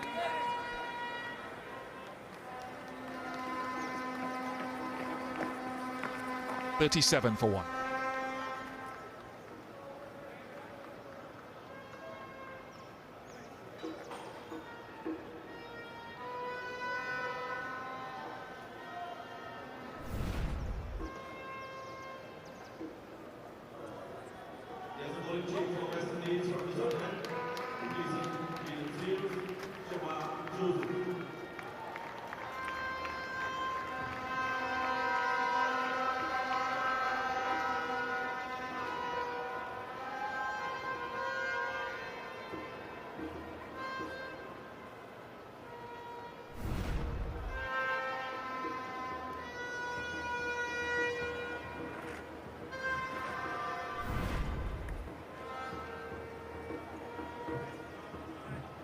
Shamar Joseph replacing Jaden Seals.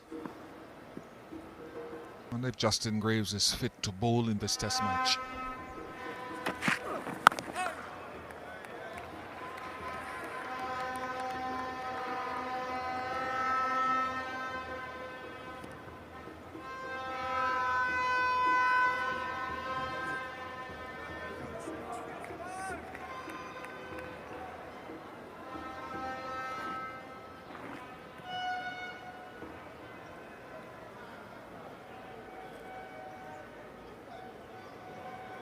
And Chase out there. Graves didn't bowl at all in the ODI series when he came back.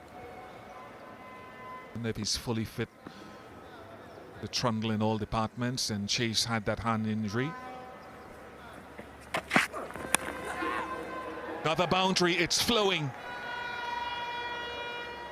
6 boundaries now off the bat, in addition to 4 leg byes.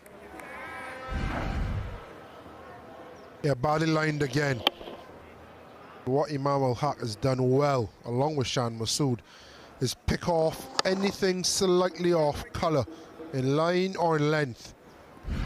Think to that one in line, and think back to his 2 back-to-back cover drives off Kemar Roach, over pitched. And this is the value of showing positive intent and being able to capitalise. When you have 3 slips in the gully, there are open areas all across the park. How can you make the most of any errant deliveries?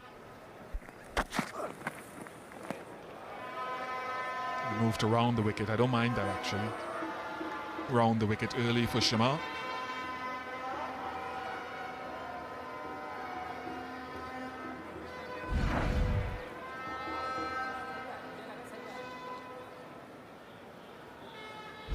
Shamar is the one bowler in the game with a little bit of extra pace.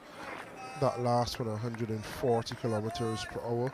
So as that point of difference, he is a good line and length bowler, has all the skill on a good length as well, moving the ball off the seam. But can you use the extra pace to push the batters back as well?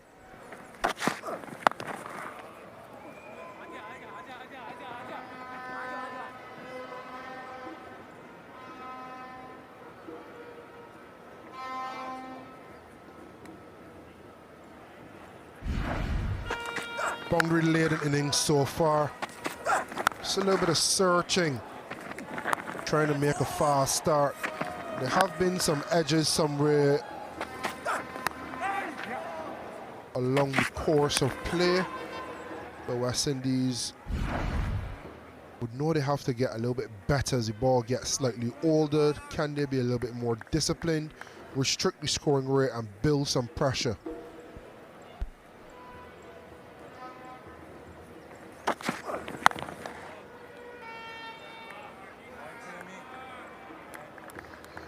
Pakistan know they have work to do. They did very well to dismiss the West Indies for 311. Muhammad Ali finally got reward for some impressive bowling all the way through. Change of ends today did him well. Really happy for him. Comes across as a level-headed, mature cricketer when you hear him speak. Very cool and calm.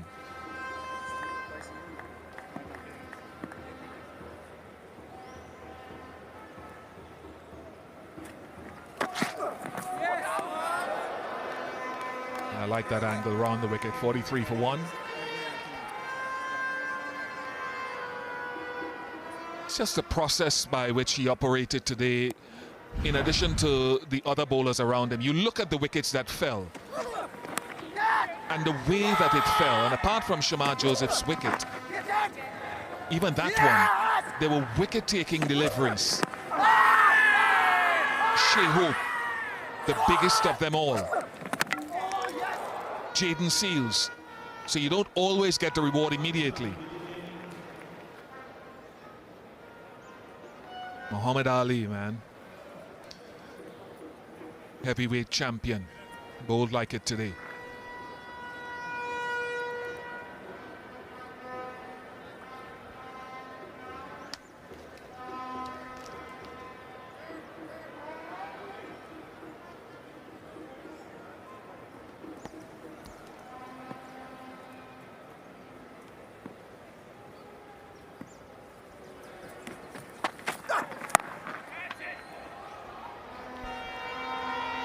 It's another boundary. 4 Shah.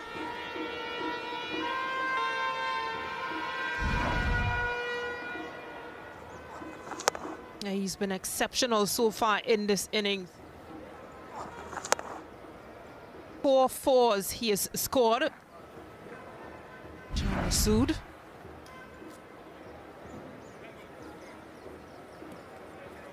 Putting Kemar Roach under immediate pressure.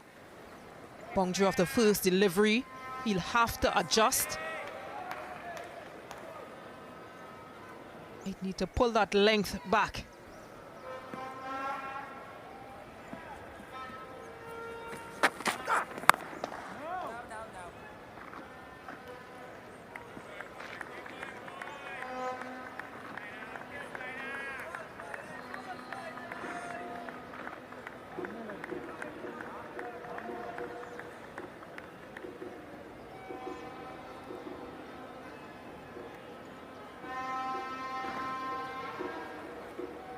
Yeah, they're moving along at a healthy pace here. Pakistan run rate of 5.6 at the moment.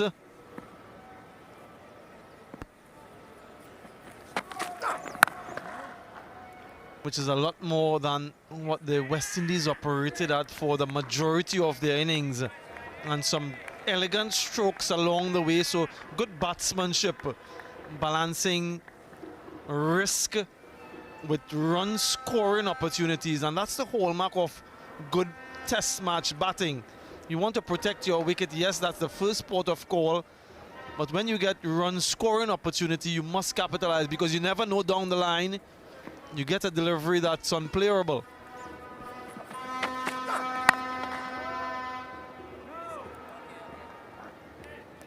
So I like what I've seen so far from this partnership of 46. Remember, they lost one quite early with 1 run on the board. So they had to stabilize. Still so much to do in this innings, but it's an experienced duo. So they've been here before.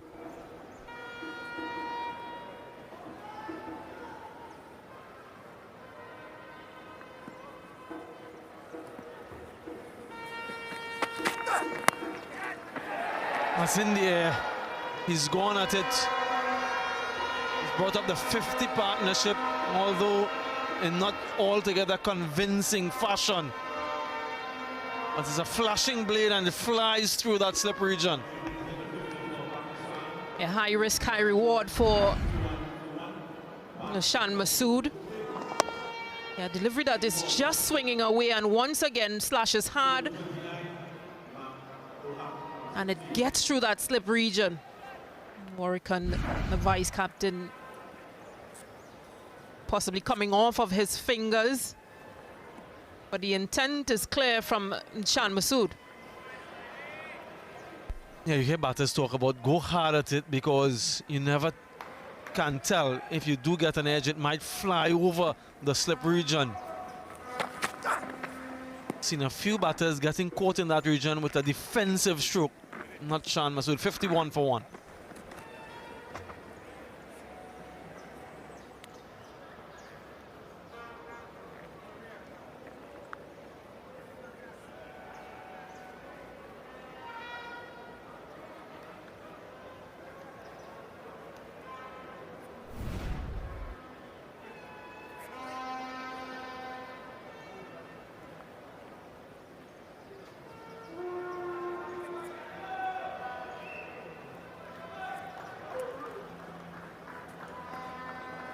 Eight wickets today. We only saw 3 wickets fall yesterday, truncated though it may be.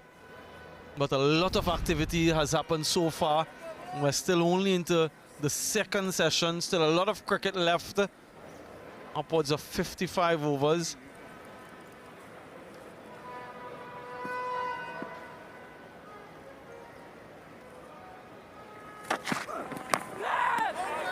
There is a noise. Made contact with something and a deflection. No one seemed to be interested, so definitely not the bat. So you heard that noise. Just there. Means it came off that tie pad. But it's a good line from Shamar Joseph.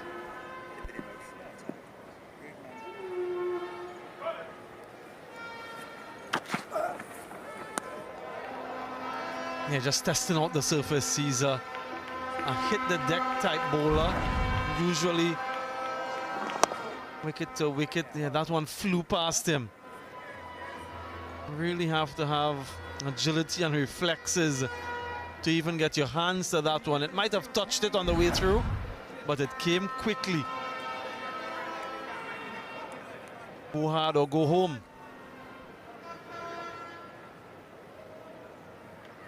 And you just look back, Samuel Badger, and you wonder if that slip cordon, especially where Warwickon is, if they're just a bit too close. But that delivery, that flew past slip, it almost like he reacted. He's also not the tallest of players as well, because there was one previous deliveries that flew past just possibly to his right. Yeah, a couple deliveries ago, just making contact with the back thigh, pants on the way through. Good on the West Indians, and wicketkeeper in particular didn't really go up. They recognized straight away.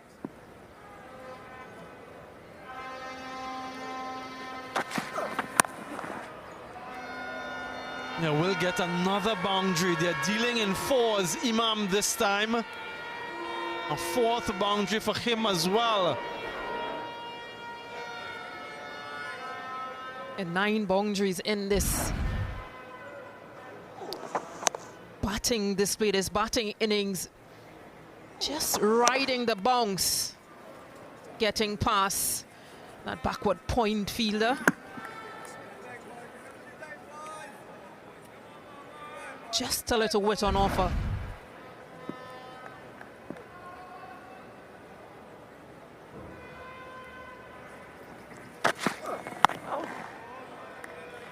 I heard during that last test series, Stacey and viewers, that the bowling coach Ravi Rampal mentioned that this session, this second session in the day, is usually where the West Indians leak the most runs for some reason.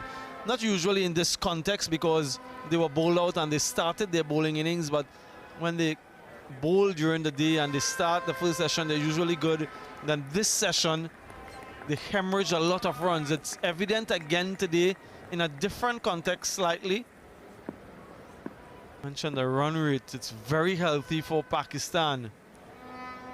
Almost like a one-day international. 55 for 1. And an opportunity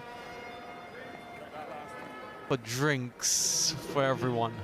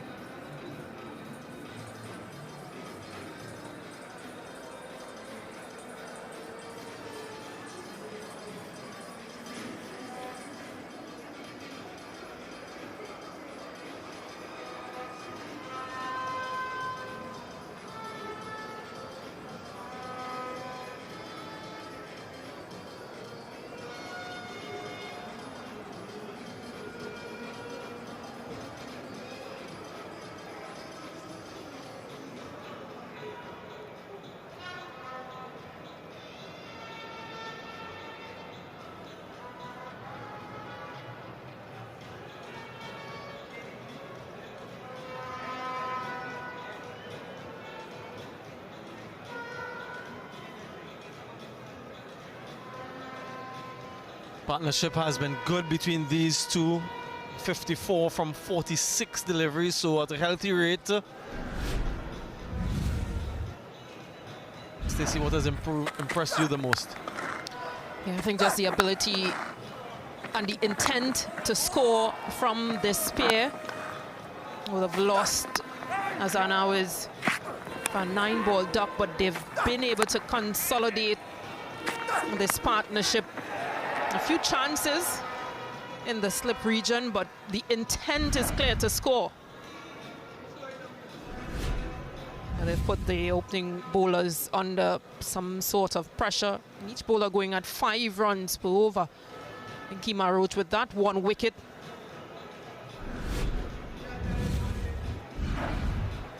Dismissed for 9-ball duck, as Anas was.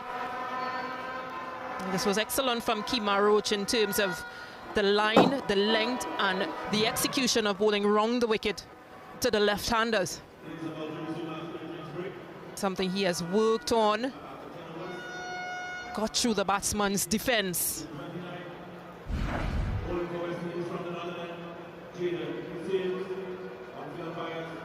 And 63 runs in this session. 3 wickets of those 4 were the West Indian wickets, where they lost 3 wickets for just 8 runs.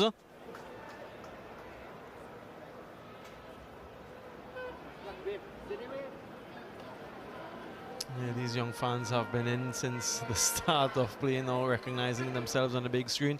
Changing ends for Jayden Seales from the northern end now.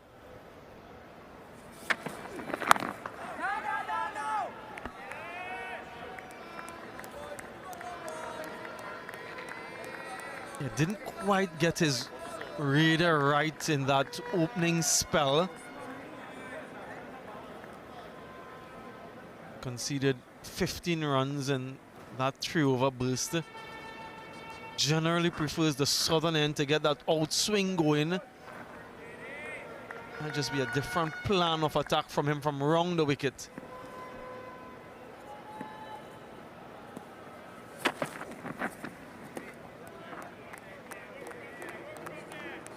Yeah, from the other end, he bowled over the wicket. So a change of end, a change of plans. She thought that scissors effect would have sort of worked for West Indies in terms of Roach bowling from over the wicket, from round the wicket, and Seales bowling from over the wicket.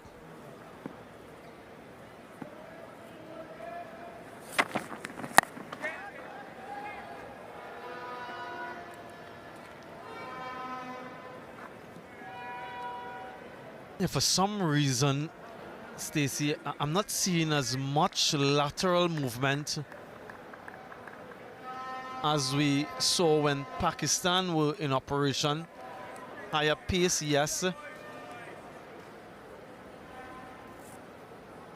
but not as much lateral movement. I was sort of expecting the West Indian fast bowlers with their skill set to have more movement. The outer portion of the bat again, it goes perilously close to a slip fielder. But importantly for Pakistan, another boundary.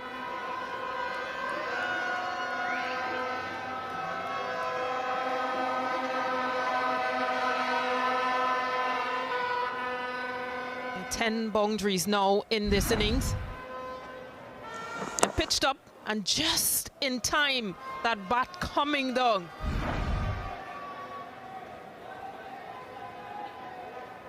I almost feel for Jayden Seales, it's almost a repetition of Muhammad Ali's bowling spell before he got his first. There were so many opportunities that were created. One was dropped in slip.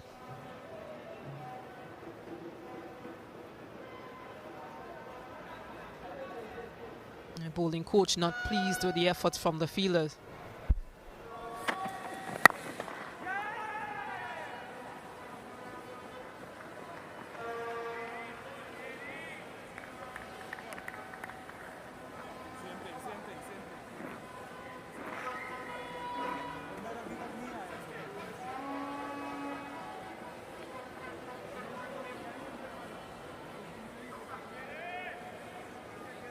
Had to wait quite some time to get his 100th test wicket. Jayden Seales, at times you saw the frustration in him. Opportunities put down in that slip region in the Sri Lanka series. Eventually he got it, and there was that sigh of relief.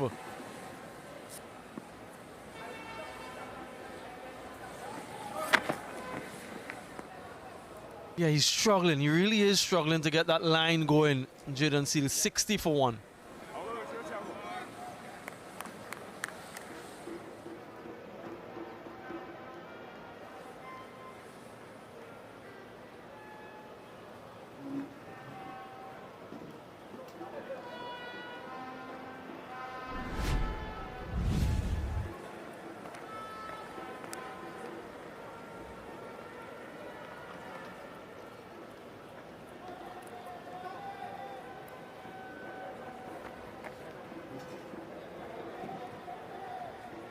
Yeah, that engine room to come, Baba, Salman, Rizwan.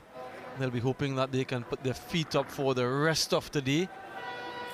And Imam and Shan bat out the rest of the day's play.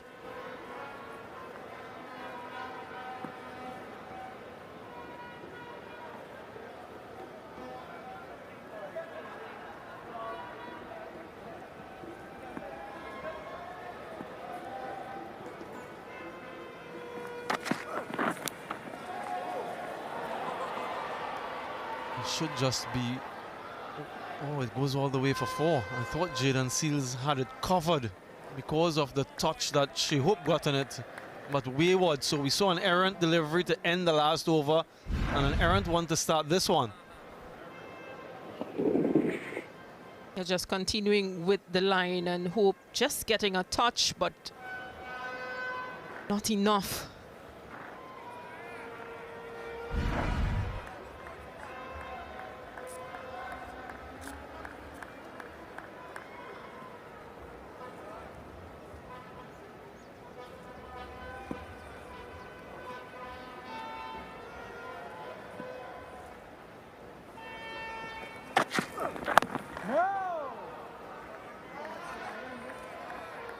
Yeah, they've been a little bit streaky, Pakistan. Few outside edges being found.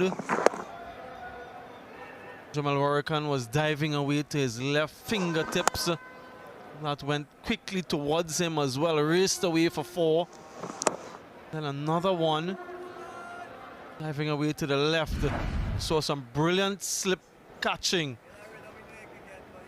when Pakistan were fielding. Salman Aliaga had 4 catches in the slip region. He was absolutely brilliant there.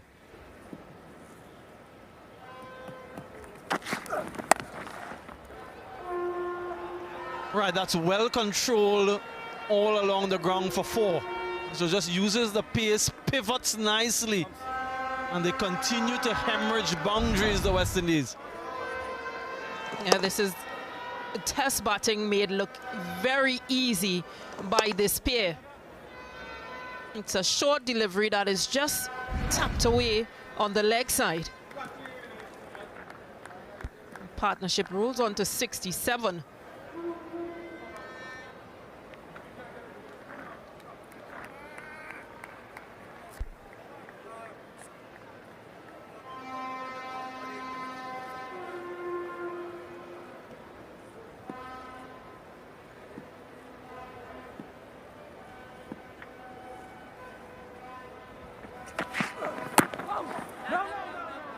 Ruston Chase is usually a shoe-in for that slip region. Very good pair of hands, but you can see that right index finger being taped up. Suffered an injury in that Sri Lanka series. Yep, some short balls, got struck on his glove a couple of times actually.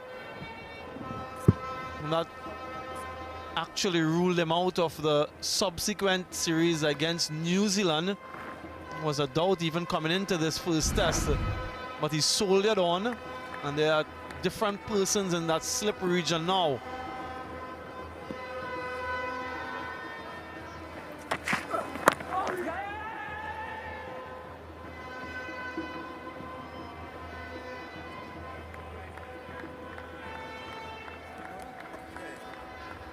I just want to see how the West Indies go in the next few minutes or so, now that they've tried to intimidate Pakistan in a sense. If they can revert to plan B, which is to be more disciplined in what they do. So far, quite a lot of runs have leaked. Run rate very high for Test match cricket. So now maybe they will have to shift their plans slightly and be a little bit more patient, as we've saw when Pakistan bowled.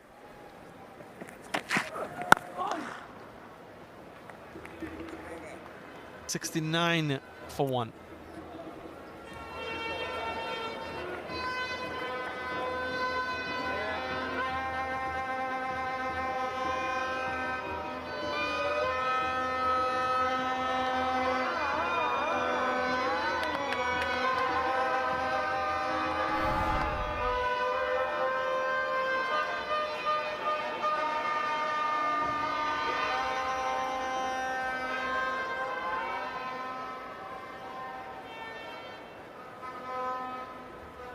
beautiful weather today in Trinidad. 311 is what West Indies made. Pakistan 69 for 1, 1 for 1.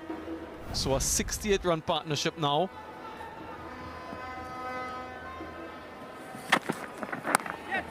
Edged over the slip again.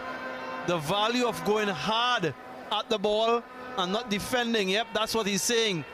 I'm going after it. So another 4. Fortuitous though it may be. Yeah, bowling in the right areas. Jaden Seals creating the opportunities, but this one played on the up. So goes over the slip cordon. He'll be a bit frustrated because he's created some opportunities. He's created the chances. Take nothing away from this innings from Shan Masood.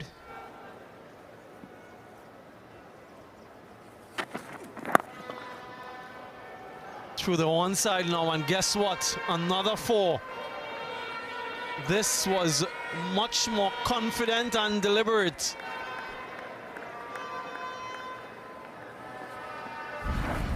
They're overcompensating, searching, hit for 4.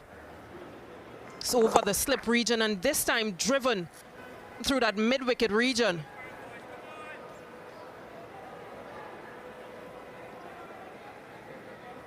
He's not having a good day, Jaden Seals.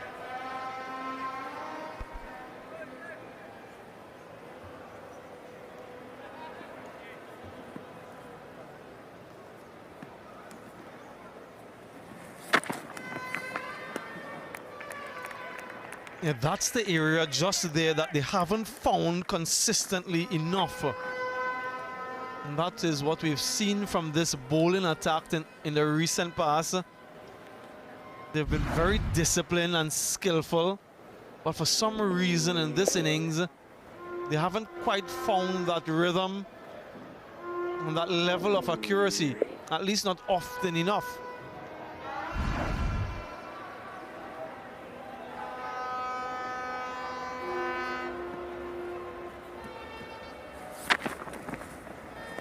And when they've gotten it right, they've tested the Pakistani batters. They've had good length delivery. They have been a little bit tentative and certainly not scoring too many runs. So just on that good length, probing away. When they've been short though, runs have scored freely. Or when they've overpitched. And this little package here underscores the indiscipline of the West Indian bowling attack from what we've seen so far.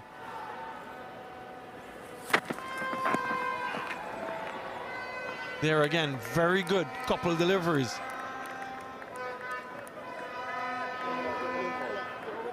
And you look at that pitch map and you look at the pitch map from Pakistan earlier on and where they were able to bowl, nagging that 4th, 5th stump line.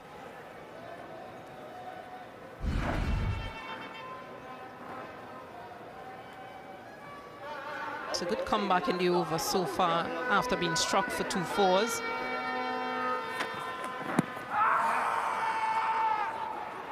Jaden Seals is interested. No one else is. So should be a leg bite to end the over.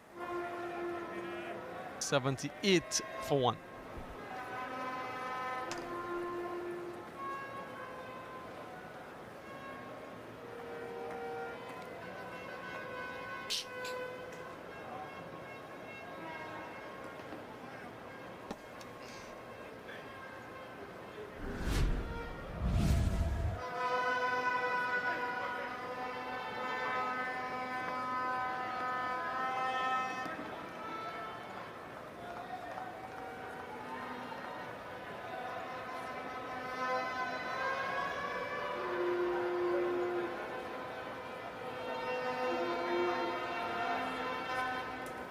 West Indies just the 1 wicket for Kumar Roach. It's been Pakistan in the ascendancy, 78 for 1 after 13 overs. Shan Masood, 47 not. And Imam ul Haq, the nephew of Inzamam ul Haq, 20 not out. Partnership 77 off 64 deliveries. Shamajo, as if he's been quite expensive so far by his standards. Into his 4th over now.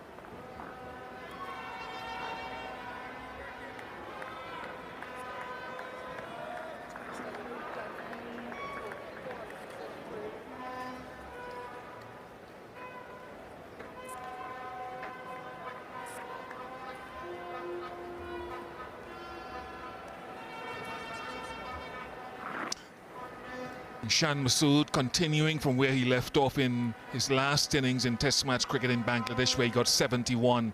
Just one previous half century against the West Indies.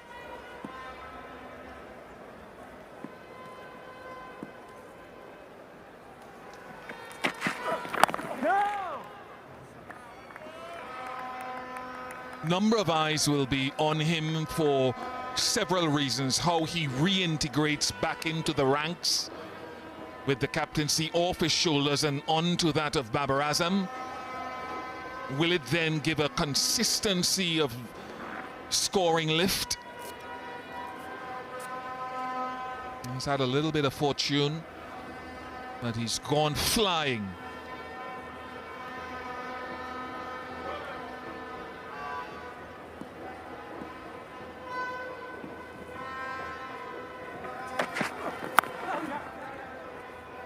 And he will bring up another half century, his 15th 50-plus score, in addition to 600s in Test match cricket and back-to-back half centuries in Test matches for him. So a good start to his tour. Only his 2nd against the West Indies, and it's come at better than a runner ball in a Test match. We saw the West Indies struggle to just control the scoring rate in the previous series, Sobers to series versus Sri Lanka. And here again on day 2, it's been a real struggle. Just far too many boundary balls. Just there beats the outside edge. And also Pakistan have been quite fortunate at times. Had a couple catches go down. The outside edge has been found on quite a few occasions, but luckily for them, nothing has really gone to hand. This rate, the West Indies have to control this scoring rate. Have a look at that, 50 off just 46 deliveries.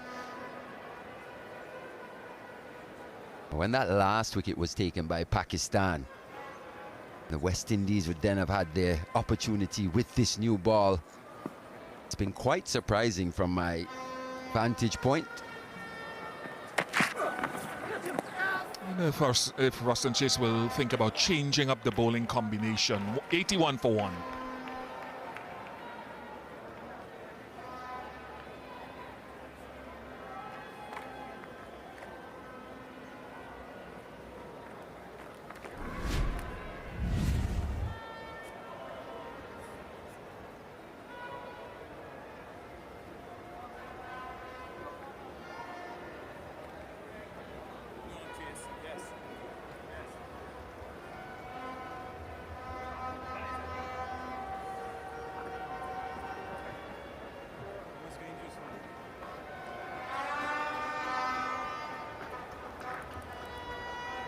Before that last over, all the bowlers were going at 5 and over plus. That last over brought Shamar Joseph down to 4.5. So I said it last stint I was on. Half an hour later, I'm saying the same thing. You have to hold a little bit longer.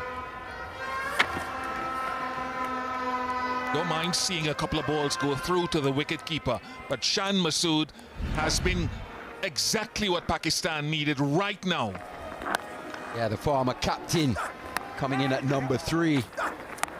Been quite assured. He's rode his luck at times. Just there again, outside edge taken, but that was a good stroke, good measured pull shot. That's his strong area, nice little clip off the legs. So as you said, he's reintegrated himself back into this Pakistani lineup. And he's made a good start. That's unfortunate. He's having his luck today. Outside edge and inside edge. And he knows it. When it's your day, you ride that luck. Both batters, Pakistani batters, have ridden that luck. Once again, Jaden Seals, good length. Taking a thick inside edge. That could have easily gone back onto the stumps. But in the end, another boundary to Masood, and this Pakistani scoring rate just continues to climb here. Seems like there's a boundary almost every over. West Indies need to find an element of control.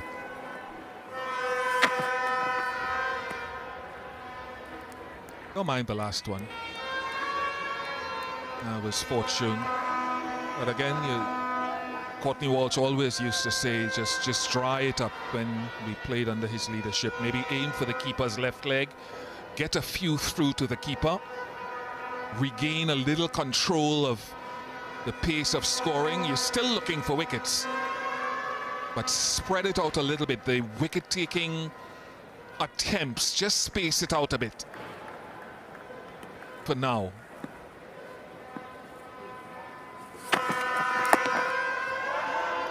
Still a little bit in the surface, not as much as earlier, but a bit. There is that one just causing Masood to just hop about. Bit of extra bounce, just a little bit of lateral movement. There was definitely more available to the Pakistani bowlers in that first innings. But interesting with that ball just bouncing and the inside edges being taken. Still no close fielder in there on the onside. Just there again. Big appeal. Massive appeal. Umpire Warp, he's not interested.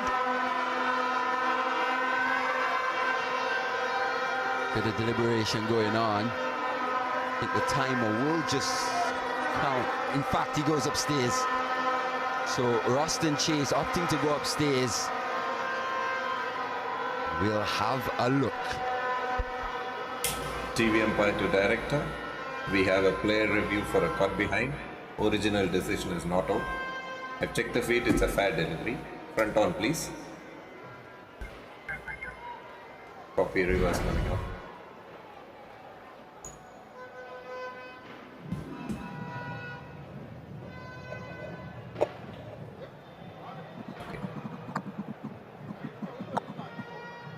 Appears to be missing the bat. Can you have Aldridge on this, please? Copy Aldridge building.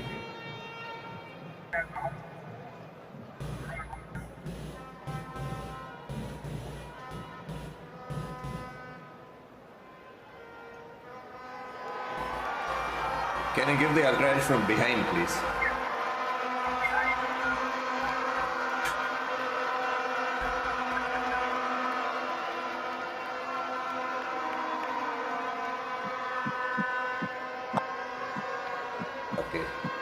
I can see the ball clearly missed the glove and the bat is going off the towel.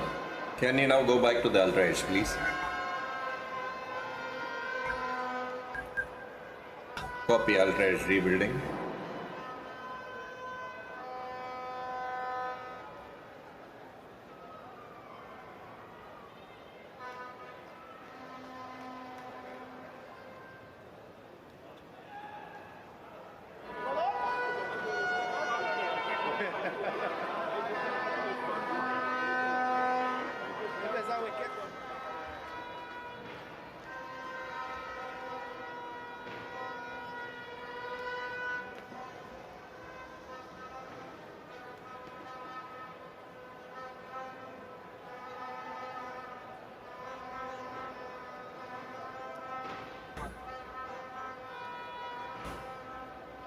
Eltrudge coming up.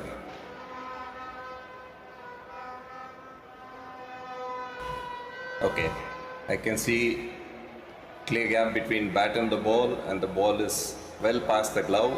The spike is from the towel. Satisfied, no bat involved. Alex, stay with your decision of not out. You're on screen signal now. Very good decision. It couldn't have been easy for Alex Wolf with the ball hitting the rag. Initially, this was the best view. The spike came with the bat well away from the ball, which meant it hit the rag, so our ball tracking has done well. Initially, the crowd actually thought from the side-on position that it was glove, and they started clapping and cheering.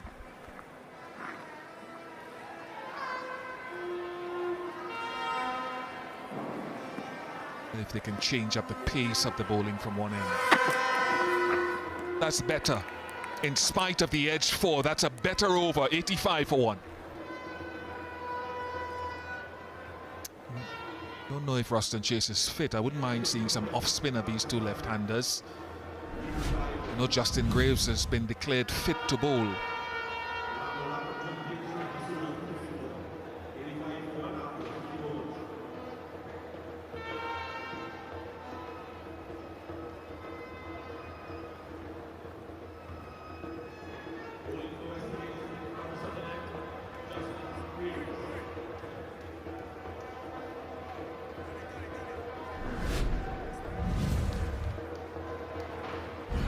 Reflection on what happened, and you look at it right of screen. It was on the big screen, and the crowd started clapping and cheering, and he did too. He thought it was out.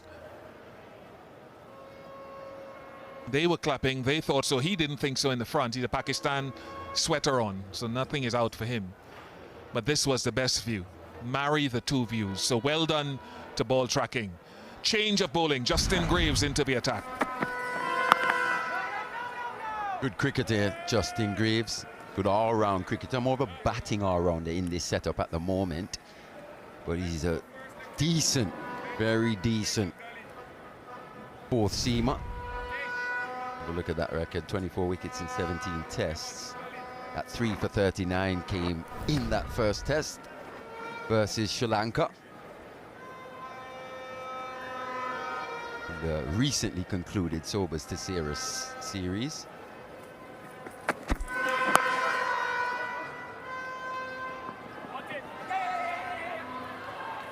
Good running. I think the other guy, I don't want to neglect giving. Richard, it's a no ball. Richard, it's a no ball. Who's doing work here again by calling no balls in real time. J. Madanagopal from India has done a good job on the television there as well. He has. He's under immense pressure as well when making those decisions. As we see that, nothing behind that front line. So the no balls creeping into the West Indies bowling attack as well.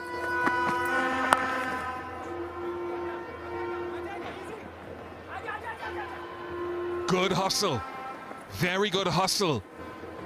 Instigated by Imam ul Haq. This is very good batting from Pakistan. Constantly looking to put pressure back onto these West Indian bowlers, knocking the ball into the gaps, running hard, running well. So far they've gotten off to a flyer here by Test match standards. 90 for 1 off 15.2 overs. Justin Greaves will be hoping for a bit of lateral movement here.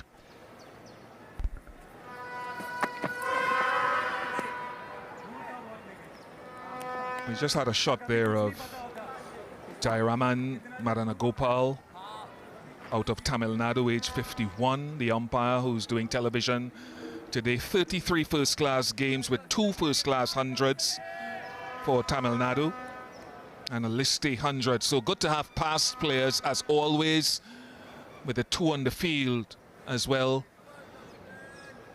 Have a good understanding of umpiring and the technological aspect.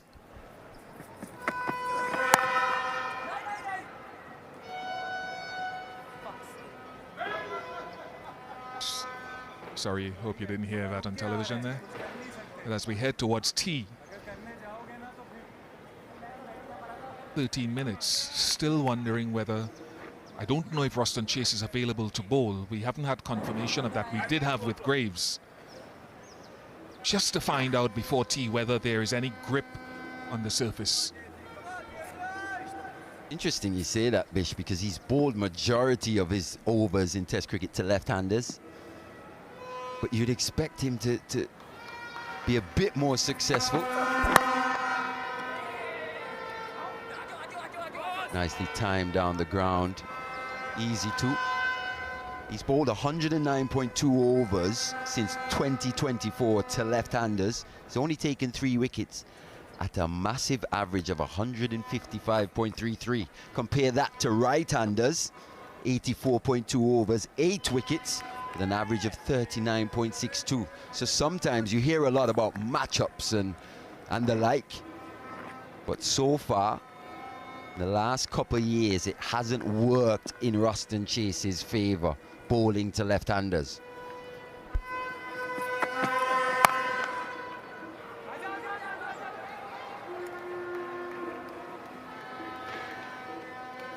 $93 for 1.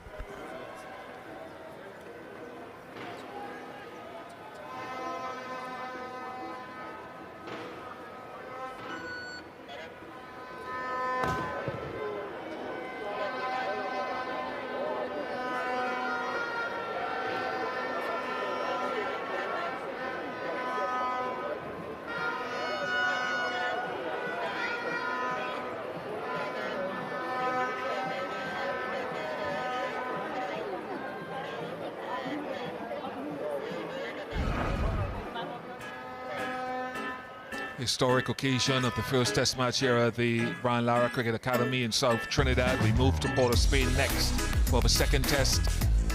Close to 1,500 fans have come in today, all in the shaded area. I just saw a conversation between Chase and Jomel Warrican. I just wonder, and they pointed to a certain end where Seals is at now. So I just wonder if we might see one of them before tea. Seals. Just starting to find a good area now, Jaden Seals. Just before tea. Got to replicate those deliveries over and over and over, though. West Indies have to try and wrestle back control from this Pakistani lineup. The heart doctor warned her about watching the West Indies. Wonder what he's saying today.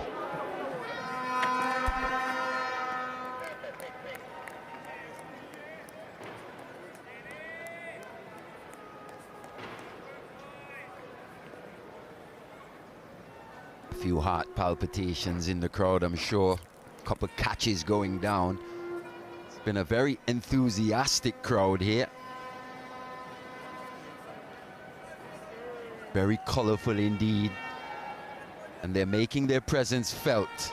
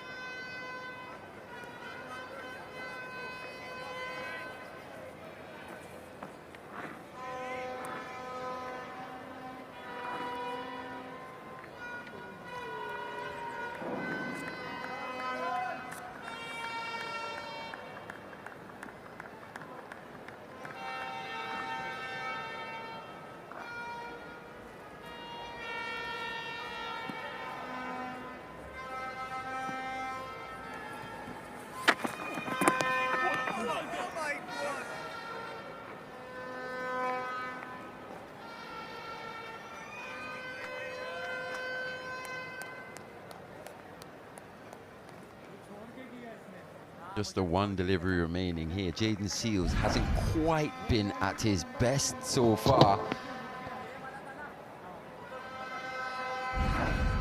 He's really grown leaps and bounds, turned into a real top performer for the West Indies. The second fastest to 100 wickets. You still have that record, Bish, don't worry.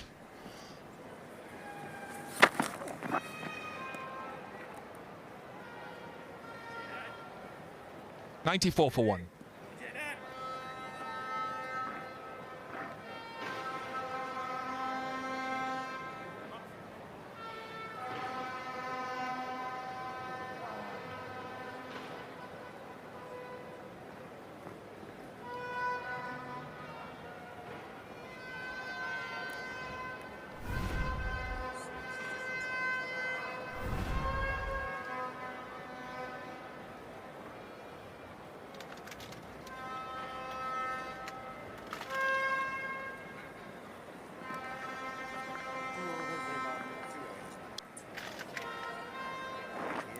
Jaden Seals, I think, has left the field. Joshua Bishop is on.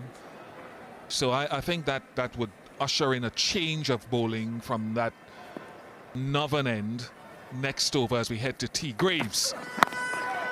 Hello.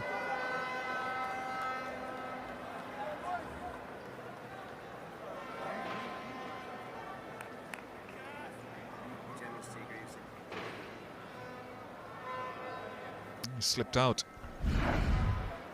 I completely lost that one, did Graves. But look at that. Well watched in the end by Imam. Those deliveries can be quite dangerous. Beamers, as they say. Wasn't quite a beamer, not quite high enough, but full nonetheless. He's just got to hone in on a good area, Greaves. That's the area.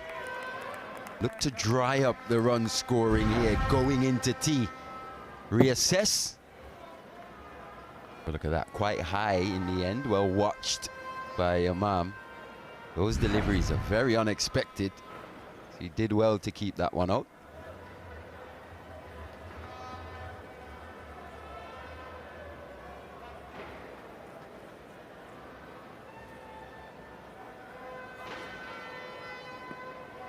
Josh Bishop, his first little taste of Test cricket on as a substitute.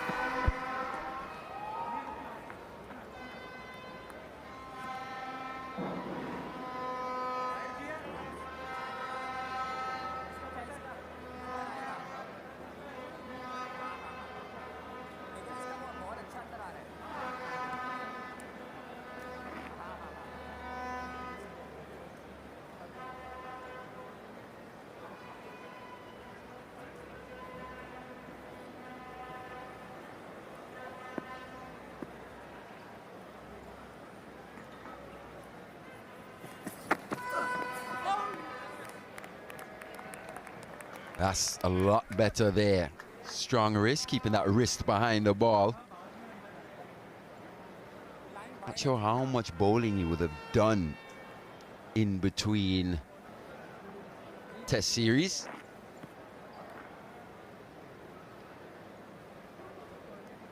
It's taking him a while here to get up to speed.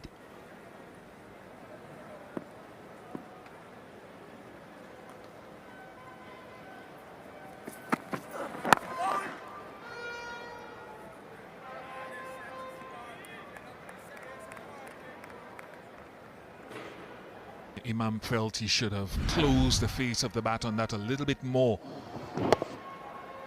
to get it past or to the left of mid-on. Disgusted with himself. I'm not so sure he should be. He's still presenting a full face there. Yeah, he didn't get it past the man, but you can also close the bat face a bit too soon. Bring the LBW into play.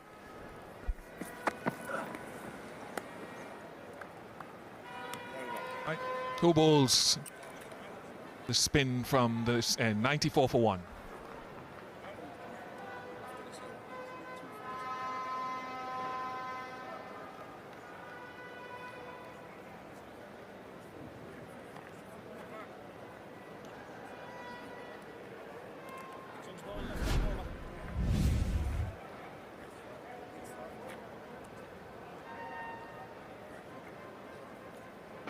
Bowling for West Indies from the Netherlands, Jamal Warren. Pakistan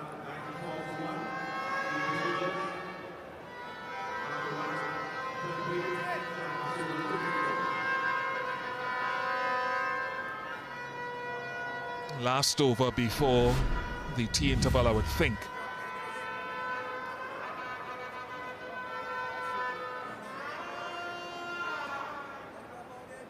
Big Bird is here. Joel Garner, that is. And we just heard that Roston Chase is unable to bowl comfortably, so he has to make the decision. So Jamel Warrican is in to be attacked. 19 wickets in the series last year in Pakistan. To be fair, on pitches that spun a heap. But he was a significant point of difference between these two teams in that drawn series. Get him! Said took those 19 wickets in 2 test matches. I was close. Maybe direct hit needed. But he also contributed a fair bit with the bat as well. Jamal Warrican. This was a run-out chance. Yes. Would have been hoping for a direct hit. You see that heavy strapping on that index finger of his bowling hand. Roston Chase was forced to actually bowl seam-up deliveries in that test in which he got injured. Slow seam-up type deliveries. I think he managed to pick up a wicket as well.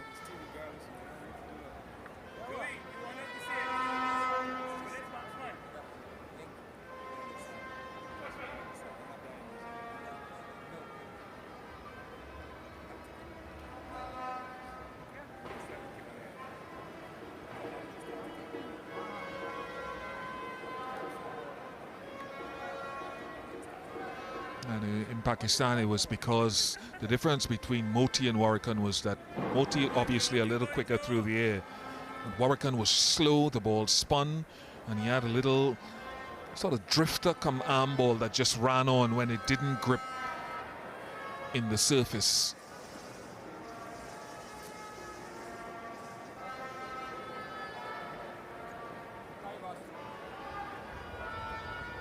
Interesting to have that deep backward point.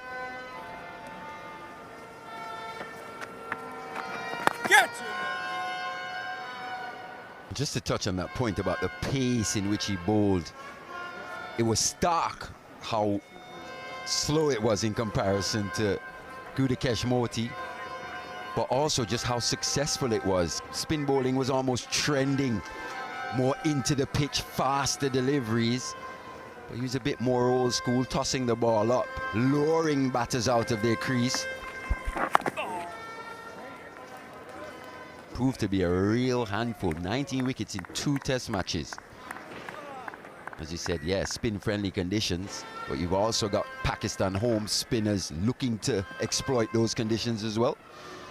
And he was right there, if not better.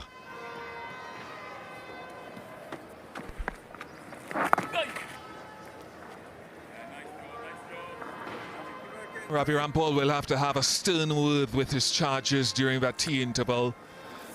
You have to congratulate Pakistan on the way they went, but some of the bowling was lacking in discipline, some of it control. There was some fortune, but Pakistan will take this. A 95-run partnership in just 101 balls.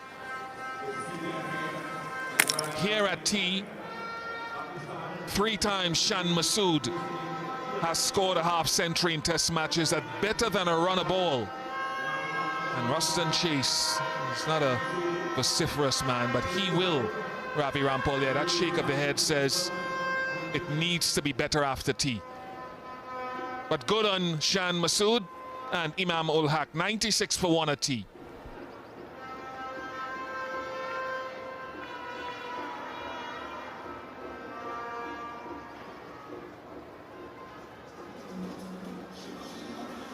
.29 to Imam,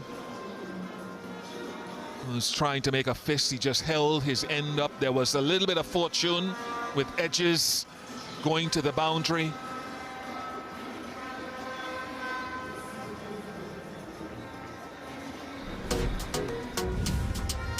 Just the one wicket to fall away. Sazan, bowled by Roach through the gate, but it's been all Pakistan. 96 from 1 from 19 overs. West Indies have bowled 12 extras as well.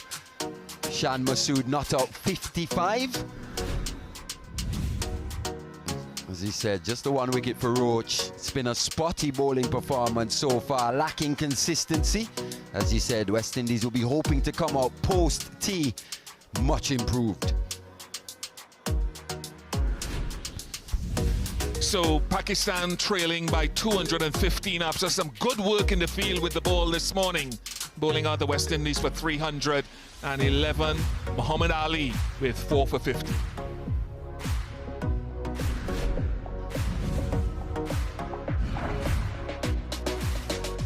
Muhammad Ali was the man that wreaked havoc after the tea, after the lunch break. Shamar Joseph gone almost immediately. Then the big one of Shehu. Yeah, needed something special to remove the set batter. Inward movement breaches the defenses, and that one was way too good for Jaden Seals. Brought out the Pakistani openers. And similar to that Jaden Seals dismissal, Roach breaches that defense of Awais. But since then, it's been all Pakistan. That was a beautiful shot from Imam. Loves that area. Peppering that cover boundary, extra cover boundary. Masood, he rode his luck quite a bit. That one took the outside edge. That's his strong area though. You bowl him on his legs, you will get clipped away. Well-timed stroke through mid-wicket. That was close. Jamal Warrican using all his reach, couldn't quite snatch that one. Another one off the outside edge, down the leg side. Just tells you West Indies were both sides of the wicket. Wide of that off stump, cut away. Through the hands of, again, looks like Jamal Warrican in that position. That was a good shot, got on top of the bounce. Fast outfield here at the Brian Lara Cricket Academy. How many times have we seen the outside edge not go into hand on that occasion? Measured pull stroke. So far, it's been an easy pace pitch for Pakistan. They found run scoring quite easy. There again, almost a carbon copy of a shot earlier on the legs, flicked away through mid-wicket. Sweet timing indeed. And this was the inside edge. Thick inside edge once again. Luck not going in the favor of Jaden Seals. Thought he had a wicket on that occasion. Umpire Walk said, no, we went upstairs. And it's close to the glove, but took the towel on the way through. The crowd here thought that was a wicket. Jaden Seals as well thought that was a wicket. But it brought the end to that session. Have a look at that. 8 wickets so far to fall today. Look at that run rate. Under 5s in that second session. We'll take a break now. Join us in a few minutes for the resumption post-tea.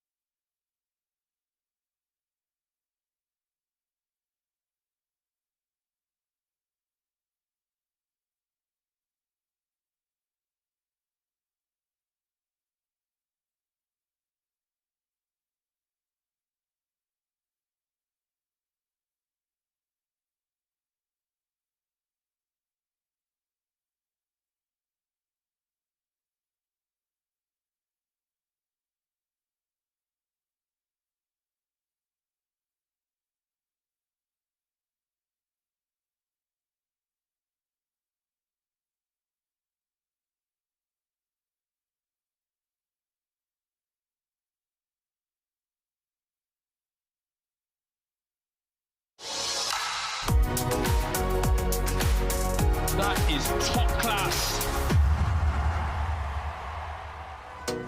A 15th test match half century for Shan Masood. Came into bat at 1 for 1 and they needed stability, and he used all of his experience in that innings, and it was at a healthy pace as well. Wonderful stuff from him so far. So much left to be done in this test match. West Indies shot out for 311. The innings ended quite quickly after lunch. And then in reply, Pakistan are well poised at 96 for 1. Welcome back to the Brian Lara Cricket Academy. We're bathed in sunshine. We're thankful for the wonderful weather that we've gotten on day 2. I'm also thankful to have alongside me 2 former World Cup winners, Carlos Brathwaite and Stacey Ann King. Stacey, if I can start with you firstly. West Indies took close to 100 overs to get 311. Pakistan in just 19 overs, they're very close to 100 so far. What do you make of that batting effort so far? Yeah, I think the intent was clear to sort of trade in that conservative test match type batting style from the Pakistanis and be a bit more aggressive. Take it to the West Indian bowlers, which is exactly what they did. They threw them off that line, their lengths, and they were able to score freely. And this partnership is a worry for West Indies. Indeed, it is a worry. I thought that batting effort was quite organic in the way it unfolded. Shan Masood, Carlos, he is experienced, he has pedigree, he has 6 test match centuries. What did you make of his effort? I thought the intent was solid, as Stacey said. He rode his luck on occasion, but you make your own luck. Once it was in a certain area, he tried to cash in on the pads especially, but there was a lot of edges and streaky stroke play through the gully region, and it's because of that intent, that full-blooded nature, that he was able to go over the field and sometimes through it, and then he continued to blossom into his innings. But what allowed him to get there is that initial intent. He rode his luck, he got a chance, a difficult one to Jamel Warrican, and then a fingertip that may be counted as a chance as well. But fortune favouring the brave on this occasion. And look at the 2 areas. Through the leg side once, he threw them off the length, but that 48% was because of those streaky drives, showing intent, riding his luck. And now he's batted the West Indies bowlers, not only off the line and length, but a little bit onto the defensive. Yeah, you mentioned streaky, you mentioned a little bit of luck. He was fortuitous at times. It wasn't smooth sailing all the way through, was it, Stacey? No, it wasn't. There were a few chances that went to the left of Jamel Warrican and then to the right of Slip. So he did create a few chances of Jaden Seals that weren't to hand. So then it became risk-reward sort of thing. And of course, it frustrated the bowlers who now think that they needed to do something different. And by overcompensating, they bowled that fuller line and was whipped off into the mid-wicket region. Yes, some really good batting from Pakistan. They lost an early wicket though, Carlos, and they needed some sort of restabilization. Yeah, Kemar Roach, brilliant as always. And if you could see the setup, it's a 9-ball duck. And also those 8 previous deliveries, probably 7.5, swung away beautifully, forced the play on occasion. And this one, just the natural variation, because he started it a little bit straighter and it did not swing away and it just held its line, hitting the top of middle. And reward for consistency, a level of consistency they'll love to show after tea to ensure that they close out the day the way that they started. Yeah, I saw Ravi Rampal having a stern chat with a couple of them there, so maybe after this tea interval we'll see a different approach. But when that session started, Carlos, West Indies still had 3 wickets in hand and it all unfolded so quickly. Steely determination with the ball, waiting for your results to come to fruition whilst being disciplined. That was the mantra for Muhammad Ali, and that's what the West Indies need to replicate. He rode really tight lines and lengths. He created a chance. It was dropped early, but then once it was time to come and clean up the tail, he was like a wrecking ball. Broad shoulders, supple wrists, strong when it needed to be, and 62% in that good area, challenging the stump, moving the ball when he had the opportunity to, and then once it was time to collect at the back end, he did. Stacey, he didn't have much luck in that first session. He was threatening, but didn't get the rewards. What does that show about what he's done in that second session as compared to the first? Yeah, I think stick to the plan, because you want to sort of bowl in those channels, that forward stump line, set up your wicket taking delivery. Yeah, just the 1 over off spin we saw from the West Indians after tea. We might just see Jumel work and coming into the 4 quite a lot more. I'd like to thank you, Stacey and King. Thank you, Carlos Brackett, for your thoughts. West Indies, well, they'll need to get breakthrough and they'll need to get them quickly. Pakistan will want to continue with this partnership for as long as they can.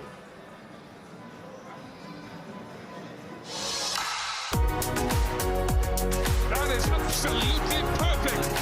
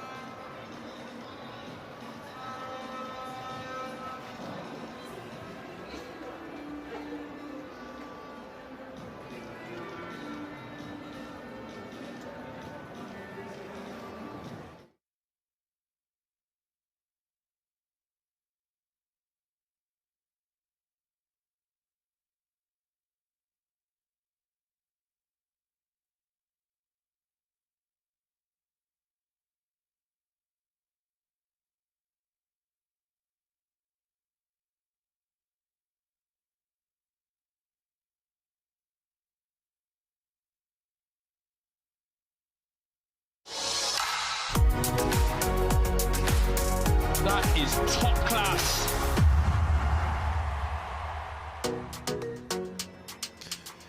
Welcome back to the Brian Lara Cricket Academy here in South Trinidad, where we continue into the final session of Day 2 of this first Cricket West Indies Test Series. Pakistan were very good this morning with ball in hand to bowl out the West Indies for 311, and in response they are 96 for 1 with Imam ul Haq on 29, Shan Masood on 55, and better than a runner ball. The 1 wicket fell to Roach as an Awais. As a reminder of that 1 wicket, it is the 4th time that Awais has been dismissed from wrong the wicket in Test match cricket, 4 out of 5 occasions.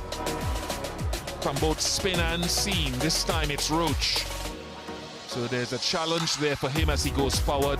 He's very young, Kemar Roach, very experienced.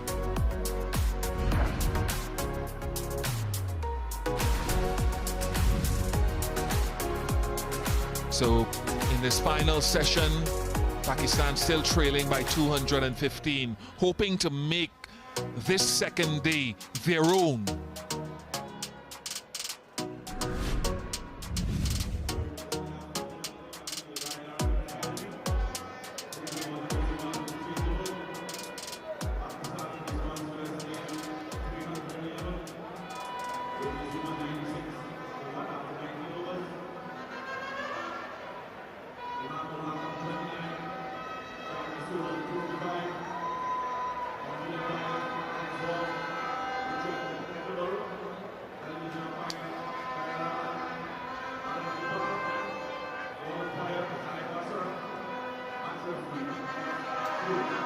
Shan Masood has gone well. His second half century against the West Indies, his 15th overall. Third time he's scored a half century at better than a runner ball in this format. He's had a little bit of fortune. You will not deny him or Imam that. Nicking a few through the slip cordon. And the occasional inside edge. Justin Graves to resume after tea.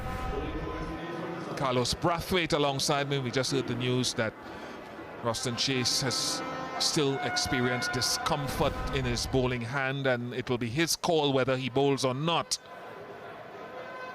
How have you seen it? Yeah, good intent from the Pakistan batters, forcing the West Indies bowlers to retreat, and in the process of retreating, they lost the discipline, the line, and the length. You know, you'd have to say that Pakistan are well and truly in the ascendancy. The pitch has gotten harder. Feels as though that moisture we talk about from yesterday is gone.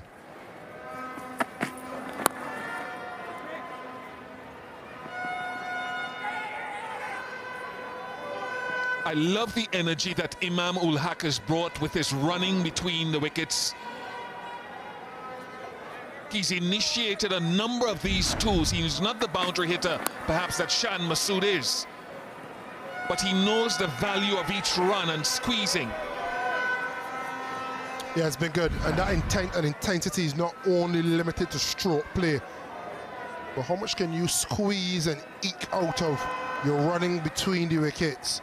So easy in this format to just take an easy one.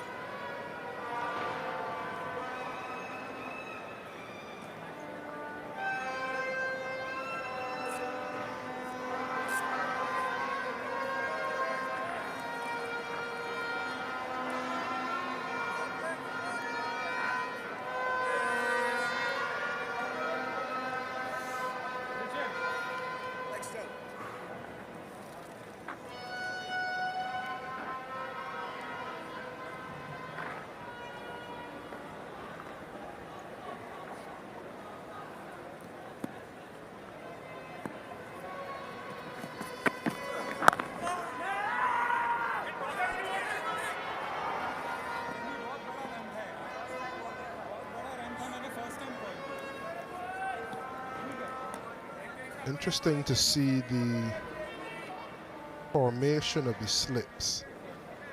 Warkan, who was at gully, is now at first slip. First slip is sometimes kept for the more elder statesmen, just to sit and hide and take the easy catches. But what you also now have is a more experienced slip fielder and catcher at gully in Kavem Hodge. Quite similar in stature. When you think back to the previous session, and had they aligned the slips the way that they have now, would Hodge have been better placed to take one of the two chances that would have gone the way of Warkan, either being a bit more nimble and getting closer to the one that Warkan dropped, but shuffling to his left and palming it away, or quicker reactions, and instead of tipping it over, being able to take the catch. Sometimes we take for granted which fielders we put in field positions, even in the longest format.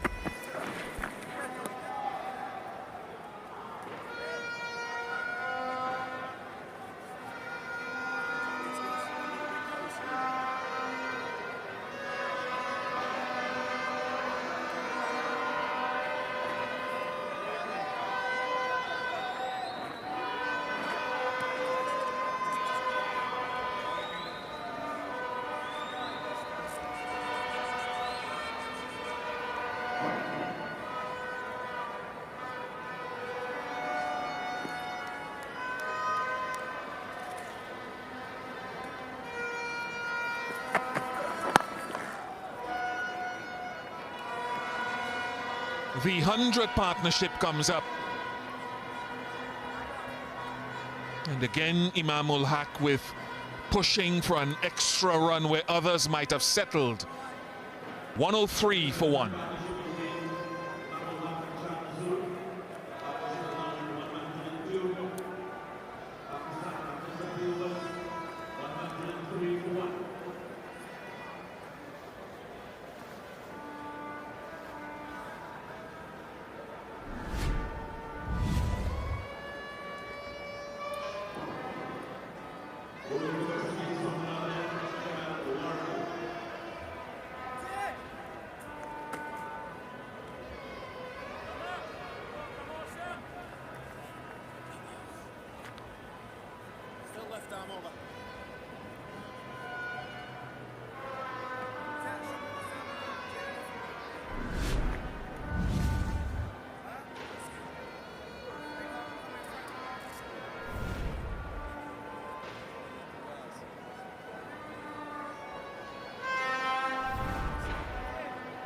Not Kemar Roach to start after tea. It's Jamel Warrican.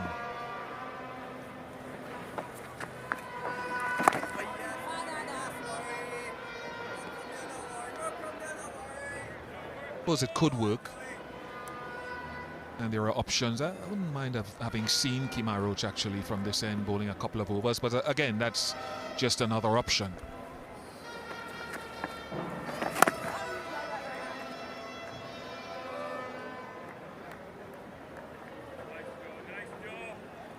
I know you have been against Justin Graves starting back a new session.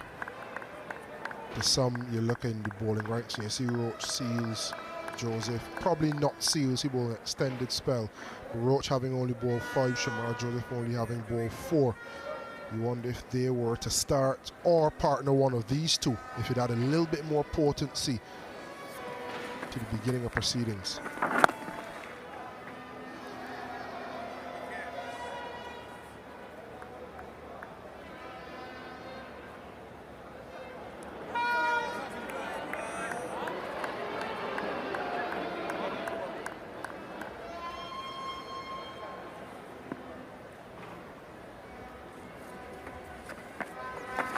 Catch it.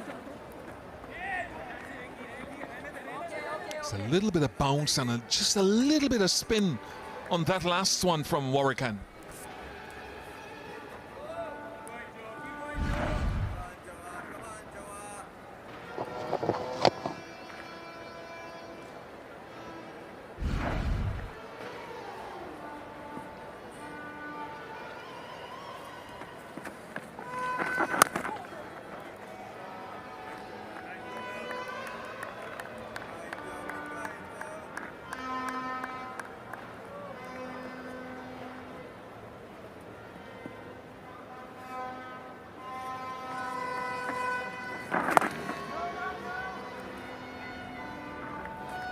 .106 for one.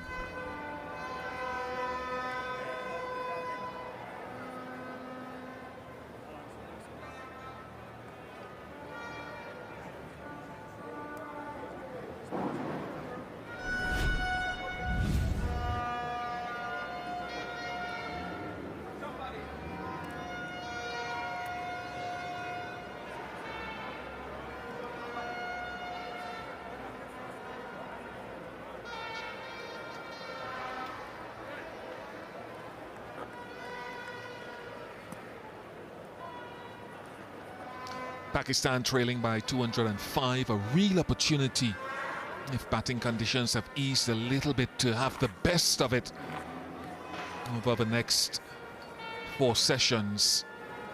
West Indies will be hoping they can nip out a couple at least in this final session.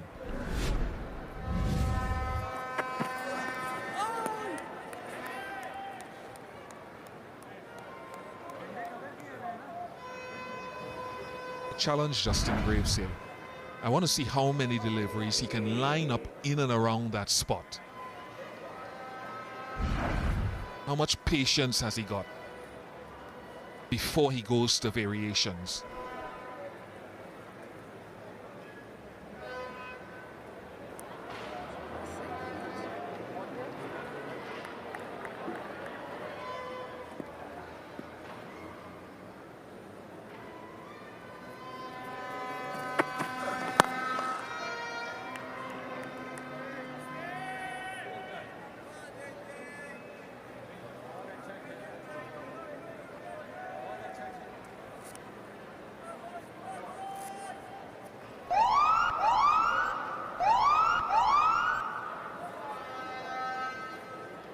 Three no balls for the West Indies.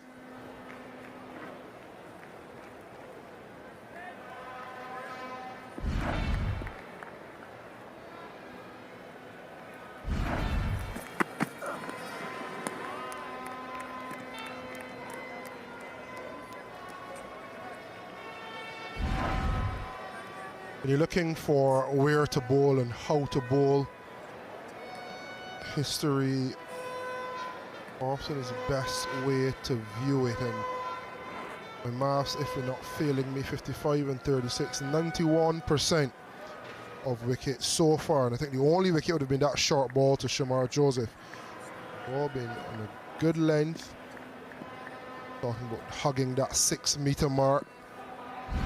5 and 7 meters and threatening the stumps with a little bit of movement.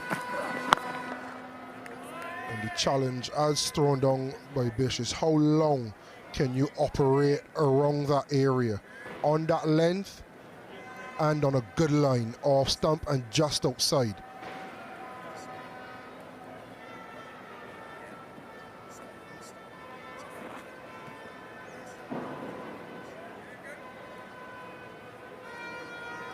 Day 2, Pakistan hit on that length a lot more than the West Indies have so far, and conditions are probably less amenable.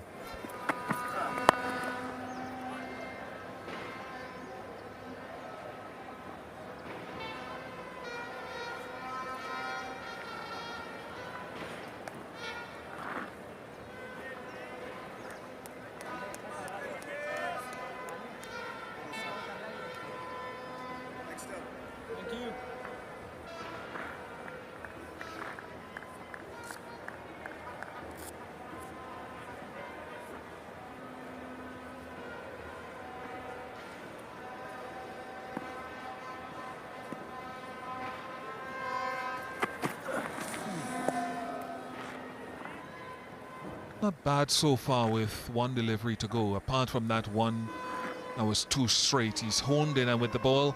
I'll take that back. That's not great. That is not great. Another no ball.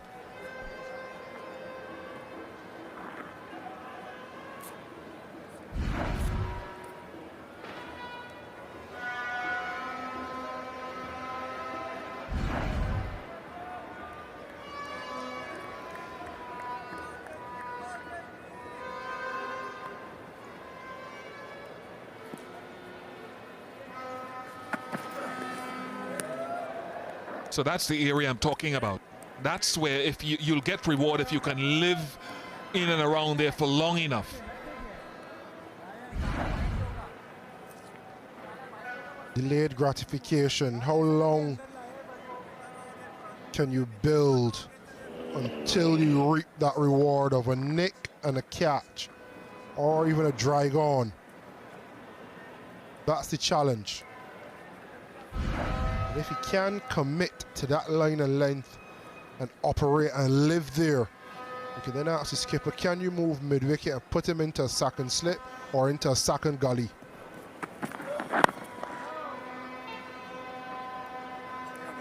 $109 for one.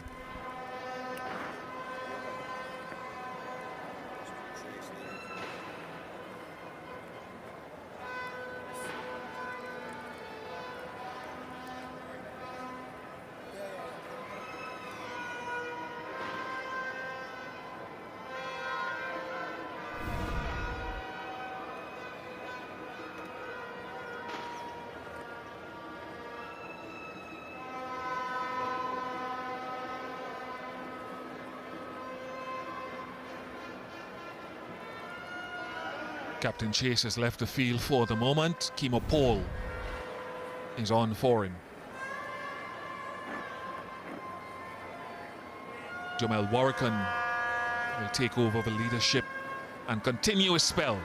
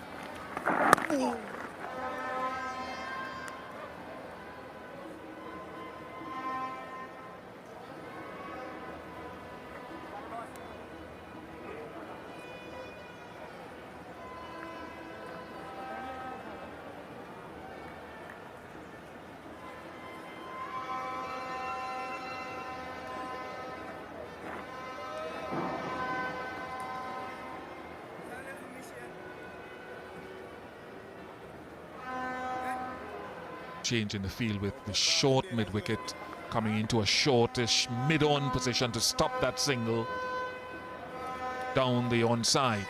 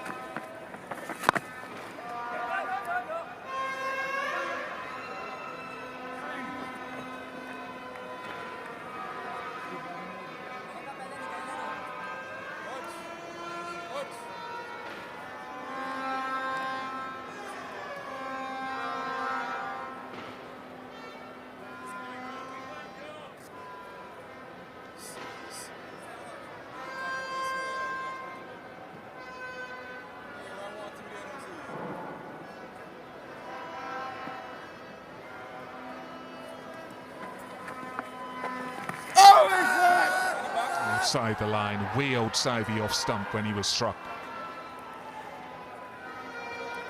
112 for one.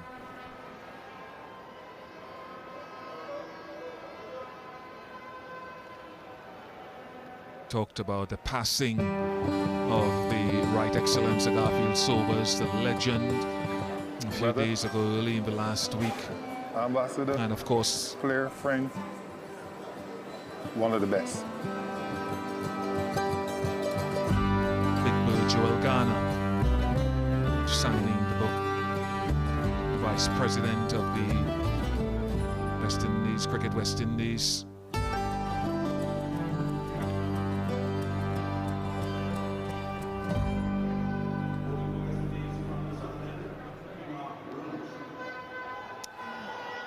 Very moving occasion actually, and as I mentioned before, it hit a lot of people hard. So Gary actually scored that world record that stood for a couple of decades against Pakistan in 1958 in the third test up in Kingston, Jamaica. After he'd scored some 6 half-centuries in 16 test matches. His first 100 was turned into 365.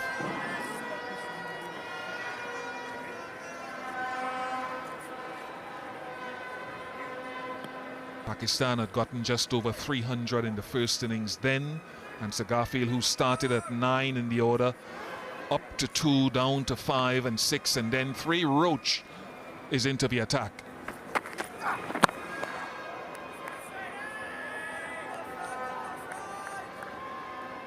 I suppose Pakistan will say that they were unfortunate. They lost Mahmood Hussain after just 5 balls in the innings, and Nazim Ul Ghani fractured his finger, and I don't think he bowled again, or certainly not on the 3rd day. And by that time, Sagari was 20 not out overnight after day 2, and he converted it brilliantly at age 21 into 365.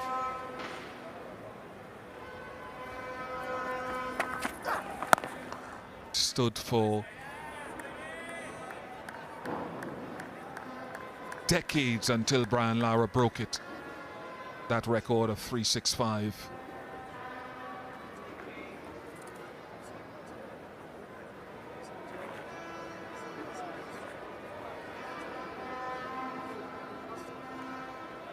And there is the great man on the left and the great man on the right, and he was there when Brian broke the record at the Antigua Recreation Ground.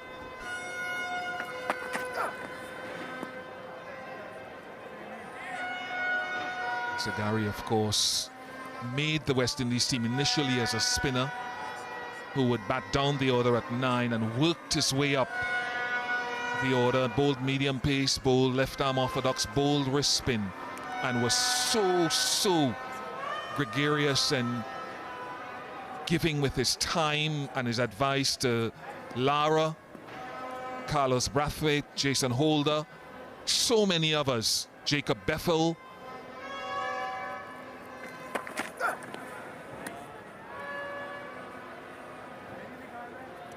It was felt and reverberated all around the world. 6 sixes, of course, as much a part of the package of his legacy at Swansea. And the bat swing, man, every time. He was a man ahead of his time. I think he would have... He only played 1 limited overs game. The first limited overs game West Indies played at Leeds in the early 70s. But he would have slotted in like a duck to water.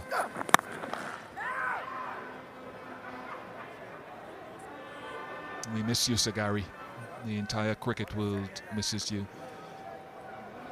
I think he reminded the world, and he showed the world the best of what West Indians could be. He changed the landscape of the game. And as I said before, he was timeless. It wasn't an era that he straddled. His name is timeless. In the same way you hear Pele or Maradona or Jordan or Woods. He is synonymous with our game. 112 for 1.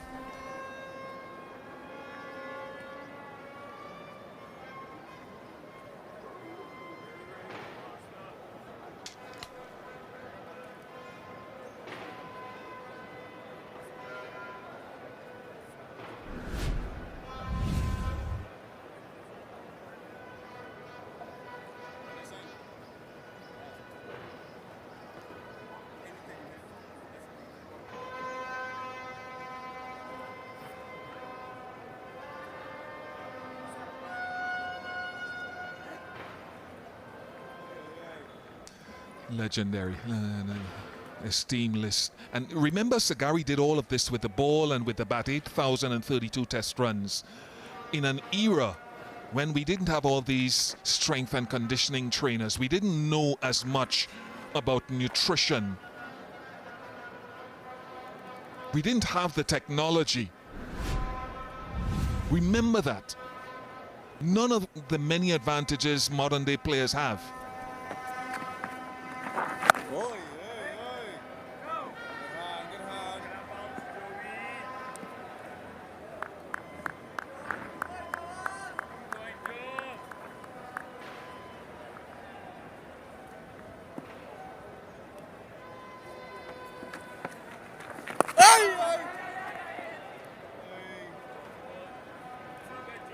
Yeah, Bish, that was powerful.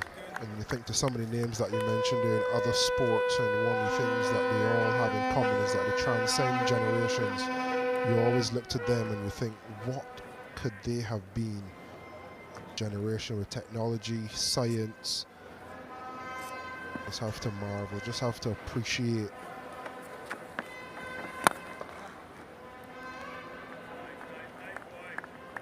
I would say, as sad as it was for me, and I didn't know him as well as you guys, the tears flowed at a certain point. I'll finish by saying this: I am glad he came. Sad he's gone, but I'm glad he came. My life is richer, your life is richer.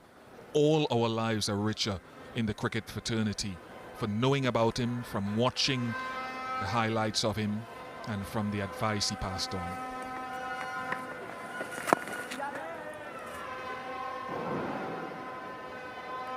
Yeah, for me, I think it's the legacy he leave. You know, there's never meet the heroes.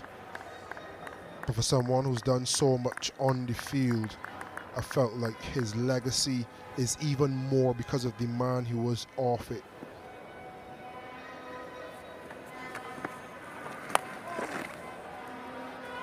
He's got it fine and gets it for 4.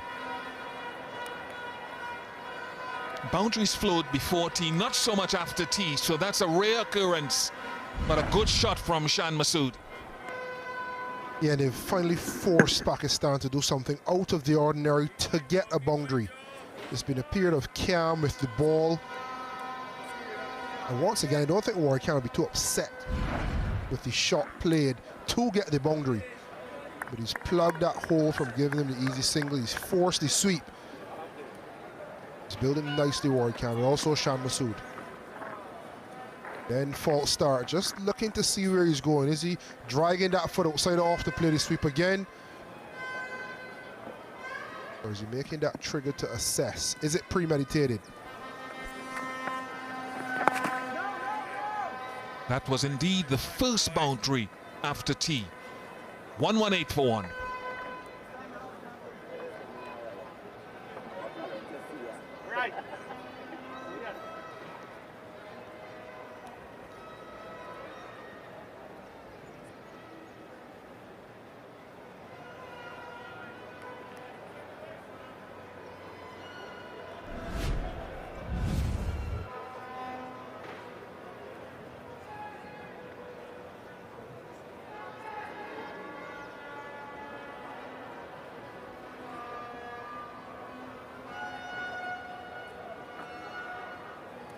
A real chance in these batting conditions for Pakistan to make serious inroads into the deficit that stands at 193.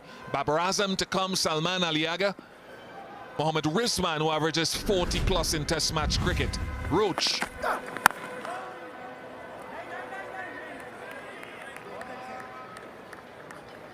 Pakistan could argue that with less lateral movement, these are conditions that they are more familiar with culturally and bed themselves in, but you never know, a collapse could be around the corner. West Indies will be hoping. Yeah, I think they've started well after tea. Continue to build.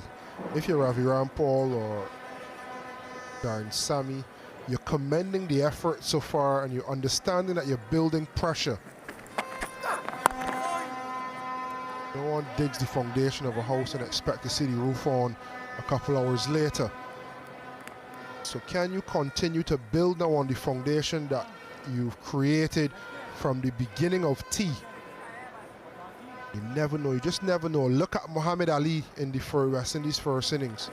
Toiled away, and in the back end, ended with 4 for, including the prize wicket of Shea Hope, and castling, cartwheeling, and getting rid of the West Indies lower order. But there's a process before that can happen. Are they willing to toil away? Are they going to enjoy the process so you can want, in the future, enjoy the fruits of the labor?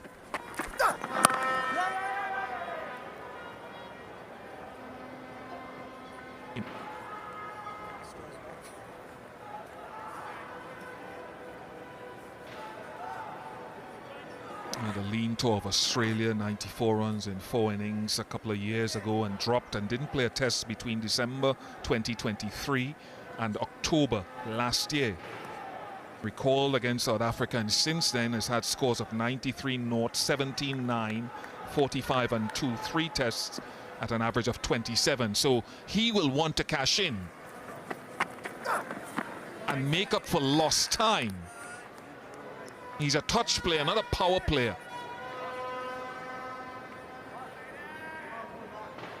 Yeah, and as an opener, you're facing the best of the bowling, the hardness of the new ball. There's a lot more jeopardy, so you can understand those scores in the middle. It's the 40 and the 90. When you get to those scores, can you go on? Can you turn them into 3 figures firstly?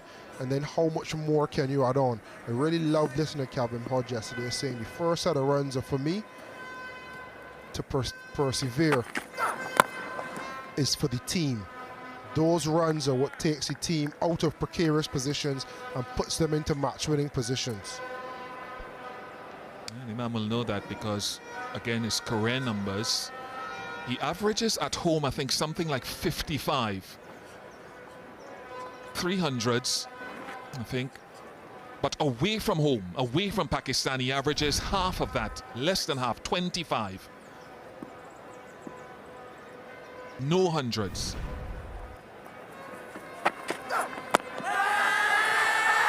Question asked, question asked. Eyes on Warrican, who I think, no, eyes on Chase.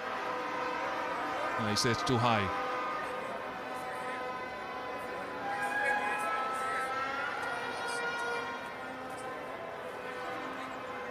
$120 for 1.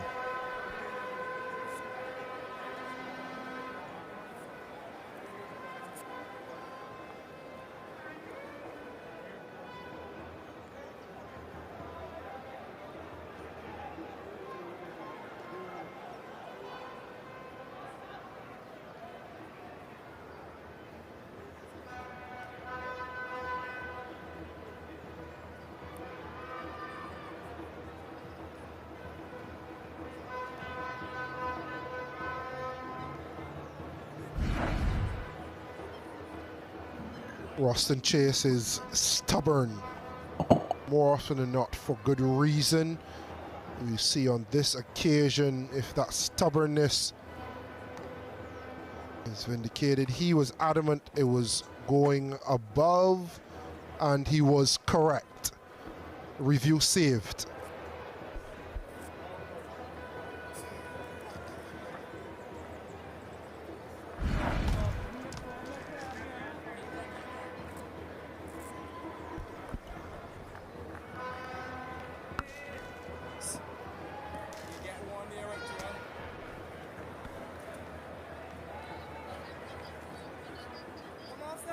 Desperate for a wicket, this partnership, 119, continues to bloom.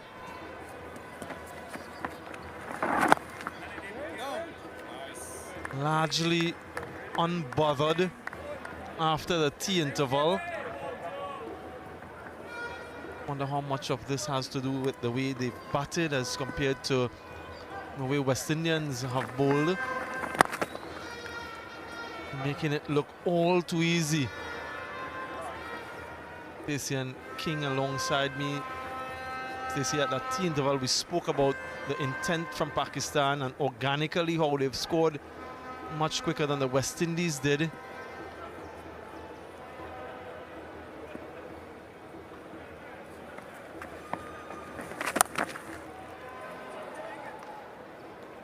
will result in another couple at least. This partnership continues to grow, Stacey. Yeah, they are in absolute control at the moment. Partnership growing in strength, 122.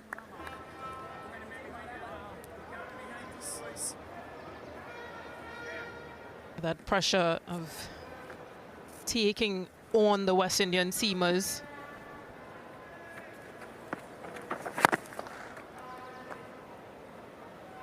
You just wonder just a bit if spin should have come on just a bit earlier to sort of slow things down.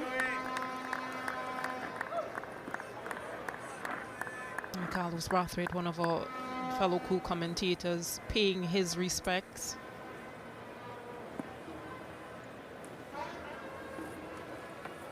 And Bishop as well. The Cricket West Indies has set up a station here to commemorate the contributions of Sir Garfield Sobers. Two West Indian greats have come here for the special occasion. Joel Garner, Big Bird Garner, is there in good spirits. This should dribble away for four. The outfielders quickened up in the sunshine. So ends the over nicely. 129 for one. In conversation, these three smiles, all smiles. They would have brought fear in many a batters back in the day. Both Ian Bishop and Joel Garner. Not so much Carlos. I don't think they would have feared him as much.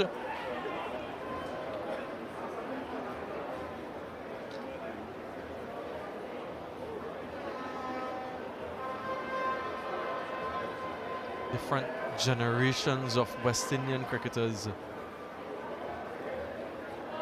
deep in conversation, quite pensive as we commemorate the passing of the late great Sir Garfield Sobers. Last ball of the previous over though. Left-hander himself, Imam ul Haq, finds the boundary yet again.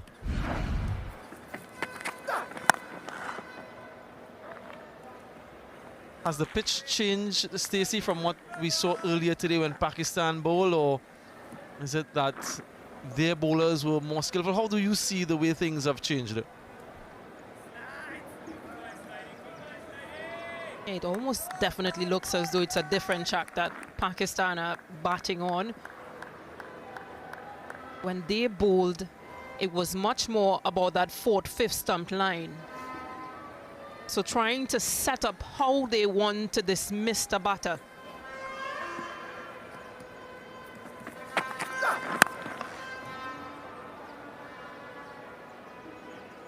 So they set up the over, a few deliveries going away, and then they'll try to bowl a fuller length to sort of lure the West Indian batters into a false shot. They were only able to pick up a 1 wicket during this morning's spell. It was a totally different day too.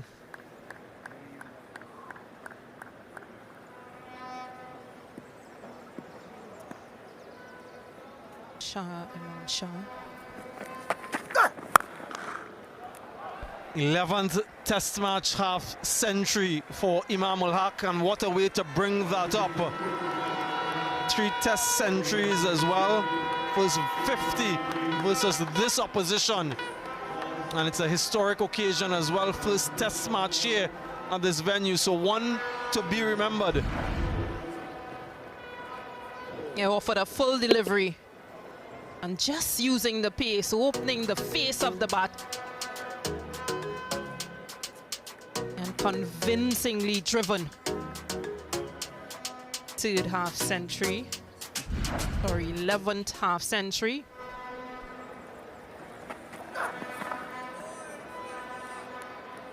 In this format, but take nothing away from the time that has been spent in the middle. 82 deliveries. Pakistan lost the first wicket, and this has been the recovery phase between this pair. 133 runs the partnership.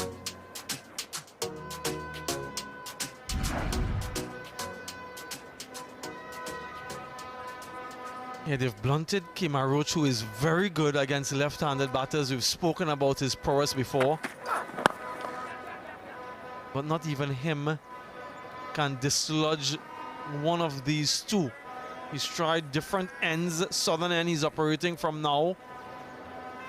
Nothing has quite worked. Did get the first wicket though. Another left-hander, but since then It's been all Pakistan.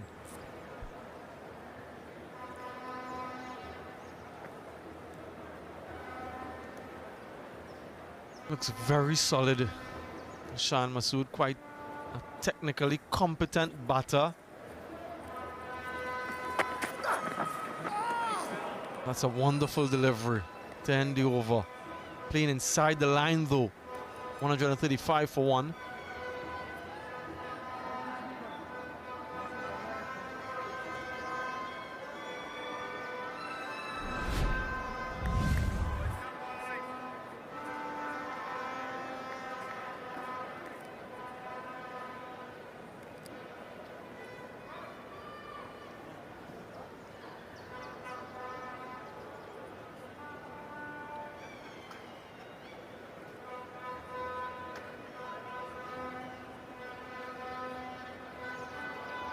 A nice start to the test series for Imam ul Haq.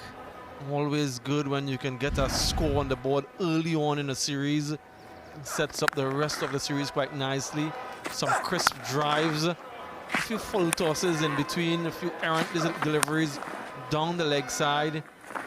But he's been watchful, patient, and looking to pounce whenever given the opportunity. 11th test match half century for him.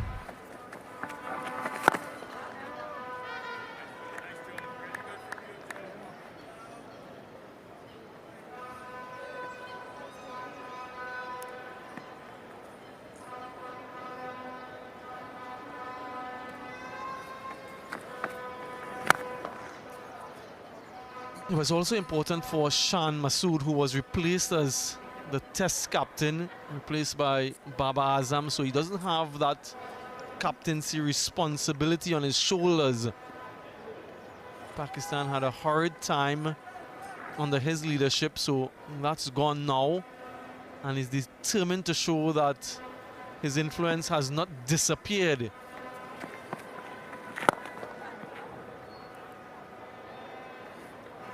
Nice little bye story for Shan Masood. You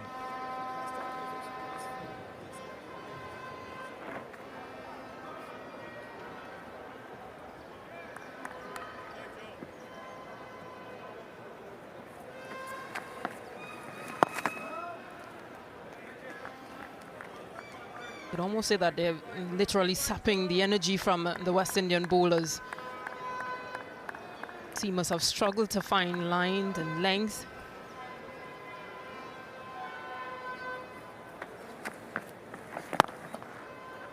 They look completely untouchable. Even though spin has been introduced and it's a bit slower. They've played the sweeps. They've rotated the strike. Capitalized on anything that has been short or width has been on offer.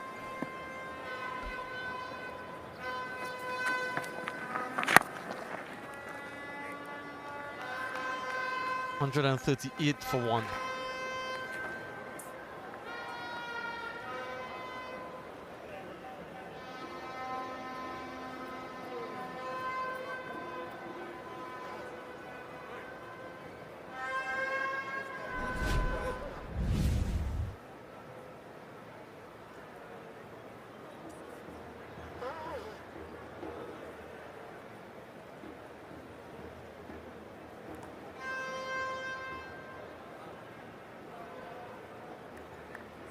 Still trailing by 173 runs, 9 wickets in hand, Pakistan.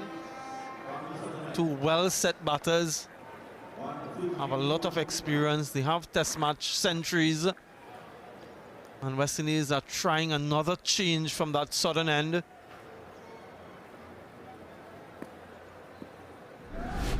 Shamar Joseph back into the attack.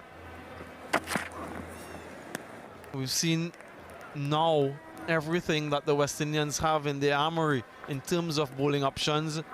Haven't seen Ruston Chase just yet. We mentioned that he has that injury to his right index finger, which might render him unable to bowl. Not entirely sure about his availability. There he is now, and you can see that right index finger with some tape on it, and that's an important finger for a finger spinner. It's unlikely that he'll bowl because, in my estimation, if he's able to, he would have bowled already. With the two left-handers out there.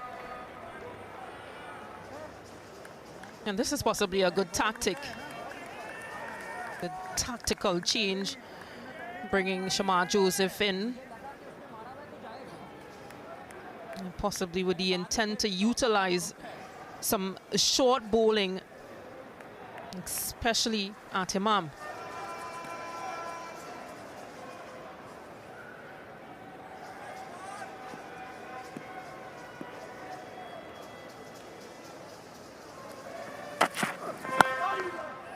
Yeah, the length though will be important. So you want to bowl in the right areas, in that channel.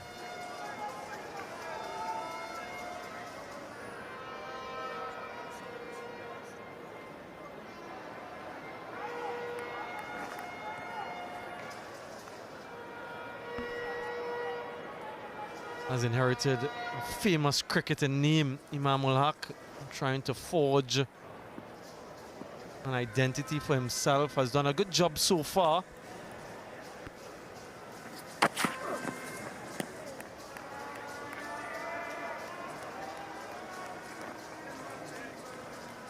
Test match centuries already, has been good in one-day internationals. Carlos Brathwaite, I think he forgot to put his last name, so he's just gone back to ensure that it's there.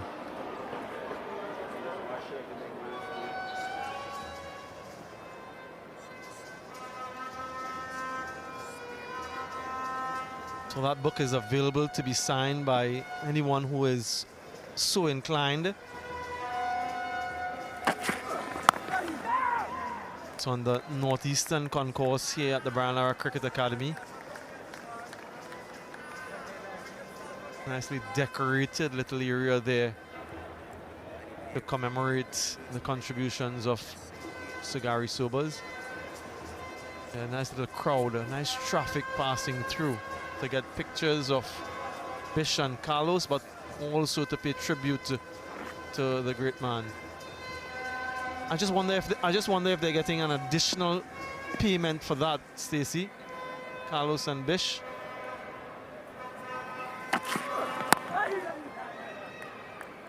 Maybe there's a talent search for the next commentator.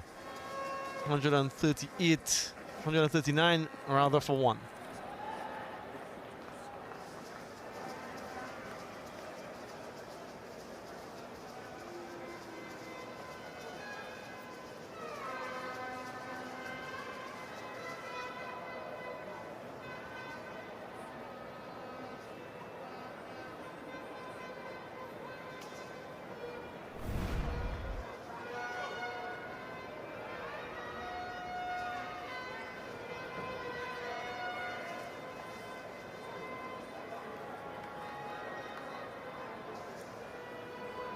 Three wickets on day one, 8 wickets so far on day two, so things have progressed quite significantly.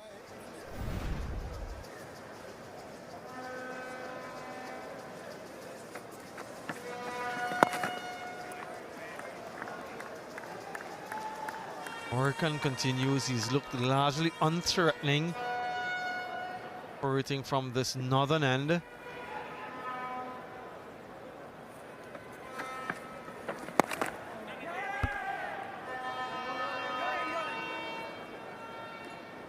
And I just wonder if the West Indies can be just a bit more aggressive in terms of the field placing, in terms of Rorican's length and the line that he's bowling. Possibly getting a leg slipping on a silly mid-on.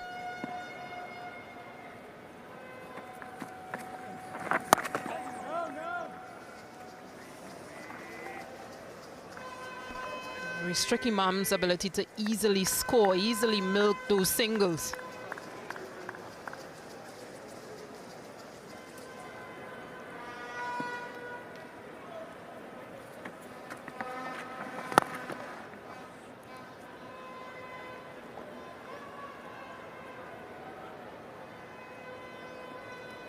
He got his half century quite quickly at more than a runner ball. And since then, he's played the situation of the game, Shan Masood.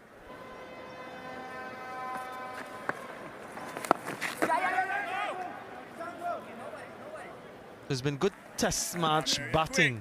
The way he's constructed his innings, given a few loose deliveries early on, made use of it, and then he's shown great concentration and resilience.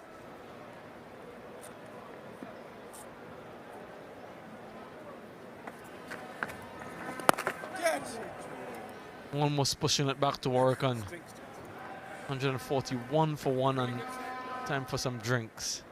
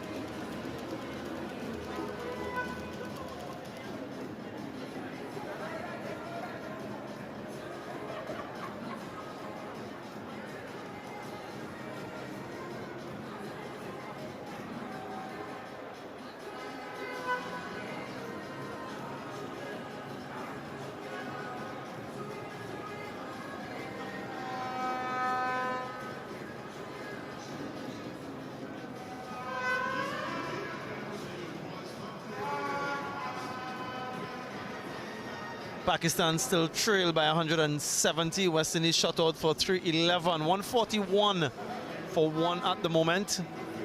West Indies started the day on 194 for 3, hoping to pile on the runs. Instead, they lost one quite early. Just one more added to his total. Kavem Hodge going for 84. That was the start of a very good spell of bowling from Muhammad Ali. Another one caught in the slip region.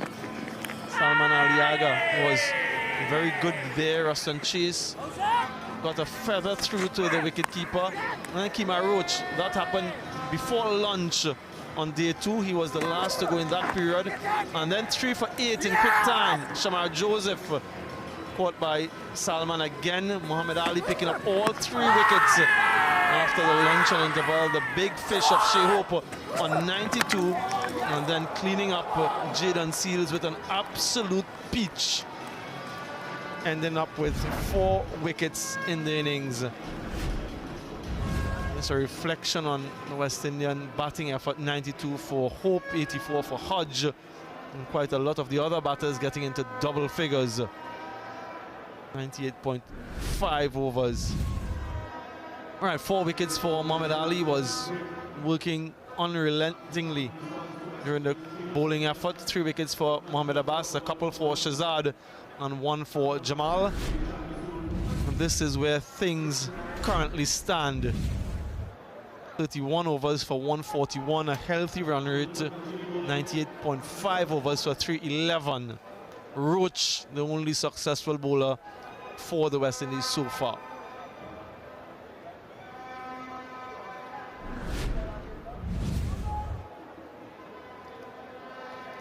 Shamar Joseph continues.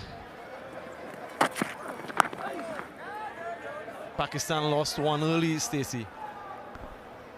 Yeah, that 1 wicket to fall, not a Vazana, was Kima Roach, a veteran fast bowler for West Indies, exploiting his trademark round the wicket tactic.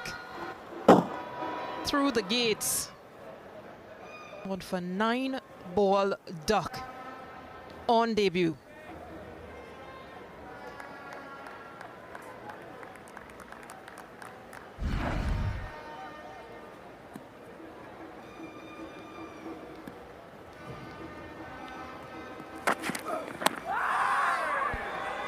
Height again, stifled appeal.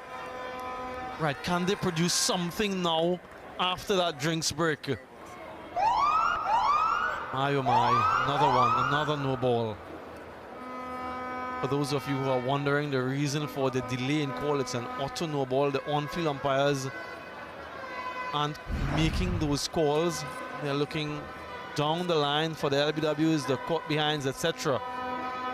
So this is an automatic call from the television umpire, hence the delay.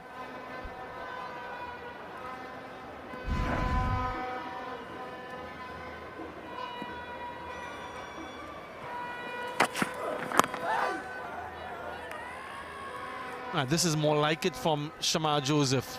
Really hits the deck, challenges the stumps more often than not. Has a wonderful strike rate in Test match cricket because of his modus operandi. Hit the deck, finish on the stump. So he starts outside of stump generally, but finishes on the stumps.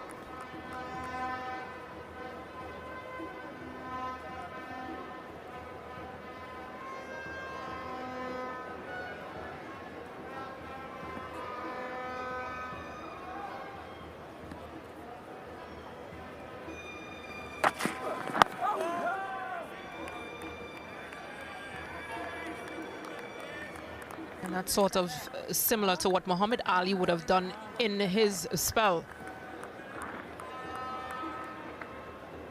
Attack the stumps, finish on the stumps, finish in that straight line, force the batters to play. Shah has been pretty good in terms of his shot selection.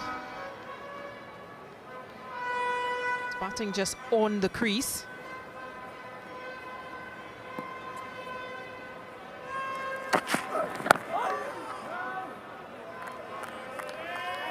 But finishing on the stumps more now than previously, Shamar Joseph.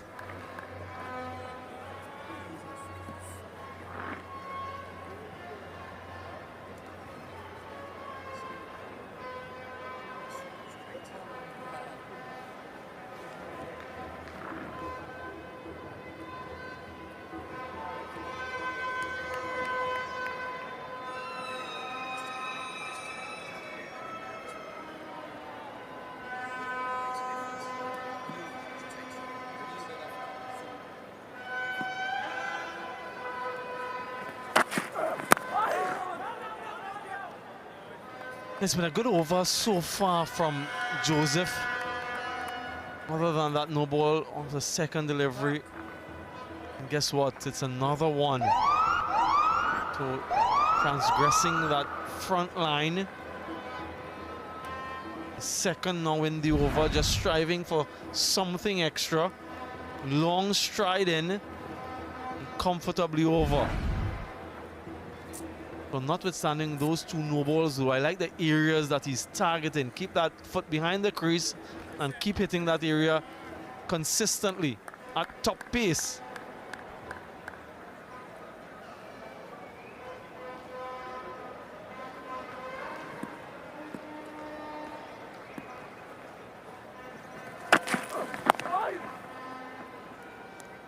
And it's something that bowlers normally use as a strategy, especially seamers. They intentionally flirt with that line to release the ball close to the batsman, as close as possible, which sometimes can lead to that no ball.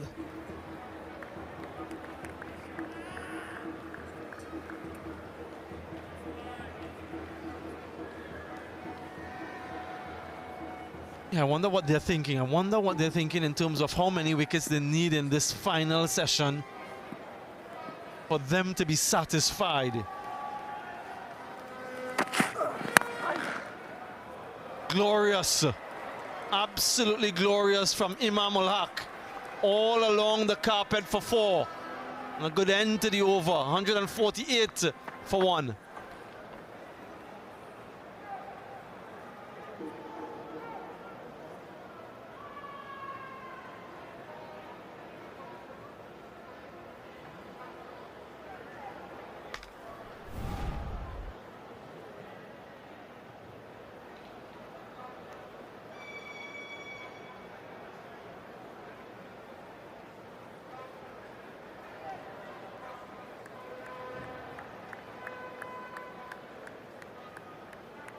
No wickets yet in this session. Joshua Da Silva, you see, just running off the field there during that over interval.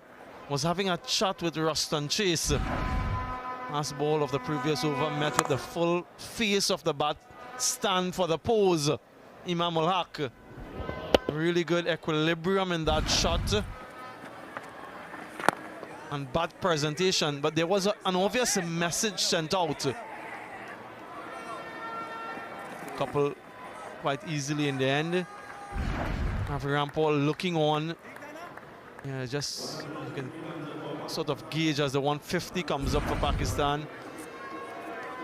Avram Paul there left off screen. Just sending some information out to Ruston Chase, perhaps a plan, a revised plan. Red Emirates right off screen, coach of the Trinidad and Tobago Red Force, the championship team this season.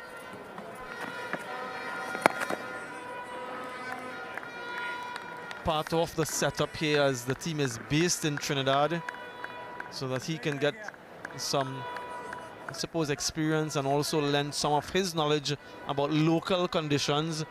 So win-win arrangement.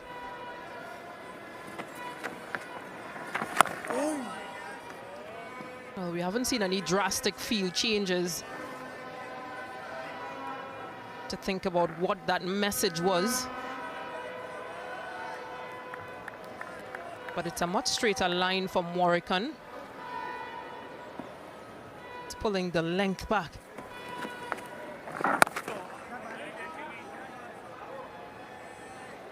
They've just made it look so easy, this pair. Their rotation, their gap finding, their aggression at times. Consolidating on those over-pitched deliveries as the 150 partnership comes up. Contribution 73 and 62.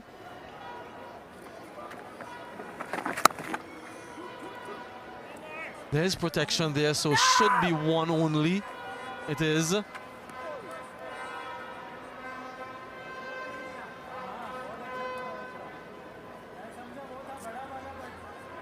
Partnership now 151 for the second wicket. It is really wonderful stuff by Pakistan.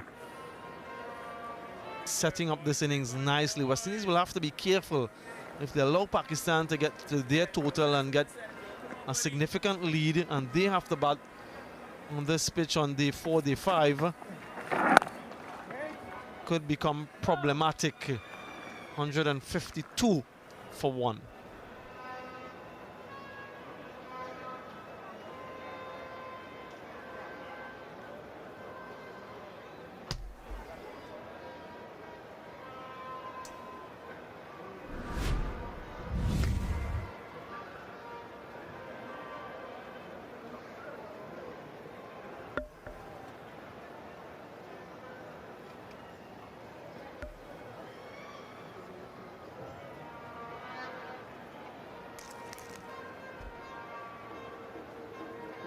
It's been tough sledding for the West Indies here in Pakistan's first innings. Pakistan trail by just 159. I say just, but they've gotten to 152 in a rapid time. Just 33 overs. A 1 wicket to Roach. Half centuries for Masood and Imam.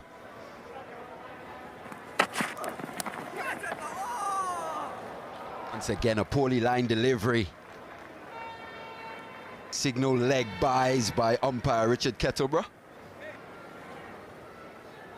So far, the West Indies, they've found little pockets in being consistent, but every now and again, the pressure is just released.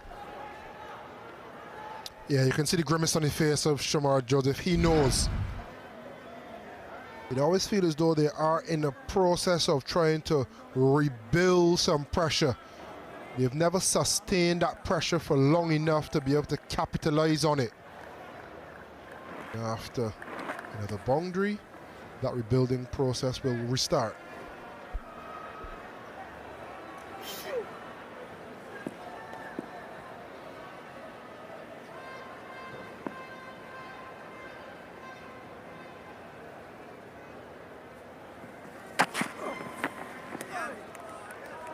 I think what was a little different from a Pakistan perspective when they were bowling, you think to that Hope innings, just 6 boundaries in that innings of 92, had to really work for his runs. Here, the West Indies have just made things a little easy. Yes, Pakistan have ridden their luck. There's been quite a few outside edges, but this pitch has just seemed to settle down now. Conditions for batting absolutely superb. Every now and again you see something maybe a little out of the ordinary. But so far it's been a fantastic partnership, 155 and counting.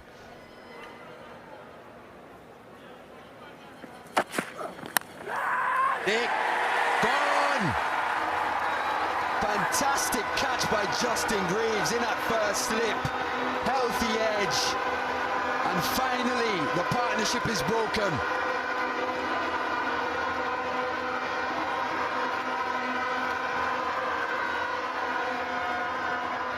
Imam al-Haq will have to go for 63. Shamar Joseph picks up his first, 156 for 2. Finally, pressure burst pipe. What a catch from Justin Greaves. It was a healthy edge, it flew. Reverse cup and the airplane is set off. Had to pause momentarily to check the foot. But a good innings from Imam al-Haq at a good clip. Goes 156 for 2 Pakistan.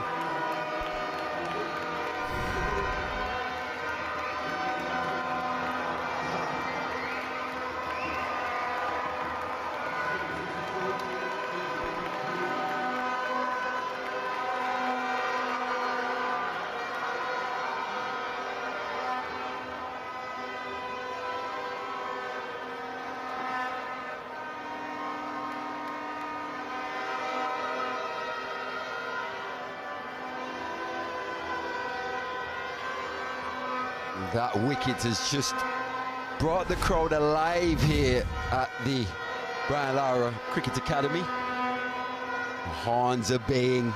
They were baying for wickets and they've been rewarded. Shamar Joseph, who else? The effervescent type.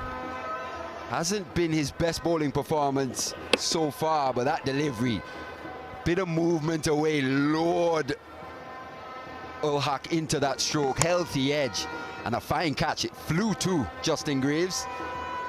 As he said, Carlos, reverse cut, good athleticism as well on show. The second wicket down. In fact, it's the highest second wicket partnership in test matches for Pakistan in the Caribbean. So a timely wicket from a West Indian perspective brings the class batter Babar Azam to the crease.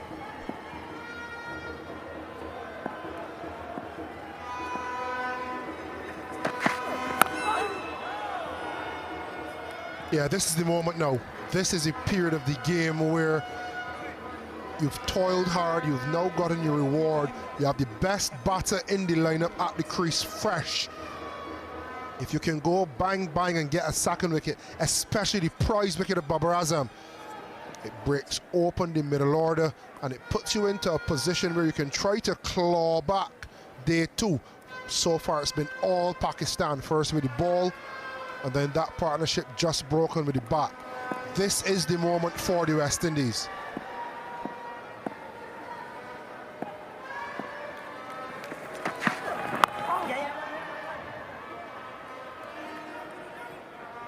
Baba's away. It's off the mark of the single. But What a partnership that was. Coming good time as well. It's really laid that foundation for Pakistan to possibly even go past this West Indies total. Yeah, and I think if you compare Pakistan bowling and West Indies bowling, one thing we must be honest about is that conditions have changed. And I think West Indies probably made that adjustment too late. Once they regrouped and came back after tea, you saw a more disciplined performance. That is the one thing I'd say. Maybe they could have adjusted earlier. That's close, that's close. Did he get across the stumps?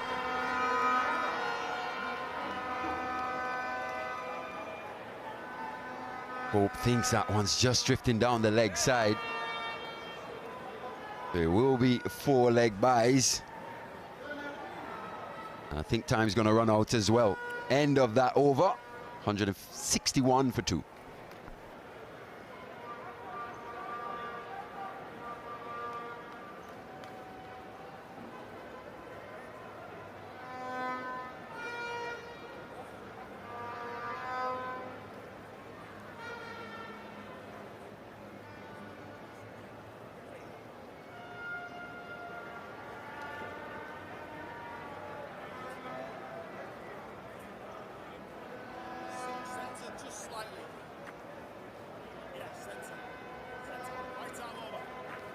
Close LBW shout to opting not to go upstairs to the TV umpire.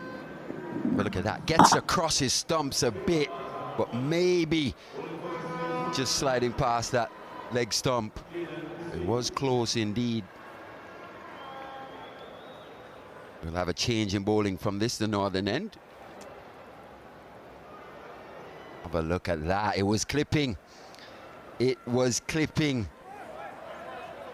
And you did say that off air, Carlos. You were having a look at the wicketkeeper. The wicketkeeper didn't move down the leg side.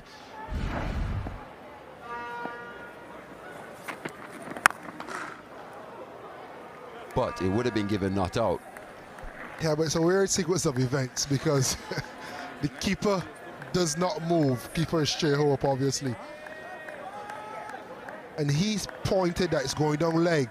So I am up here thinking, well, if it's going down leg, surely you would have made a step to go down leg with it.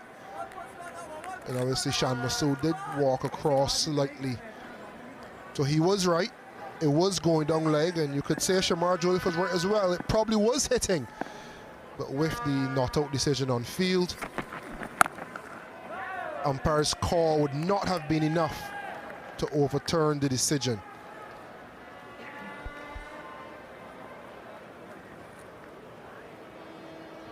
If it was given out, it would have been umpire's call. Opportunity here for the West Indies as you see this one again. Look at Shea Hope, right foot rooted on about middle, and then he gestures going down leg. Shea, if it's going down leg, you need to travel down leg with it.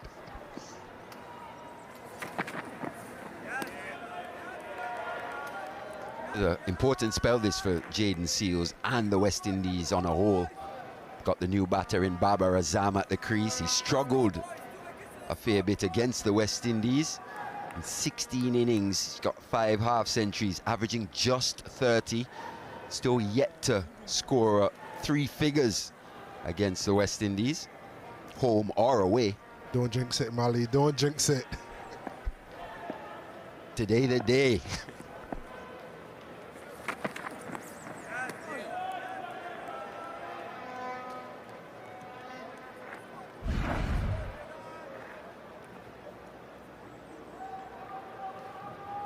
At drinks, there was a discussion between Joshua De Silva and Roston Chase.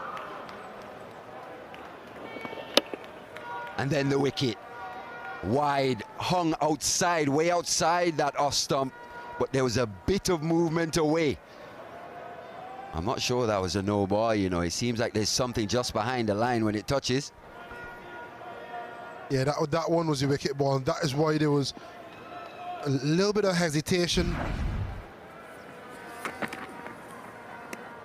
There was a little bit of hesitation, And you saw the airplane stop mid-flight when Shamar Joseph was celebrating.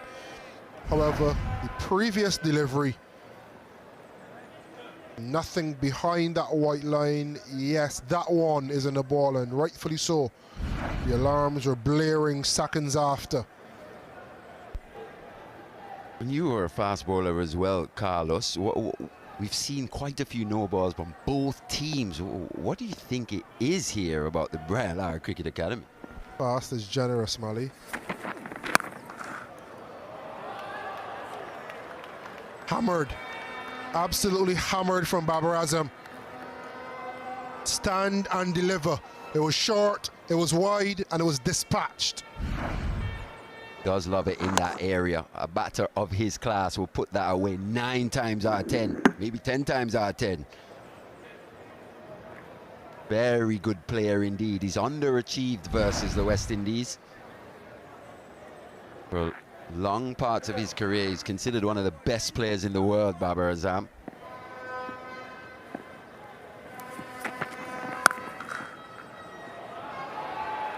There you have it again, at the top of the bounce, just too short.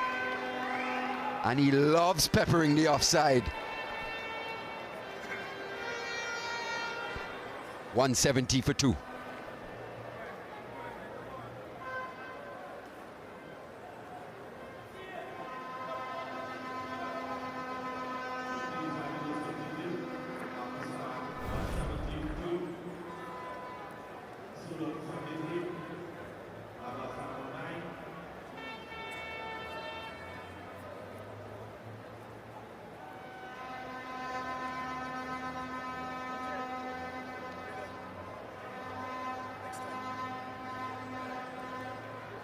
Have a look at the contrast in the run rates between day 1 and day 2.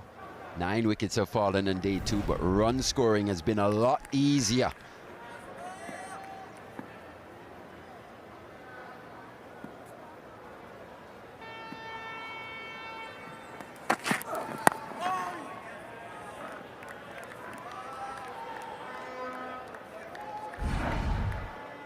This was the 4 of the final delivery of the previous over. Have a look at that.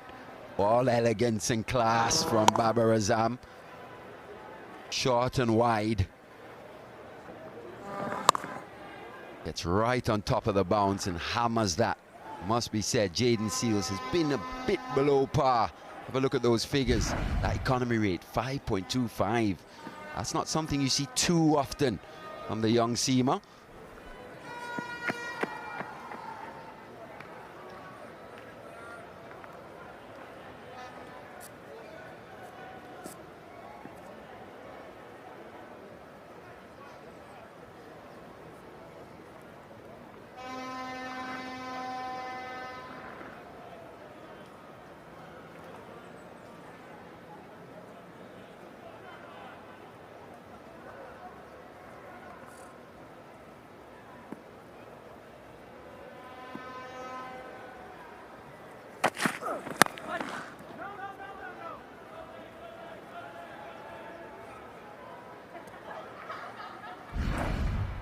We know Imam Haq loves to drive, loves peppering that cover region. Presenting a full face. And this was the wicket. Bit wider, out of that natural hitting arc. Taking the outside edge. Good catch in the end from Justin Graves. You know left-handers love width outside that off stump. Maybe not quite there to drive that one.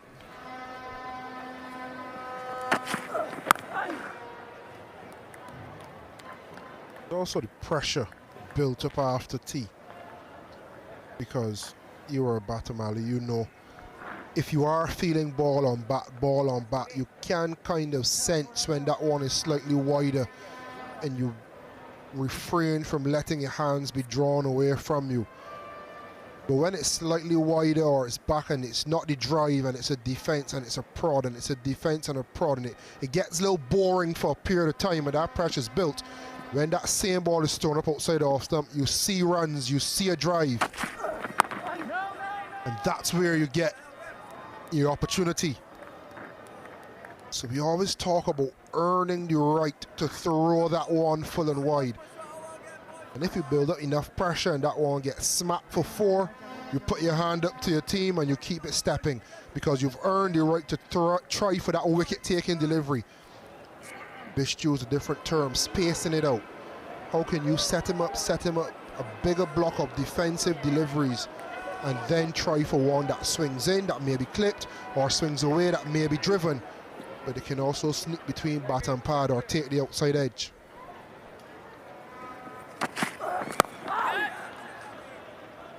You often hear about patience being key, especially for batters, but it also applies to the bowlers.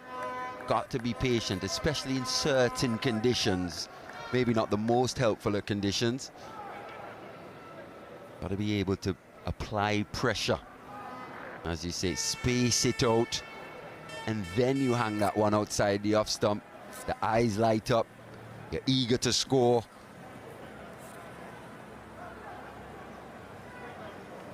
Got a change here. The fielder comes into that catching, sharp catching position. And he goes squarer. Just opening the face slightly is Masood. Good player, Masood. Yeah, good player. And that's the end of 36, 172 for 2.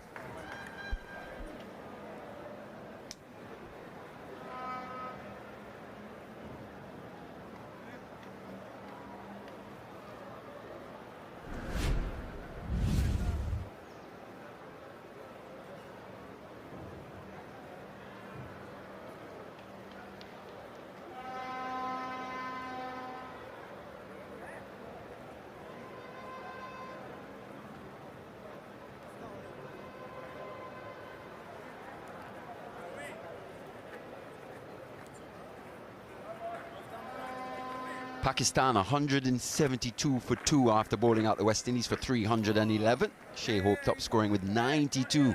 Hodge adding just 1 to his overnight score, falling for 84. Joseph and Roach, the only bowlers for the West Indies to pick up wickets today, 1 apiece. Warrican comes back into the attack, replacing Jaden Seals.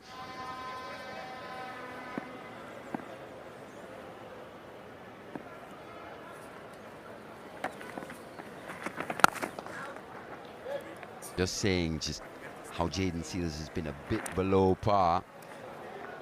He just came back for that 1 over to Babar Azam. He was pulled out. Warrican back into the attack. He's got to provide something here for his captain. Can he be...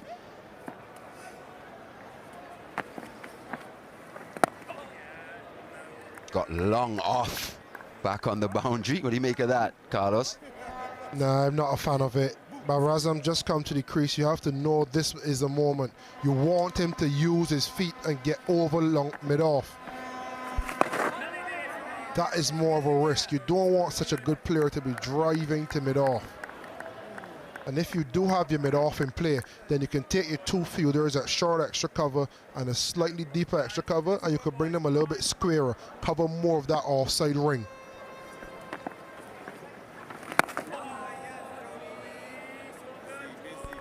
Got to look to vary his pace as well and keep these Pakistani batters off balance. Good players of spin.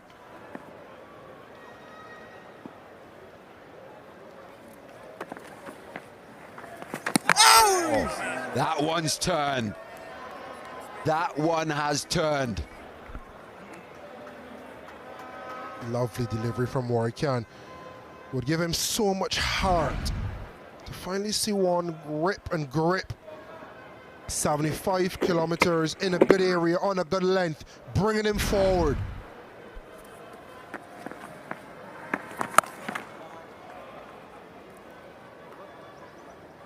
The rapid over, just 1 run from it. 173 for 2.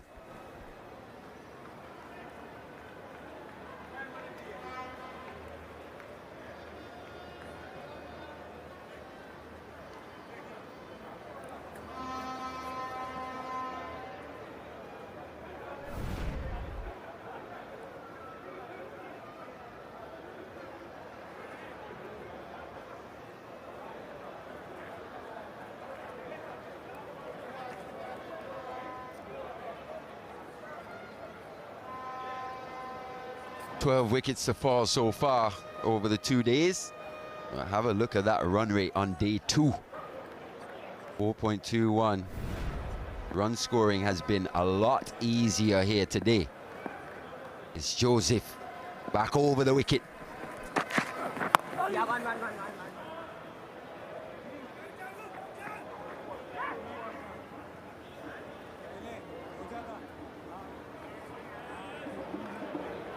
Even Azam has come in here and he's 11 off 16, so he's kept up that scoring tempo.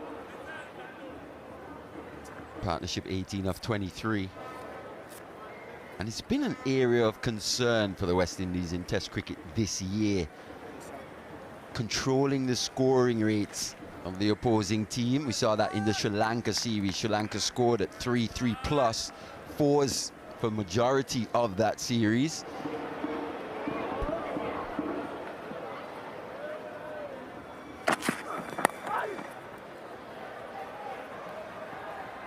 Work for Warakan.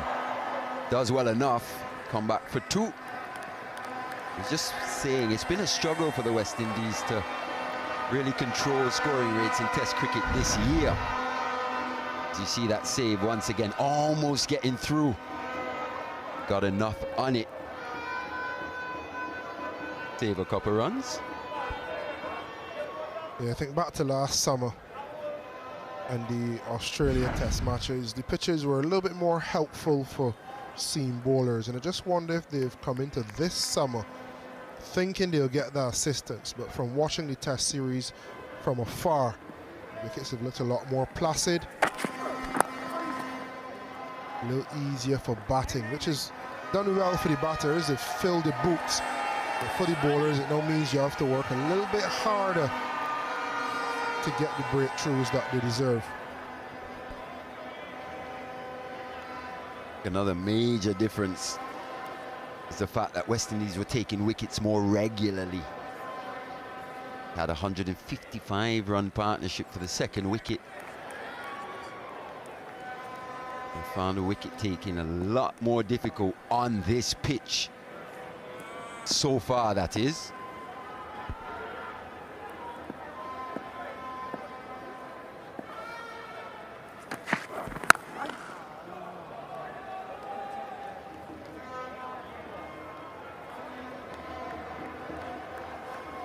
Baba Azam cover drive. One of the shots of international cricket. Love watching this man drive off that front foot. Such a sweet timer of the ball. And now he's back in the captaincy role, and surprisingly, he performs better with the bat while captain.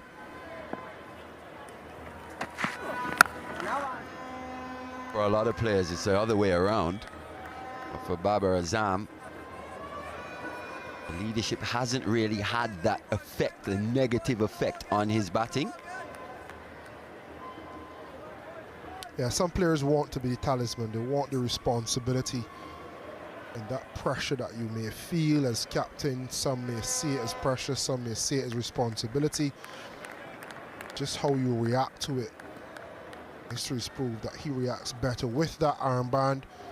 He wants to be the main man, and when he is, runs follow.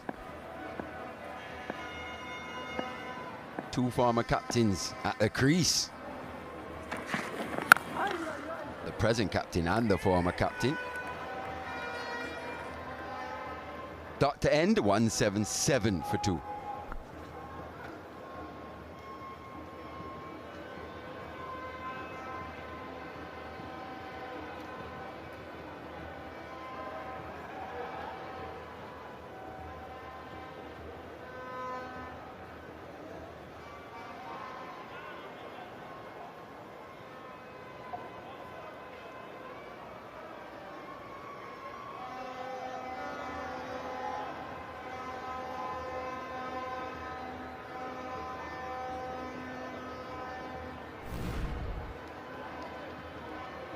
Have a look at that.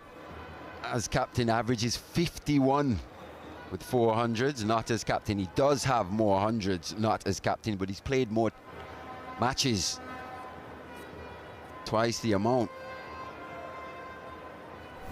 Averages 38 as the non-captain, as just a player in this team. Very interesting indeed. Well, he loves to be the man, as you said, the talisman of this Pakistan batting.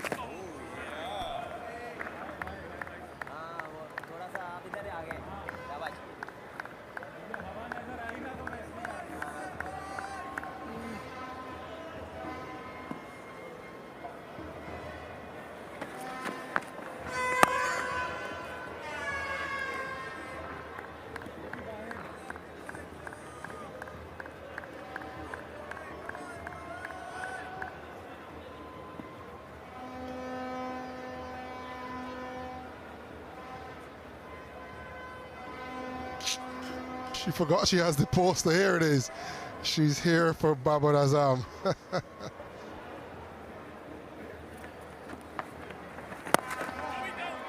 A few Pakistan fans in the ground.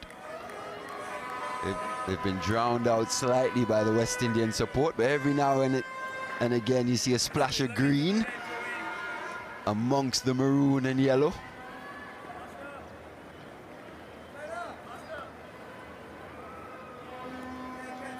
There's a splash of green. What a nice top, isn't it? Nice colors. Always been a fan of Pakistani cricket. Very comparable to West Indies cricket as well. Oh!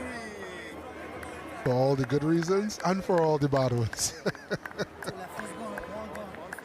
But they do excite the way that they play the cricket. When they're good, they're very, very good.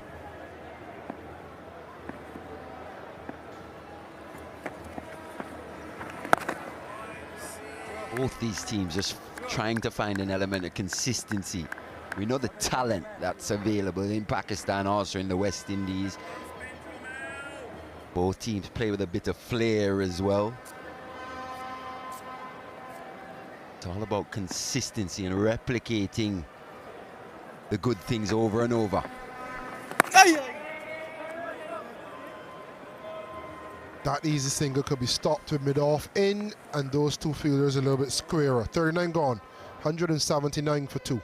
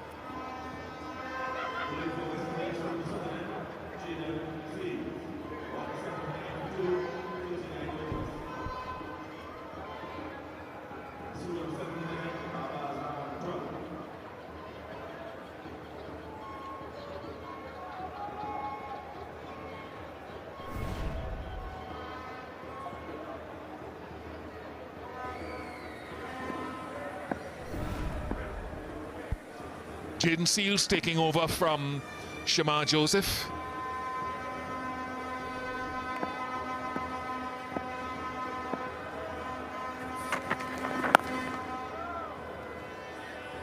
And they were in Pakistan last year. He nicked off Babar Azam by bowling that lovely fourth stump line and good length.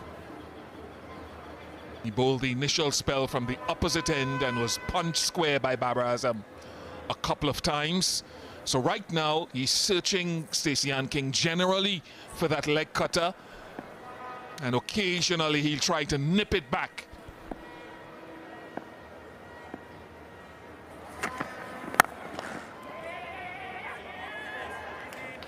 And all that comes from the familiarity of the tactical weakness of Babar Azam.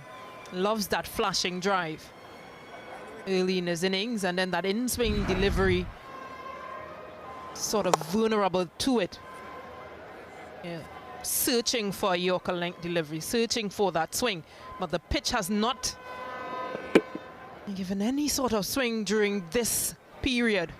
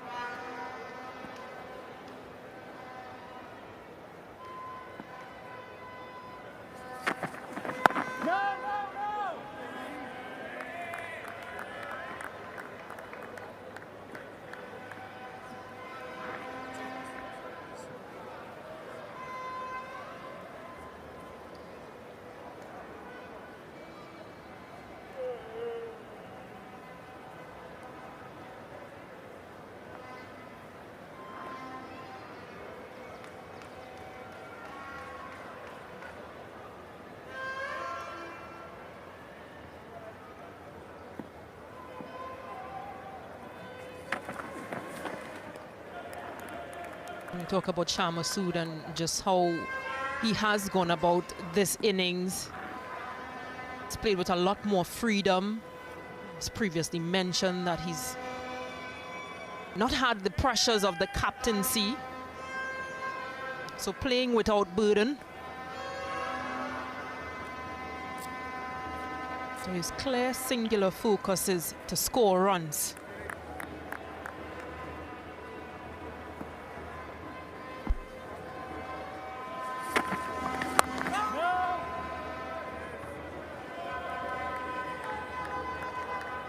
Pakistan's red ball coach Shahbaz Ahmed publicly backed Masood prior to this tour, saying that removing the armband will have him mentally focused on batting for long periods. You don't have to study who's bowling next, who's batting next, situations of the game.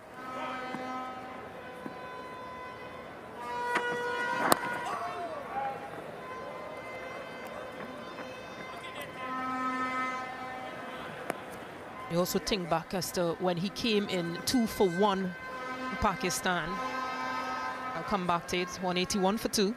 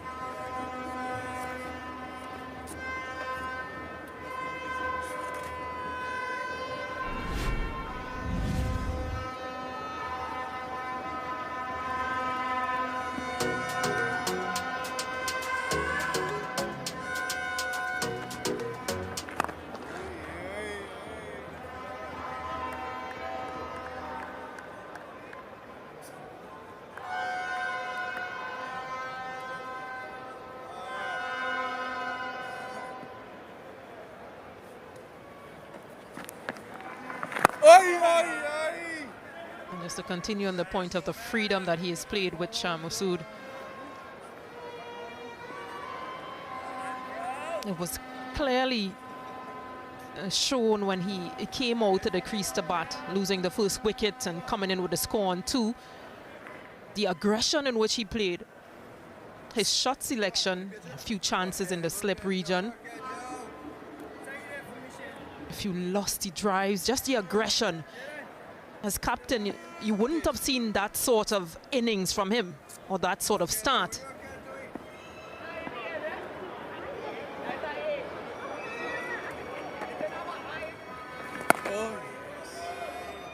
It's a good point. It's an interesting point. And since the tea interval, he scored 26 from 55 balls. So he's geared down, geared back, Shan Masood, former captain and current captain at the crease. Oh, yes. And what he's showing is that even though I said it before, that he's gone back into the rank and file, sometimes that can be hard. and sort of destabilizing for a player. You feel a little bit of a grief and you're in your feelings. But so far, Shan Masood is showing commitment to the cause.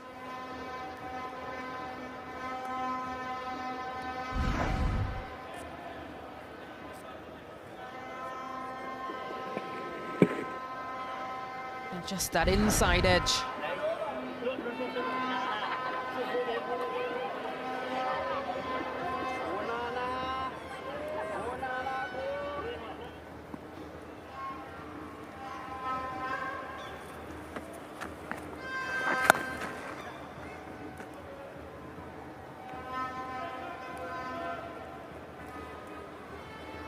Pushing along nicely, Pakistan, 184 for 2, still trailing though by 127. And drinks.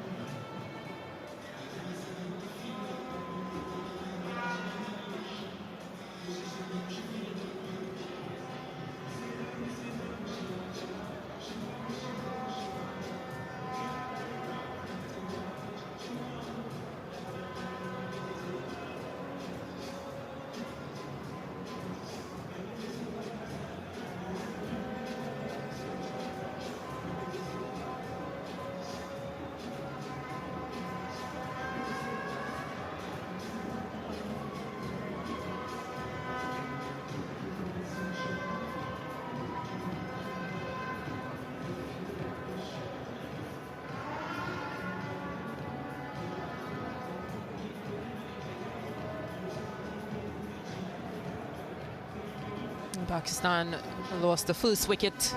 Azan going without scoring a 9-ball duck. And it was Imam and Shan Masood who put on that 155-run partnership. Now it's Masood and Baba Azam out in the middle.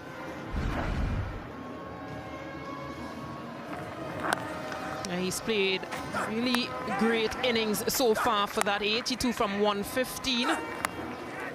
He's hit 4 fours, but he's understood the conditions here. Put the West Indian seamers on the attack by dominating against them. It's been an excellent innings. It's been a gutsy innings. Scoring both on the leg and offside, but more so on the leg side. Those boundaries would have come, a few of them fortuitously through that slip region.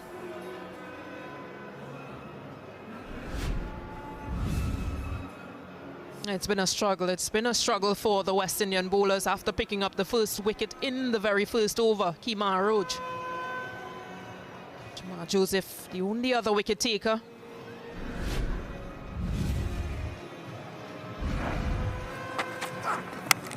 The first wicket to go. Zana was gone for naught. Just that channel bowling, getting through the defense. Kemar Roach. Peach of a delivery. He's been excellent and exceptional for West Indies. 301 in test wickets. And after Long struggle. West Indies finally picked up Imam Ul Haq. Partnership was growing dangerous. Nothing seemed to have worked until Shamar Joseph came back with a short, sharp spell, playing away from his body. So just the 2 wickets to fall.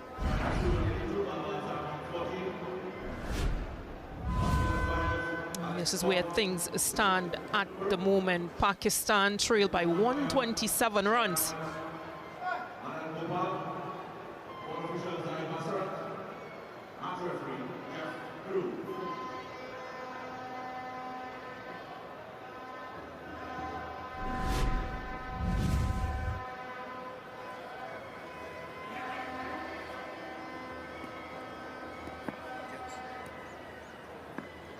Seals round the wicket.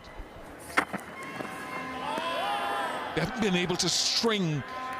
I'm sure Ravi Rampal would have said that occasionally, and I heard you say it earlier, Stacey-Ann, it's not doing as much, but occasionally the ball does something. Can you hold in that area without giving Shan Masood the boundary ball and wait? That's a long way outside his off stump to be playing. But that's the advantage of round the wicket. He thinks it's tracking back.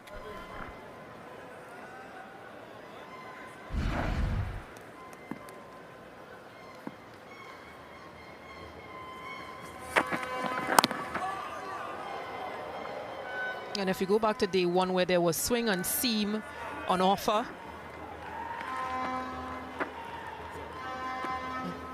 today in the first session, possibly because of the moisture, but conditions have sort of flattened out on this surface. Sun has been beaming down. So it has sort of made it difficult for the West Indian bowlers to get any sort of movement from the surface.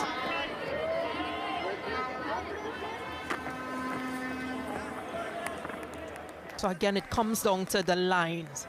Go back to stump lines and use your variations there, something that Ali would have done and Mohammed Abbas.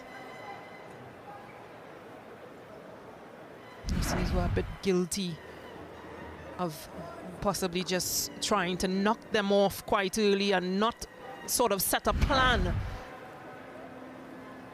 as to how do they want to get them out. Their resistance has been impeccable.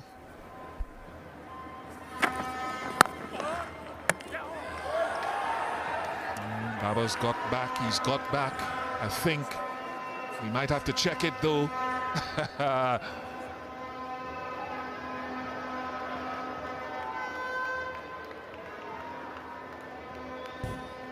TV umpire to director. We have an umpire referral for a run out at the non-striker's end. Show me the contact first, then we will move on to the run out.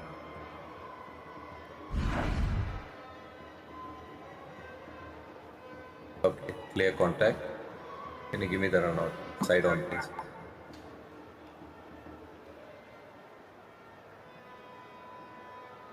That's grounded, still grounded. Thank you. That's grounded. I'm ready with my decision for the big screen.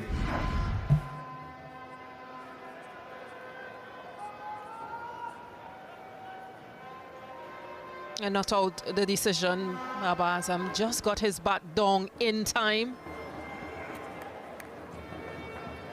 Good awareness.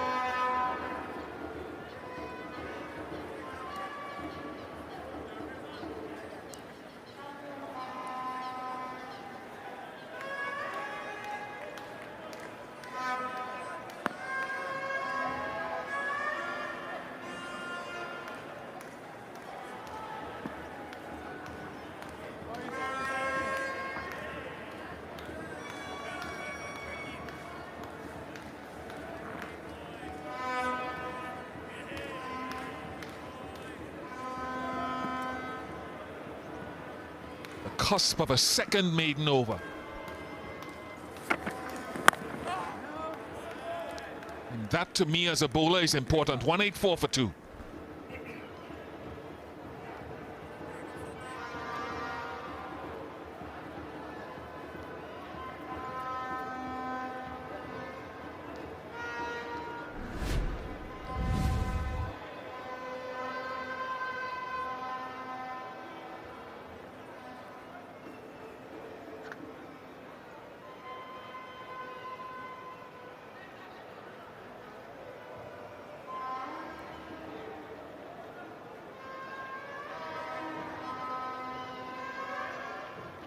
I'm looking at the second column, 4 maiden overs bowled, and that speaks to the point that you were making, Stacey Ann, about the West Indies mashing the X perhaps far too consistently in the middle session when they came out to bowl, serving up a lot of 4 balls. Jaden Seals bowled his second maiden over, and he walked off with slumped shoulders as if it was like heartbreak. Get it! But I said it's important to me as a bowler because Mohamed Abbas on his own perhaps bowled more on his own maiden overs than West Indies have done together. It's like a batter playing an innings, playing out a maiden over and then being disappointed. You can't bat at the same pace all the time. Shan Masood knows this. He scored at a strike rate of 93 before tea. Since tea, his strike rate is about 45. Less than half. But he understands he has to go up and down the gears against a decent bowling attack.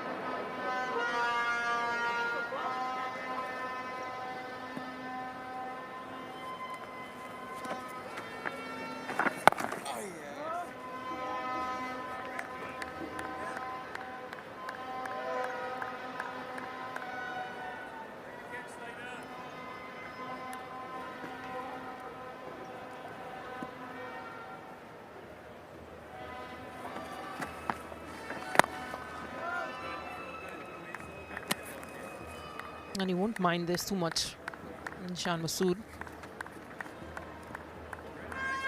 What West Indies need to do is find a way to force Shan to play something differently.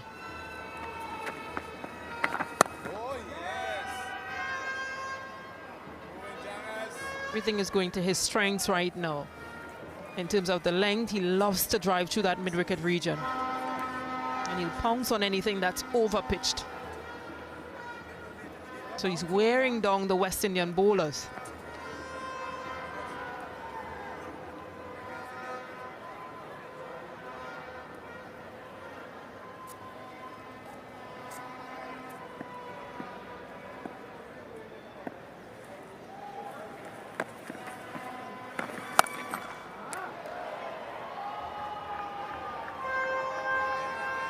Rolls over the rope for Babar Azam's third boundary. Hit 2 off Jaden Seals and then went quiet and found another one. He picked up the length quite early and knew exactly where he wanted to distribute. Can't bowl that short to someone of his caliber.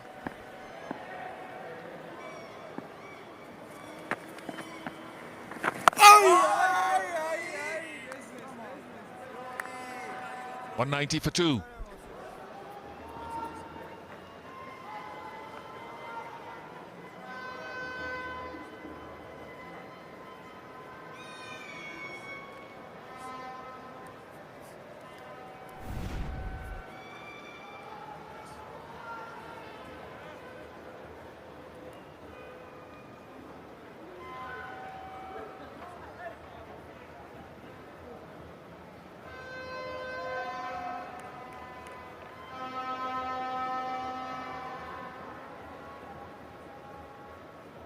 Only 3 wickets fell on day 1.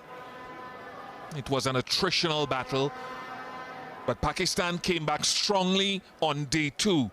They took 7 wickets for 117 runs in the morning session, combined with a little period just after lunch. And now they have progressed magnificently to 190 for 2, in search of something with this foundation over 400. That's what they're searching for. Seals again.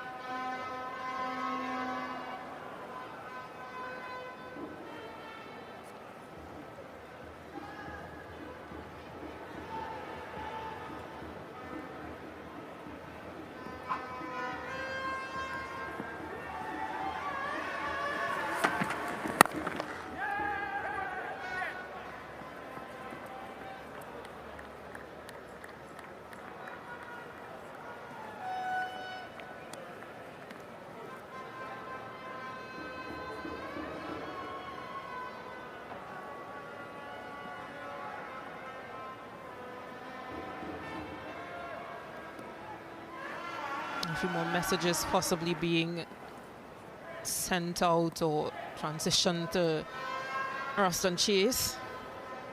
I think the idea is good to bring back the seamers, bring them in short spells.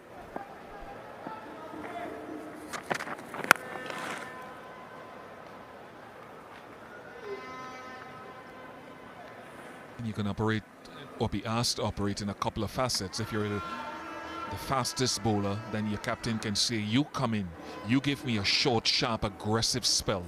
Maybe even a spell with some short deliveries in it. If you're perhaps not the express fast bowler, Riyad Emrit will be passing on 1 or 2 messages. Former Trinidad and Tobago all-rounder, played a few one-day games for West Indies. Now their coach.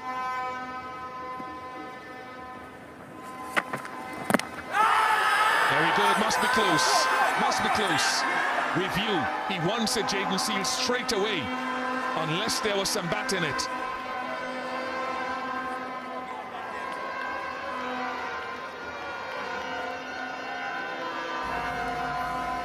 TV umpire to director. We have a player review for LBW. Original decision is not out. I've checked the feet, it's a fair delivery. Front on, please.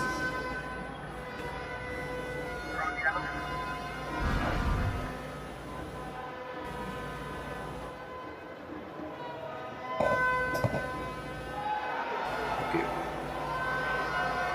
Ball is passing close to both shoes and the bat. Can you have Alraj to check first contact, please?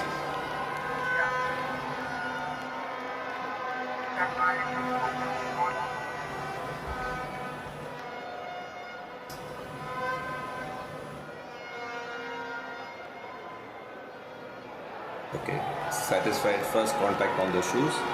Can you give me ball tracking, please? Copy, ball tracking building.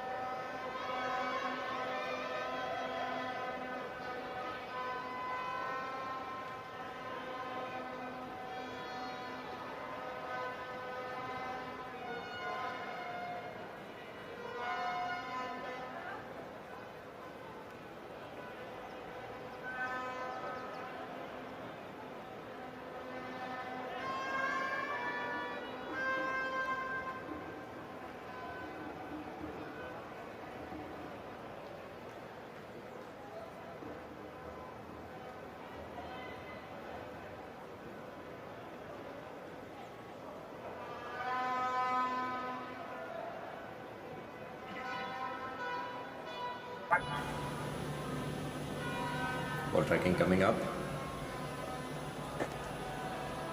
Pitching outside of impact, umpires call wickets hitting, original decision not out. Richard, stay with your not out decision. You're on screen signal now.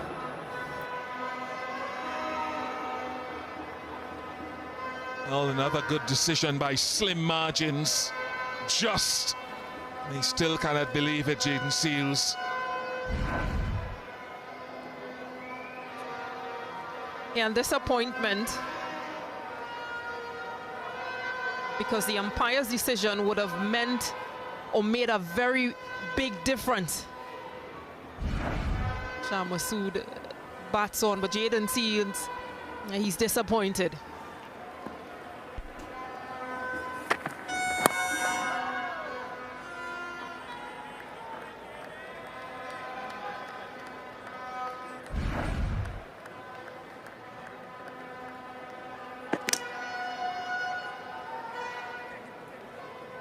Pitching in line, but it turns out to be umpire's call, and he's been searching, he's been toiling, he's been trying. No lack of effort.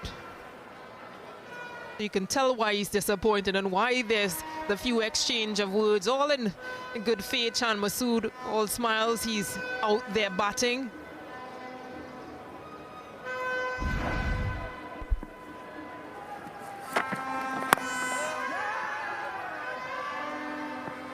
It's hard. Keep investing. Muhammad Ali showed us. Keep investing and the fruits will come. 193 for 2.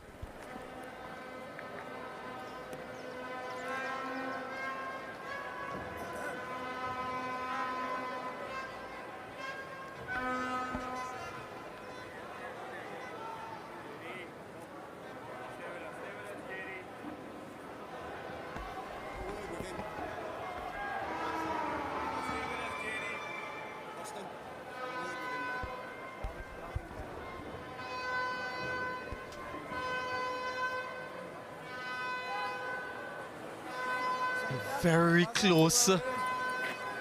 Also talking about one of the West Indian fast bowlers, and just to keep it polite, Jaden Seals has had a few infractions in the past.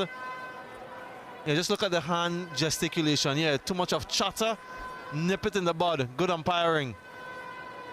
Yeah, frustration. Agonizingly close. Needed the on-field decision to go in his favor. Wasn't able to convince the umpire. If he was able to, it would have been a wicket for the West Indies. Instead, still 2 down.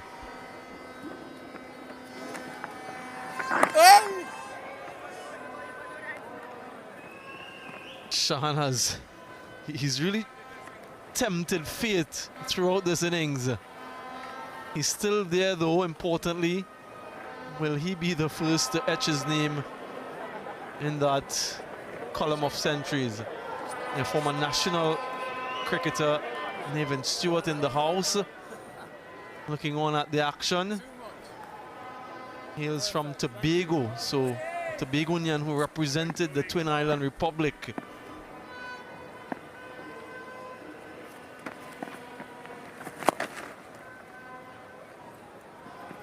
And clipped away for a couple at least. Good running. Got 3 for that. And a couple Tobagonians who represented the Twin Island Republic, Mali. Lincoln Roberts actually played for the West Indies. Played a test match. Famously struck on his wrist. His watch was dislodged. Joshua James, an up-and-coming all-rounder who represents the Trinidad and Tobago Red Force. Part of that championship winning squad is also from Tobago, so a few players have emanated from those shores. How have you seen this partnership though, Mali? It's been a very good partnership, captain and former captain.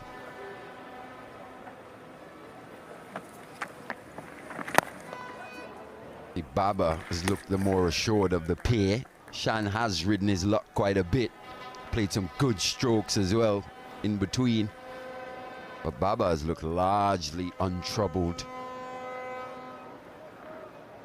23 off 32. It was that second wicket partnership of 155 that's really laid this foundation. You know, we've seen the range, the tempo change in Shan Masood's innings. His first 50 at quicker than a runner ball, and then thereafter he's buckled down. West Indies in this session, they've changed the tempo as well. They were scoring quite freely in that post-lunch session, but since it's quieting down a bit.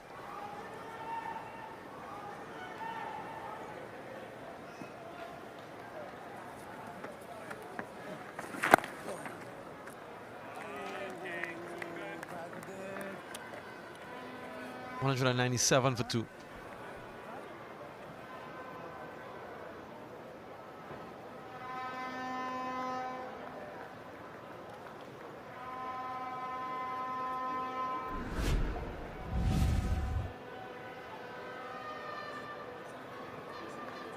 Dan Masood, the standout so far with his 86.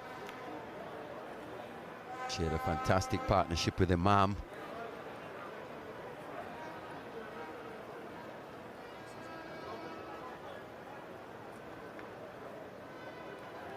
Pakistan 197 for 2. As we see Ruston Chase having a chat with his young charge, Jaden Seals. Just maybe looking to calm him down slightly. In real time, that LBW shot looked absolutely dead. Do you want him calm, Romali, or do you want him riled up? Put on your captaincy hat. How do you want him? You want to control the rage. That's what I would say. Jaden Seals, he's ultra competitive, isn't he? Not scared to have the odd word. Looking to impose himself more often than not. But generally you want him to not go over the edge. Control the rage, as you'd say.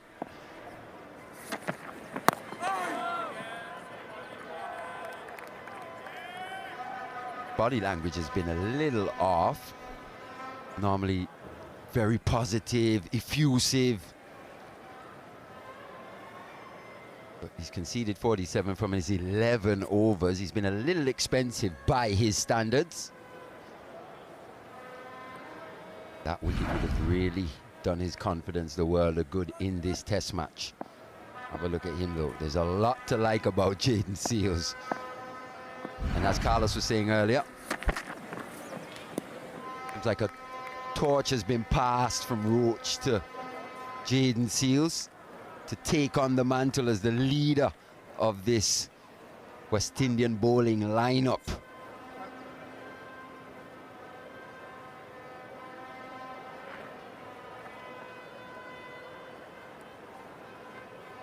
Second youngest to, or the second fastest to 100 wickets for the West Indies.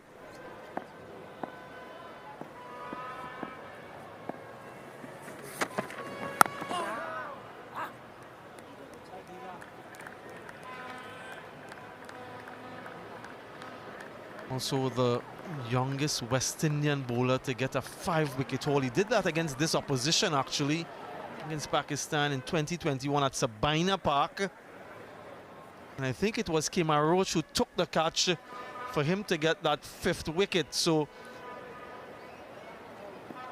nice little passing of the torch. It's really nice to see how things have transpired. Quite serendipitous with both of them involved. Both together when they registered their own little milestone, 100 test wickets, 300 test wickets. Wonderful to see. Been a hallmark of West Indies cricket, hasn't it? Fast bowling, fearsome, foursome of yesteryear, and now these two carrying on from Courtney Walsh and Sir Curtly Ambrose. We've had quite a few. Malcolm Marshall, got Big Bird Joe Garner here in attendance as well. Edged and gone. Jaden Seals gets his man. And that roar of relief A simple enough catch for Shea Hope, but this is a big wicket for the West Indies. And you hit the nail on the head, Sammy. Relief, you could see the relief on Jaden Seal's face. A top knot to remove a top batter in Baba Azam. Nothing he could do about that one. He has to go for 23. It's 197 for 3. I just want to check to make sure that it's a legitimate delivery, though Baba is walking out. Let's have a close look. Yeah, that's fine. Absolutely fine. You're hoping against hope if you're Baba Azam that he's gone over, but he hasn't. Good areas, squaring him up. And Shea Hope does the rest.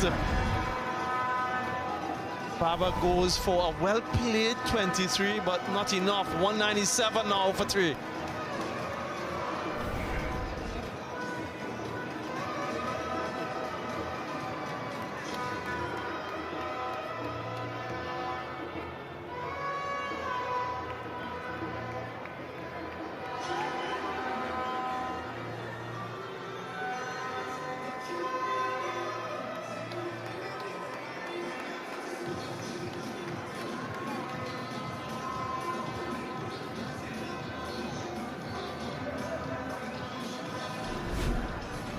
New batter for Pakistan, Salman Ali Agha.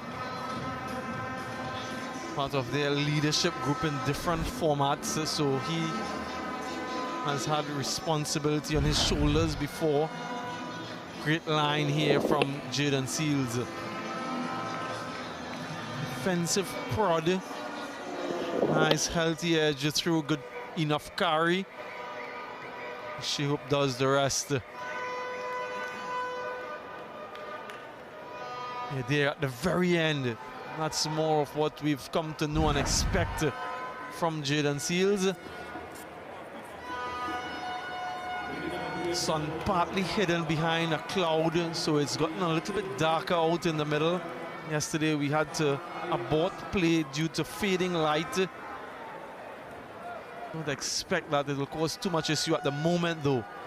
Right, an important strike for the West Indies, still trail by 114. Game hangs in the balance, slightly in favor of Pakistan at the moment. But Mali, if West Indies can prize another, or maybe 2 before the close of play, it'll be really, really nice for them. It'd be absolutely beautiful if they could remove Ashan Masood, who's a set batter.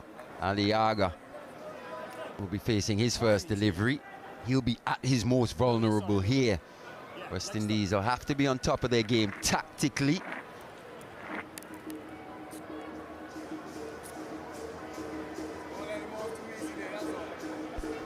Yeah, I want to see someone else in front of the bat. Silly mid on, silly mid off. He hasn't faced a delivery yet. We're closing in on close of play. Why not just attack him for this initial period? You might have him playing that shot a little bit tentatively, caught at the crease, LBW. So many different things can happen as it is. There's no pressure in front of him. Very defensive, I think.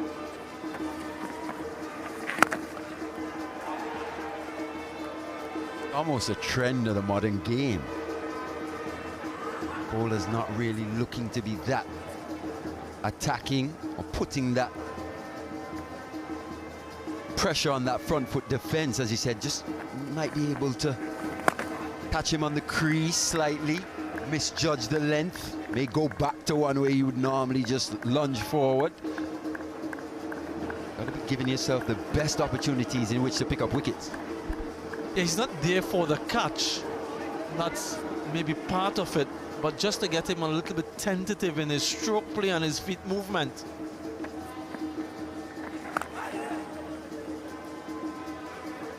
Contemporary captains and bowlers are loath, though, to use that fielder there, thinking about maybe economy more than anything else. But in this situation, at this stage, surely you'd have someone there.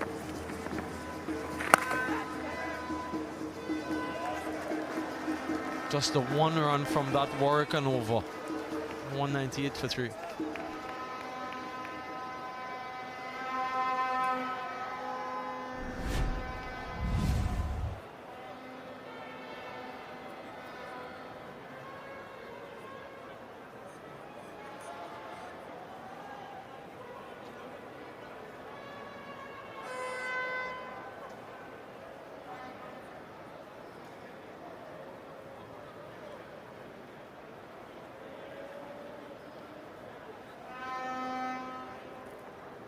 Important wicket of Baba Azam. Recently dismissed for 23. He was looking quite good actually. Looking as though he was setting himself up for a big one. One wicket here, we're into Rizwan and then the bowlers.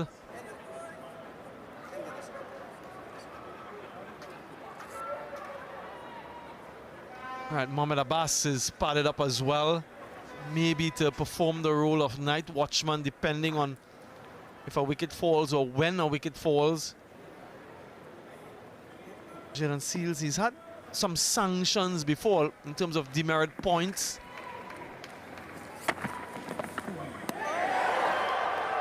Yeah, but he's pumped up. You really want him pumped up. That's when you get the best out of him. And he's got to be supported by his captain and the field at this moment. He's starting to find his groove. Getting that ball to move. That delivery which removed Baba Azam. His stock delivery. Starting to find an element of consistency here is Seals. Right, so the light meter was just transferred from fourth umpire Zahid Basarat to Alex Wharf. Checking to make sure everything is good. I'll have to do some investigation to find out exactly how the light meter works. What sort of readings they have and what's suitable and what's not suitable. But it seems to be contented that we can continue. Yeah, there are some clouds in that western side that's just blocking the sunlight from coming through.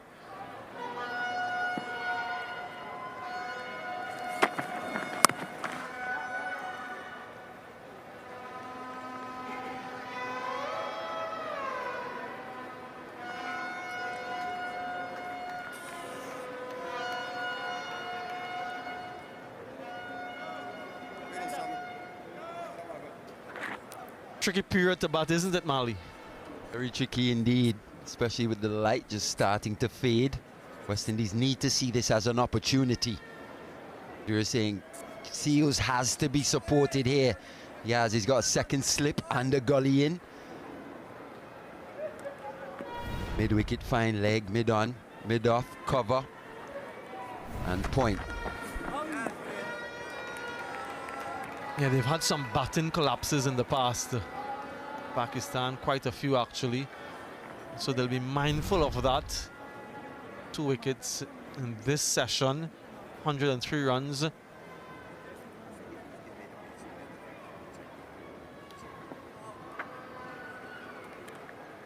West Indies closed day 1 on 194 for 3. And then on day 2, they lost a flurry of wickets.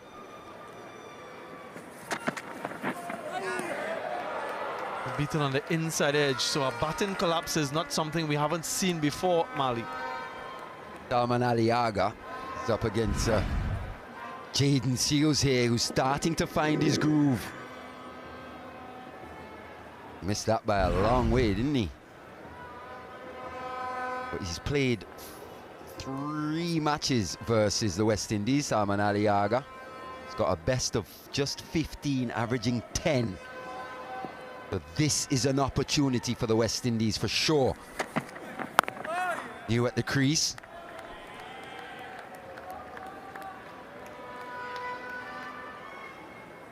Against opponents he doesn't have that element of success against. 3 test hundreds so far in his career, Ali Agha. Didn't see him with the ball. Quite a useful off spinner as well.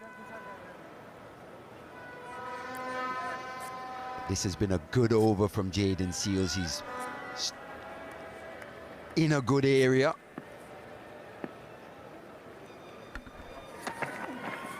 There again, beats the outside edge. Fantastic finish. 130 Ks, it's 199 for 3.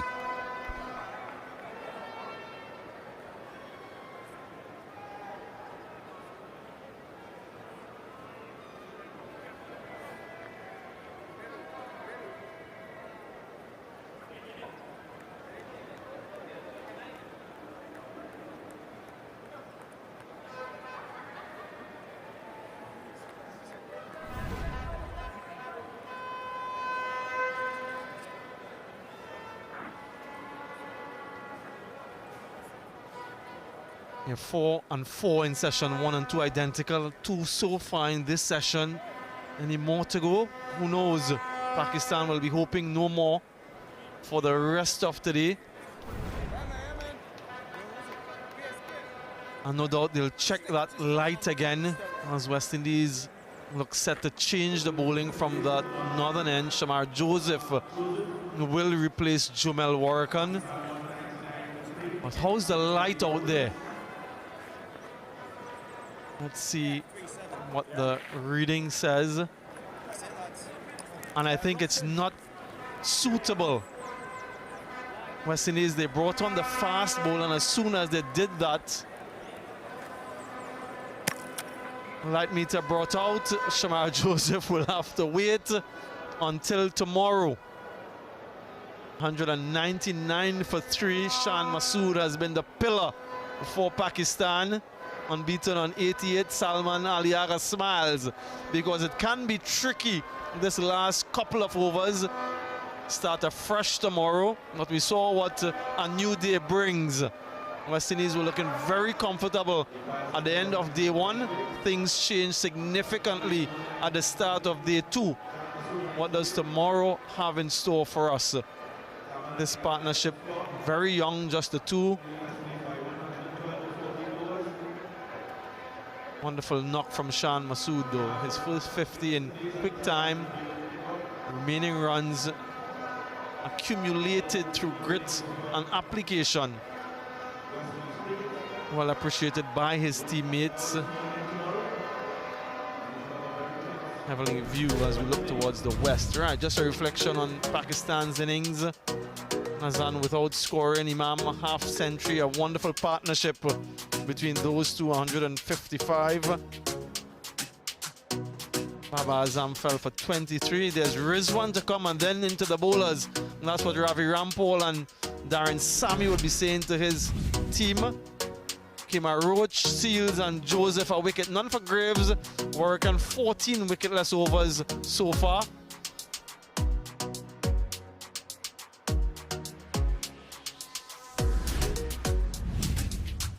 West Indies in 98.5 overs. They were bowled out for 311. Muhammad Ali was scintillating today with the 4-wicket haul. Abbas got 3. Couple for Shazad. Pakistan 48 overs, 199 for 3. Scoring at just over 4 runs and over. Shan Masood, the top scorer so far with an unbeaten 88. Still trailing by 112 runs.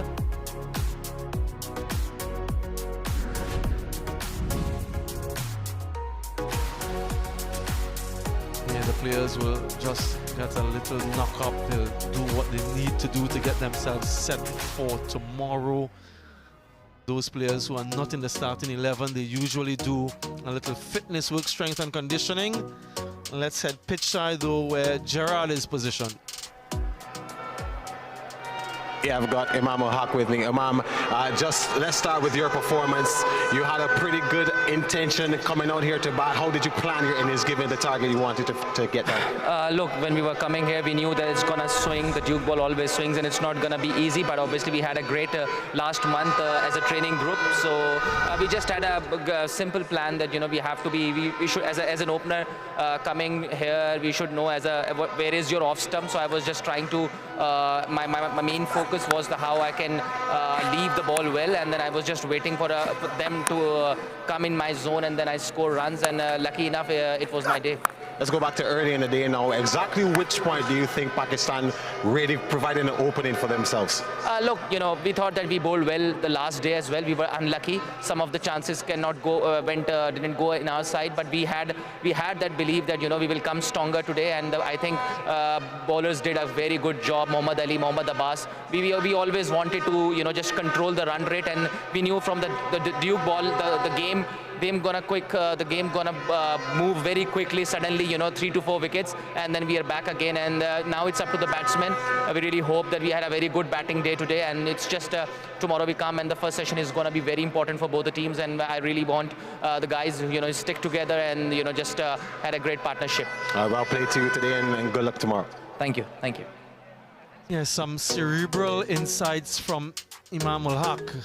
This is the session breakdown. 4 wickets, followed by another 4 wickets, followed by 2.